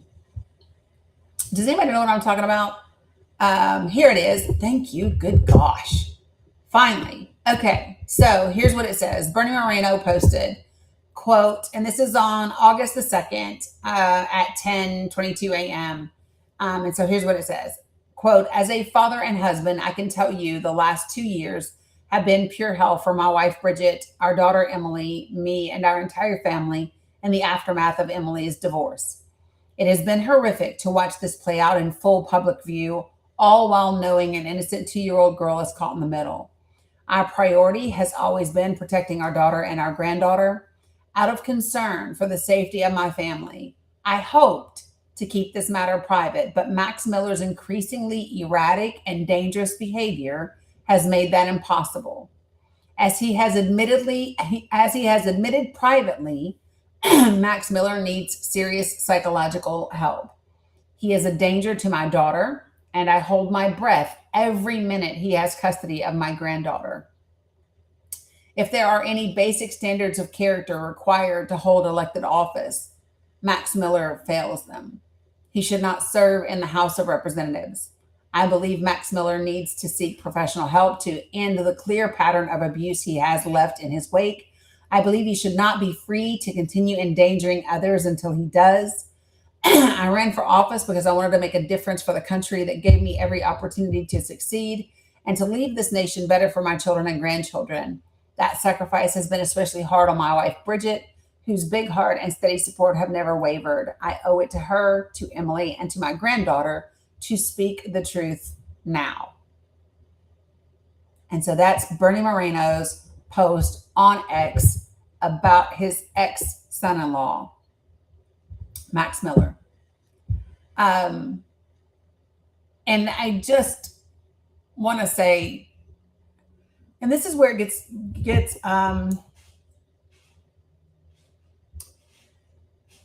because I don't believe things like corruption and violence and domestic abuse or I don't believe any of those things are partisan. I do think it's fair to acknowledge that the vast majority of time, he spoke up again after the photo dump too. I missed it. Yeah, I've got the quote for that one right Go ahead. here. Yeah. Moreno said, when he, referring to Miller, went out and did what he did, including releasing photos of my granddaughter completely naked, that now you have hundreds of thousands of psychotic human beings that have that, and to just say oops is grotesque. My personal opinion is that this is a felony and that every single human being that touched that photo and or who transmitted it electronically should go to jail because this is illegal. Wow. His lawyer opened a Dropbox file with unredacted photos and names that included his daughter, including one showing her genitals, and posted it publicly. Stop. Yeah, this gets bad. This gets real bad. Like they're talking CSAM issues and everything. So this is my thing. So why is it even a question of whether or not he runs for office? Why is this even I get so, okay, so that's true, Marky. Marky said, I wish they feel that way about all victims. So hold on. Well, you want to know what's really bad? So the lawyer, Mink, admitted his responsibility and apologized. Yeah, so that's great. But then immediately after apologizing, when attacked Moreno for speaking publicly about it and making a quote unquote spectacle over it. Get the fuck out of here. Yeah, so don't look at what I did. I did this horrific thing, but how dare you make people see the horrific thing I did? The fuck. So I'm looking now at Politico, where a lawyer for Rep. Max Miller took responsibility Tuesday for inadvertently releasing. How do you inadvertently, anyway?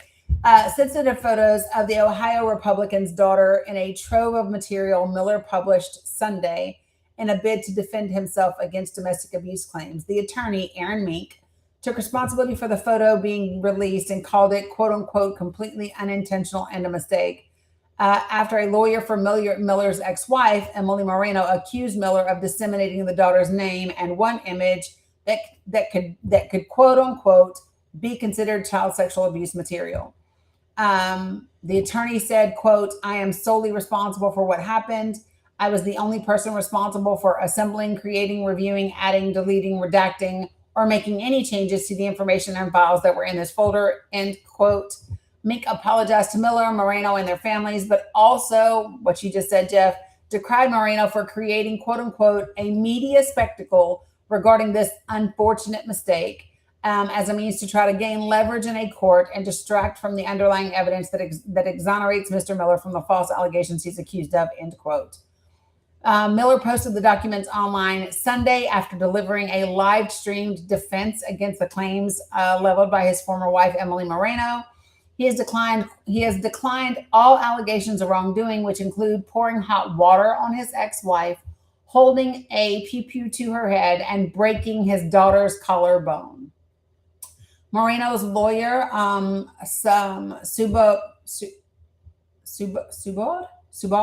I don't know, Chandra, claimed that some documents published to Dropbox left the daughter's name unredacted and contained, quote unquote, private images, including one where, quote unquote, the daughter's genitals appear to be visible, end quote. And this was a letter to Mink that was obtained by Politico. Chandra noted that the photo was later removed.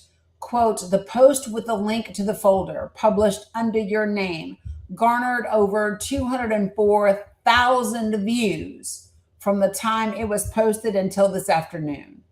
Whose idea was it to share this intimate image of the child?" Quote unquote, among other questions, was in the letter from Chandra to Mink, giving a Wednesday close of business deadline. Mink disputed Chandra's characterization of the photo. Quote, "There were no images of, quote unquote, genitals," he told Politico. "A 2-year-old girl had her shirt off. That is a deliberately false, sensationalized, and disgusting characterization." The Dropbox dispute marks the latest escalation in the legal battle between Miller and Moreno, who is the daughter of Ohio Senator Bernie Moreno. After Miller delivered his live stream defense on Sunday, the GOP senator denounced his former son-in-law by saying that he should not serve in the House and needs to seek professional help. Bernie Moreno rekindled his attacks on Miller Monday after the photo revelations. Quote, "When he went out and did what he did, including releasing photos of my granddaughter completely naked, that now you have hundreds of thousands of psychotic human beings that have that. And to say oops is grotesque. My personal opinion is that this is a felony and that every single human being that touched that photo and transmitted it," I know you just read this, "electronically should go to jail because it is illegal to do that." He has now, until... To be fair, from looking at what's going on in the chat... Hey, open the door, that's mommy. The whole existence of these pictures is due to the fact that there is an investigation and an ongoing allegation that's being looked at. They are not stating that Miller took photos of his daughter committing Correct. the exam. I just want to make sure we're being factual. Yeah. So listen, guys, that's not what it's saying. And so this is the one that I would like for everybody. And so if you just look at the Mother Jones article, you know, Mother Jones has uncovered a lot of shit over the years, and in my opinion, are wildly underestimated in some of the things they. So I'm just looking really quickly at. I want to see if this is the right one because there's two Mother Jones articles.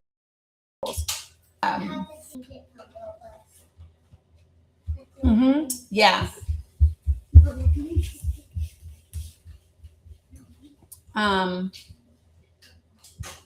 Damn, that's not the one. They've had two. They have a July 18th article. I think this is the one. Yes, holy jeez. Okay, so when you look at the July 18th article on Mother Jones about Max Miller, it literally is very detailed. The title of it is, quote, assault, misogyny, verbal threats. Records detail new allegations against Representative Max Miller. Police reports and filings in a bitter custody dispute raise new questions about the conduct of an Ohio Republican as he campaigns for a third term. And so this particular article has a ton. This is where they reviewed over 2,000 documents. I don't know if you saw this or not. Bernie said to him, quote, take this however you want. Everyone is going to get to know you better than your wife does. Sorry, this is what Miller wrote to Moreno. Enjoy the ride, brother. I wouldn't have to do this if you could keep your lying daughter under control. That is from Max Miller to Bernie Moreno.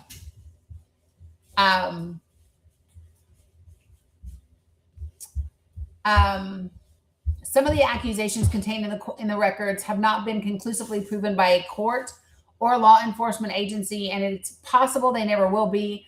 Cuyahoga County's DCFS investigation into possible child abuse was, quote unquote, unsubstantiated. That is, there was not enough evidence to support a finding of neglect or abuse.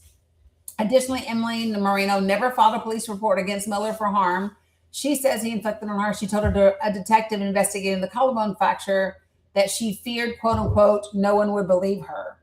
However, the records pose troubling questions.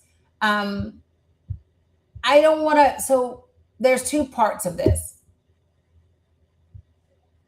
The one is where this is a horrific thing that is happening within a family that happens to too many people in this country all the time.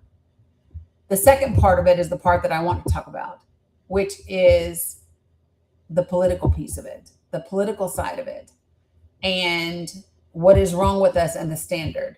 So in the state of Tennessee, the Republican Party kicked people off the ballot and kept them from running as Republicans because they weren't registered as Republicans with the Republican Party. Something as minute as that. And yet we have this, and we have Matt Gaetz, and we have POTUS, to be quite frank, right? There's a reason E. Jean Carroll won her lawsuit. There's a reason a judge provided clarification that what POTUS was found guilty of doing to E. Jean Carroll would be the same as what we all would consider great in a criminal sense. The only difference is because of the way that New York's law was at the time, right? It required penetration with something other than like your finger. It had to be your actual member. Okay. So the issue that I have with all of this is what in the absolute fuck is wrong with our politics and our political system and our political parties that there should be no question. There should be no question. This guy should not be running for office, period. But I also wonder and look, so like, I don't know if you read it or Jeff or not, but how many of you guys, I know that if you're a staunch follower and you've been with me for a while, you were probably here when I read it a couple of times. How many of you all never read the House Oversight report on Matt Gaetz? How many of you guys didn't read it? If you didn't read it, put a 1 in the chat. Because it clearly says in the very first fucking line, they found substantial evidence that he had sex with a 17-year-old.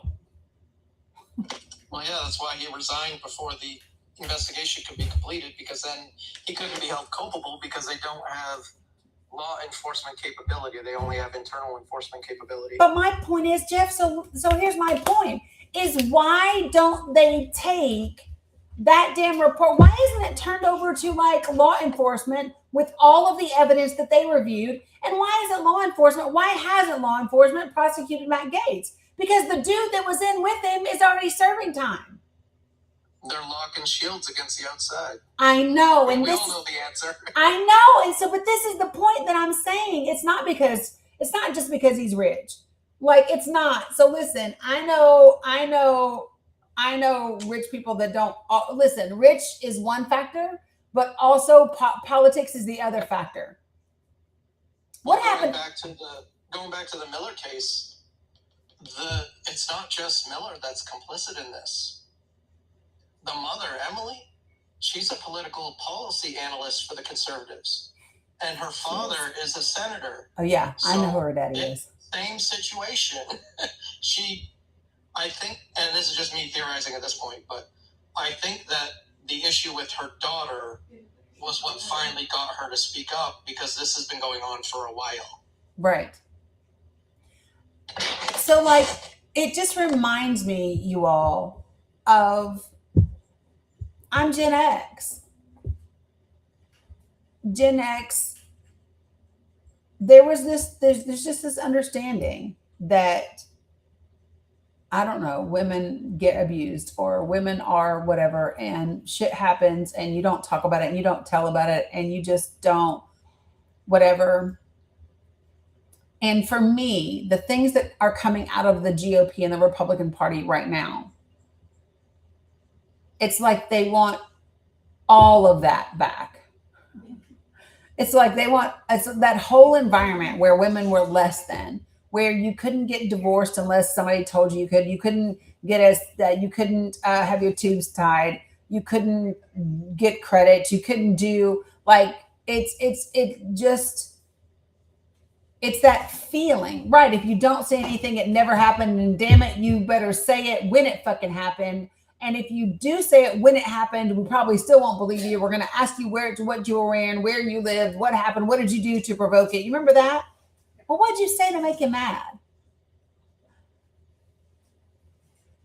Yeah, it's always, you must have done something to instigate the behavior. And that's unfortunately a mindset that's way too common. Right. And it's the same thing that's happening with the whole manosphere now and the whole grape culture of, hey, well, what did you wear to instigate it? Or, well, why were you drinking in a place where you weren't going to be able to be safe? Or why were you drinking at all if you can't make good decisions? Right. Absolving the male in the instance of any kind of culpability, which is horrible and not something we should be doing.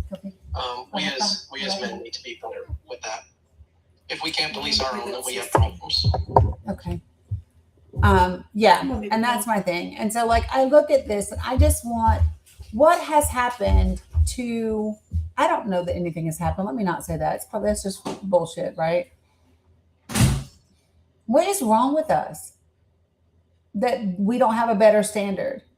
And what is wrong? I look at the Republican Party, and don't get me wrong, y'all, Democrats have their shit. However, if we're keeping score, and I hate to do this, but if we're keeping track, the number of people where this is an issue, I look at who is it? Mays down in South Carolina? Y'all know who I'm talking about? Yeah, I think it was Mays, and then we got Swalwell as well. There's a few. There's a few, but Mays is Republican, like Swalwell is Dem. But like, if I were to I look at like Madison Cawthorn, and where did Madison go? You know where Madison went? Madison's dumb ass started talking about them parties and what all happened at the parties, and they said, you got to sit your ass down and get out of here. And now Madison is no longer there. He's at the house. They said, you better sit down and have a seat. It's just this. It seems to be the most vile, horrific community. I don't see the integrity, and not even like a sense of integrity, like even like a semblance of it, if you will. Well, here, since you brought him up, here's what happened to Cawthorn. He left North Carolina, and now he's going for Florida. I saw that he's now going to try to. I don't think he just left North Carolina though. Yeah, well, yeah, but you know what I mean. I do, yeah. But you do know that Madison is the project of the Joshua generation. Did you know that? Yeah. Oh yeah, he's a piece of work. How many of you all are familiar with the Joshua generation? Do y'all know what do y'all know what that is? No?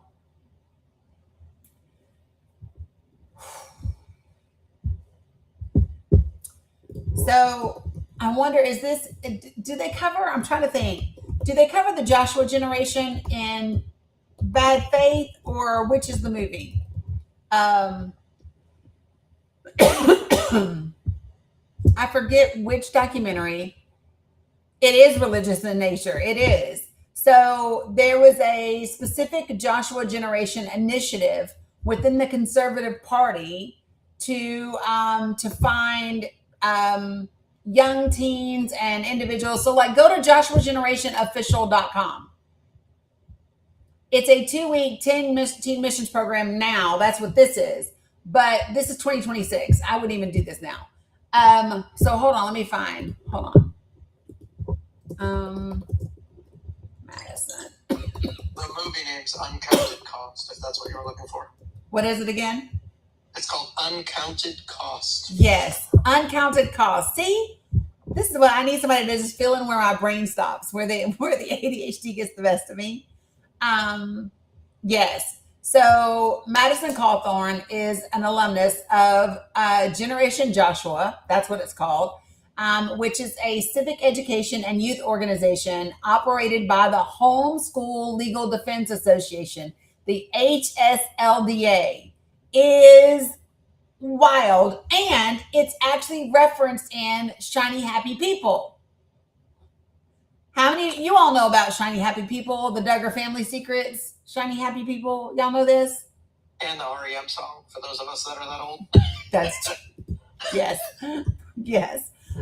Okay, so they talk about Generation Joshua in Shiny Happy People. And it trains Christian homeschool youth in civic activism, campaigns, and governance. And that is how Madison got selected and kind of like got himself into the House of Representatives. It's called Uncounted Cost. So Cawthorn appears in the 4th episode of Shiny Happy People. It's crazy. Right. But I mean, you look at even that, and they talk about like how it's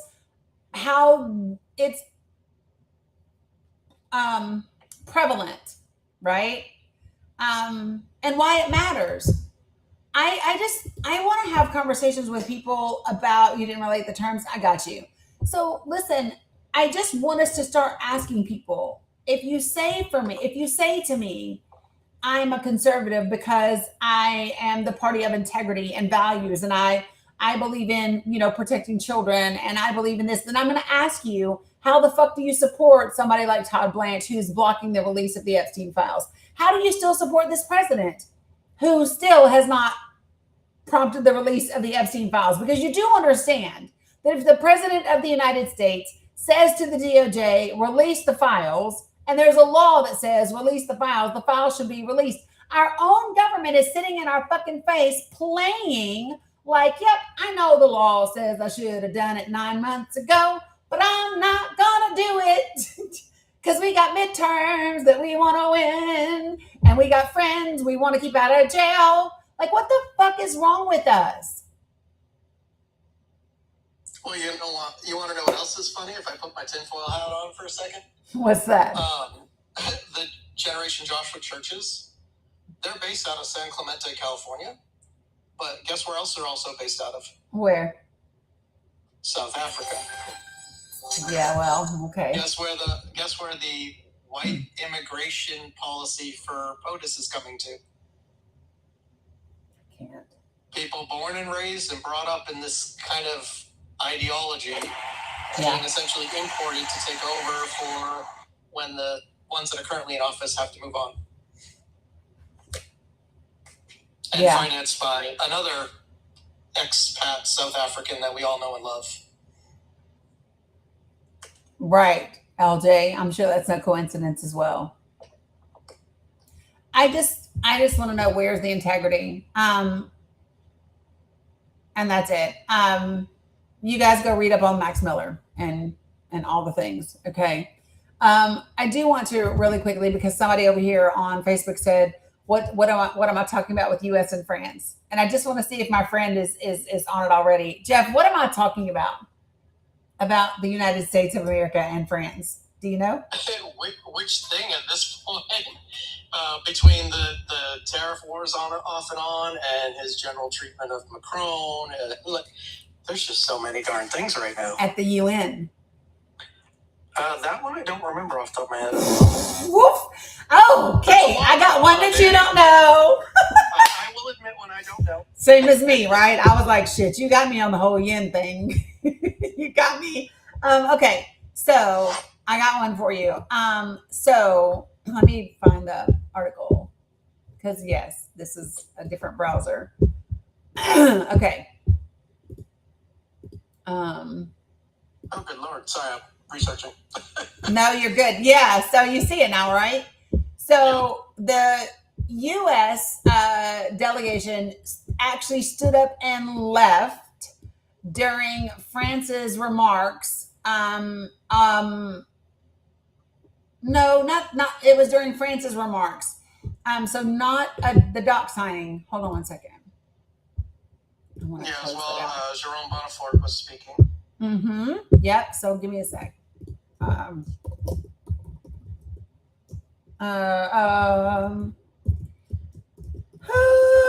There it is. Okay. So, and don't let me, I need to do one more thing before I forget. Okay. So, the U.S. delegation walked out of the UN security meeting when France was speaking. Give me a second.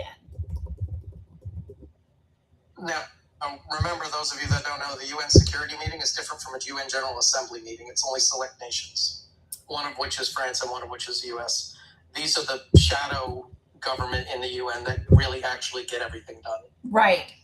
And just to put it into context, remember the document that I read to you that was like the draft memorandum between Rusk and Levitt about Israel back in 1948, and he said the Security Council is going to be in a unique position to decide whether Israeli attack on Palestine is legitimate or whether it constitutes an international issue. Yeah, so just it's the Security Council, the main players.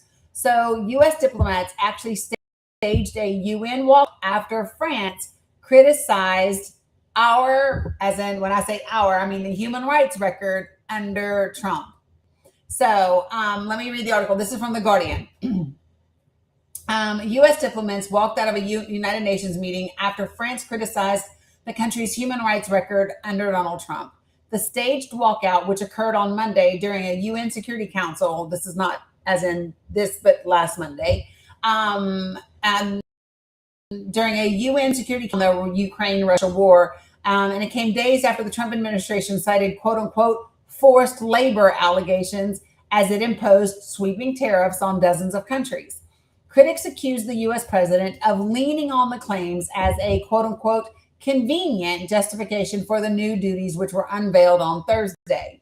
The following day, the Trump administration criticized the credibility of the UN human rights system and opposed the reappointment of Volker Turk, the UN human rights chief, prompting an extraordinary intervention on social media from France's UN mission in Geneva. Quote, listen to this quote. Quote, the U.S. used to be a beacon of human rights. Not anymore. Today, it stands alongside North Korea, Nicaragua, Mali, and Russia, isolated, and the world no longer listens to it. Hashtag America alone, end quote.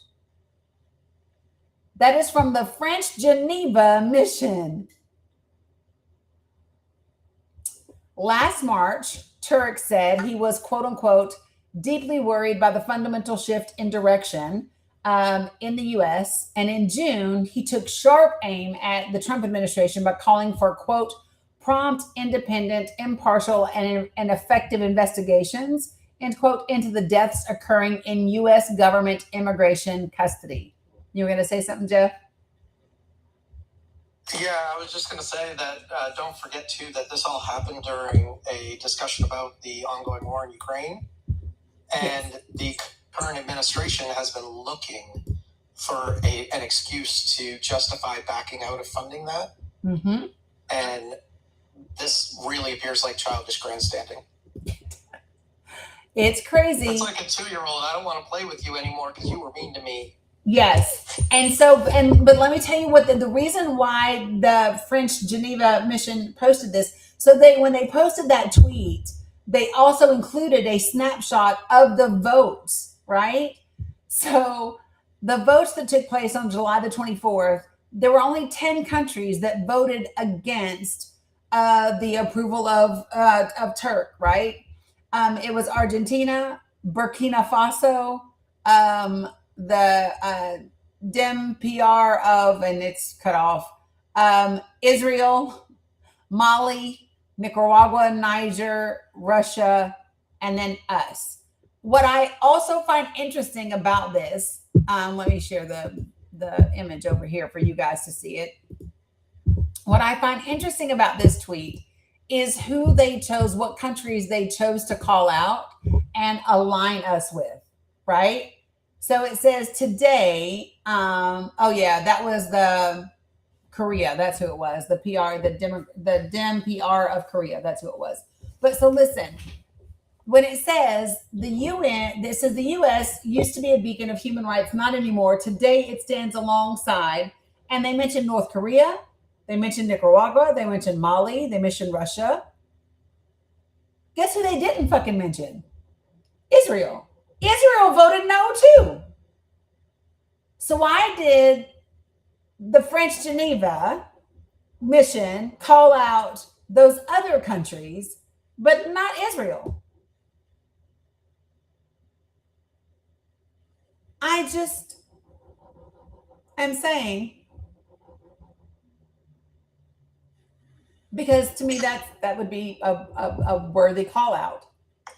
Well, I mean, did they honestly expect Israel to vote yes ever? So no, I don't think so. I mean, it's probably not a surprise, so it didn't even bear mentioning. Right. But I'm just like, I think that I think that Western countries should be calling out the state of Israel at every turn, at every opportunity. Like, I just believe that should be a thing. Right. And if we're gonna bring in North Korea or even Nicaragua, I mean, in comparison, Nick and Israel, come on now. I'm just saying. I just feel like that's what they should have addressed them as well. So, in response to their post, U.S. Ambassador to the UN Mike Waltz wrote on Sunday, quote, "It is disappointing, though not surprising, that this is how France deflects on its shameful vote to coddle some of the worst human rights abusers. France voted for someone who has been lecturing free sovereign democracies like the US, the UK, and Israel while cozying up to the world's worst oppressors, end quote. So it's interesting that we used Israel in our response. Just saying. And let me also say this, folks. Okay, listen. How can I say this?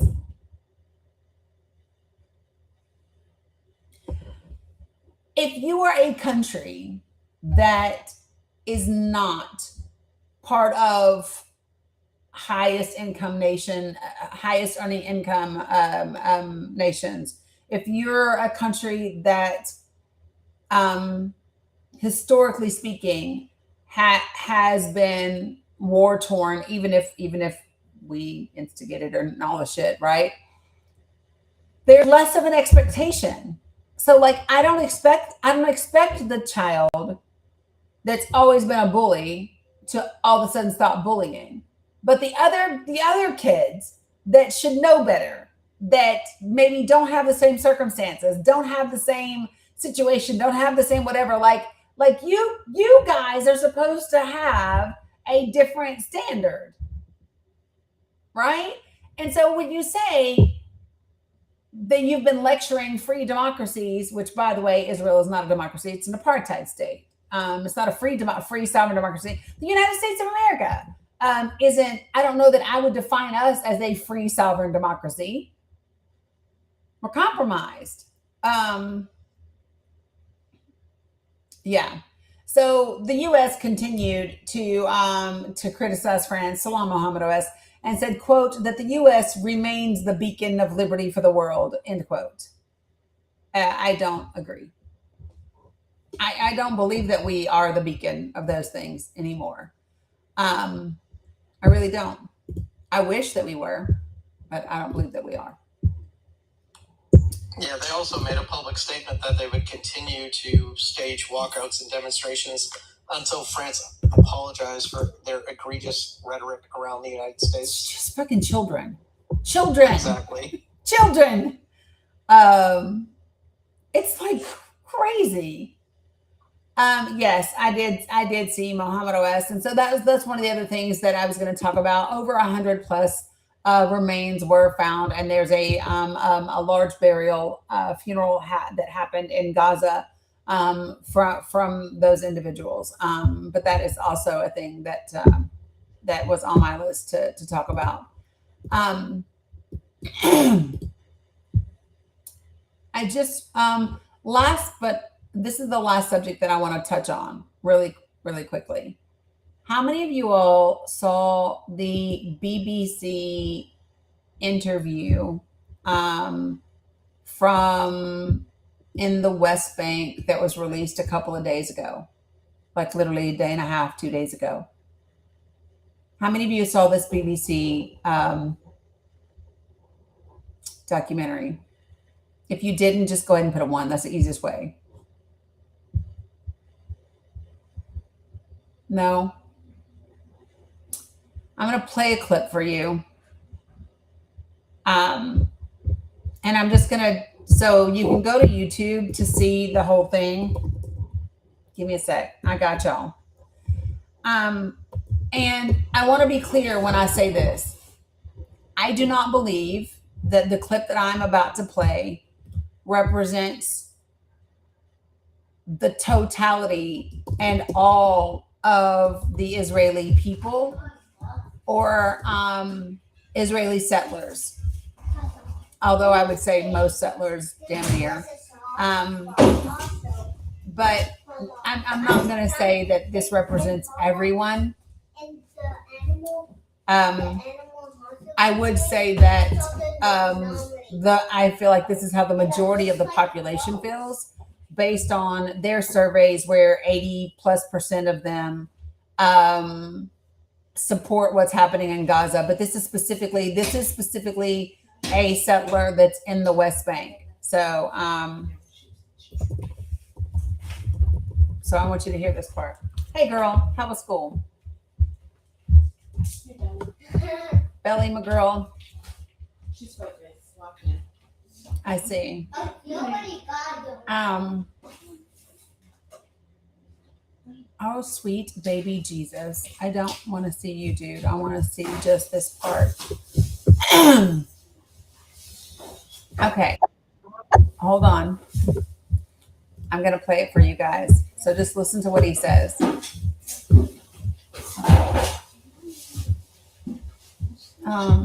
Here we go. I think It sounds like you're saying one Jewish life is worth hundreds or thousands of Palestinian lives. one Jewish life, it's 10 million, okay? That just sounds racist. Yes, I know. I know, but this is the truth. Because God chose us. Because of this, you are jealous. Now, after they kill one Israeli people, we need to kill all the people in Tel and Sarah, even Jit and Farata. Why? Because we don't want it to happen again. So literally, he says, because, yes, baby. Yes, baby. You know my phone? In my bag. Over here. He says, this is all you have to do, literally, y'all, is do BBC Israeli settler. Like it's really picked up steam.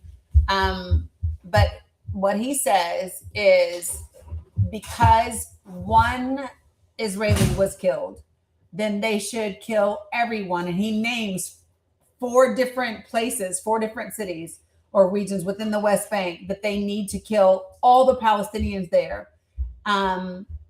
Because he says that Jewish people were chosen by God, and then everyone else is jealous of the Jewish people.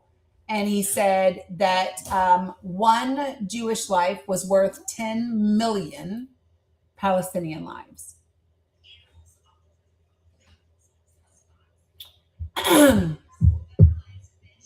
Give me a second, Chris.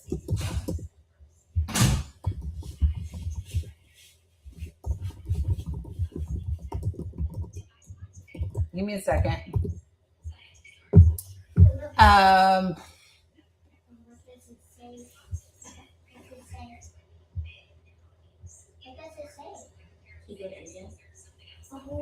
don't even know. It's West Bank. Let me see if this is the right one. Hold on, y'all. Let me see if this is the right one. Nope. This one is from 2 years ago. Sorry, there's more. Well, no, I'm lying. Wait, let me see what this one is. Sorry. The one I dropped in the chat is from the BBC in 2025. Louis Theroux, The Settlers. Yes. And then there's another one that's 27 minutes. It's called West Bank Settlers, Guns, and Sanctions. There's quite a few. But yeah, literally. And I wanted to bring us back around. What's wrong? It didn't Freed have a rough go on my live the other day? I think you did. Yeah, he was up. Freed, are you begging for attention again? It looks like it. Come on the panel. I don't remember what happened the other day. I really don't.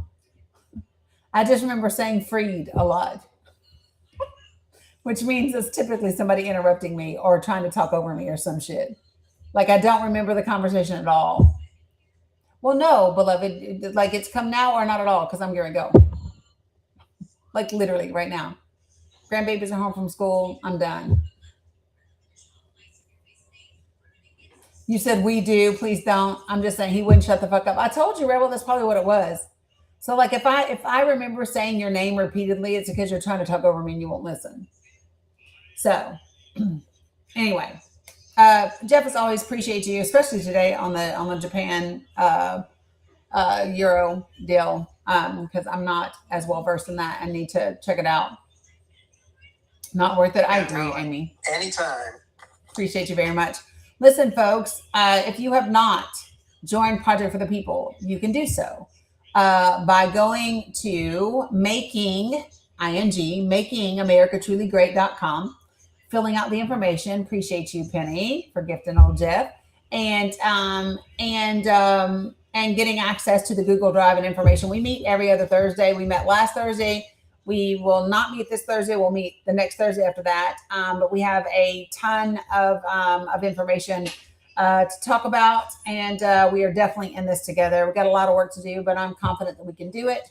And remember, folks, if you want Project for the People to continue to spread and for more people to become involved, right? You can do that in a number of ways, talking to the people in your community and in your area and in your life.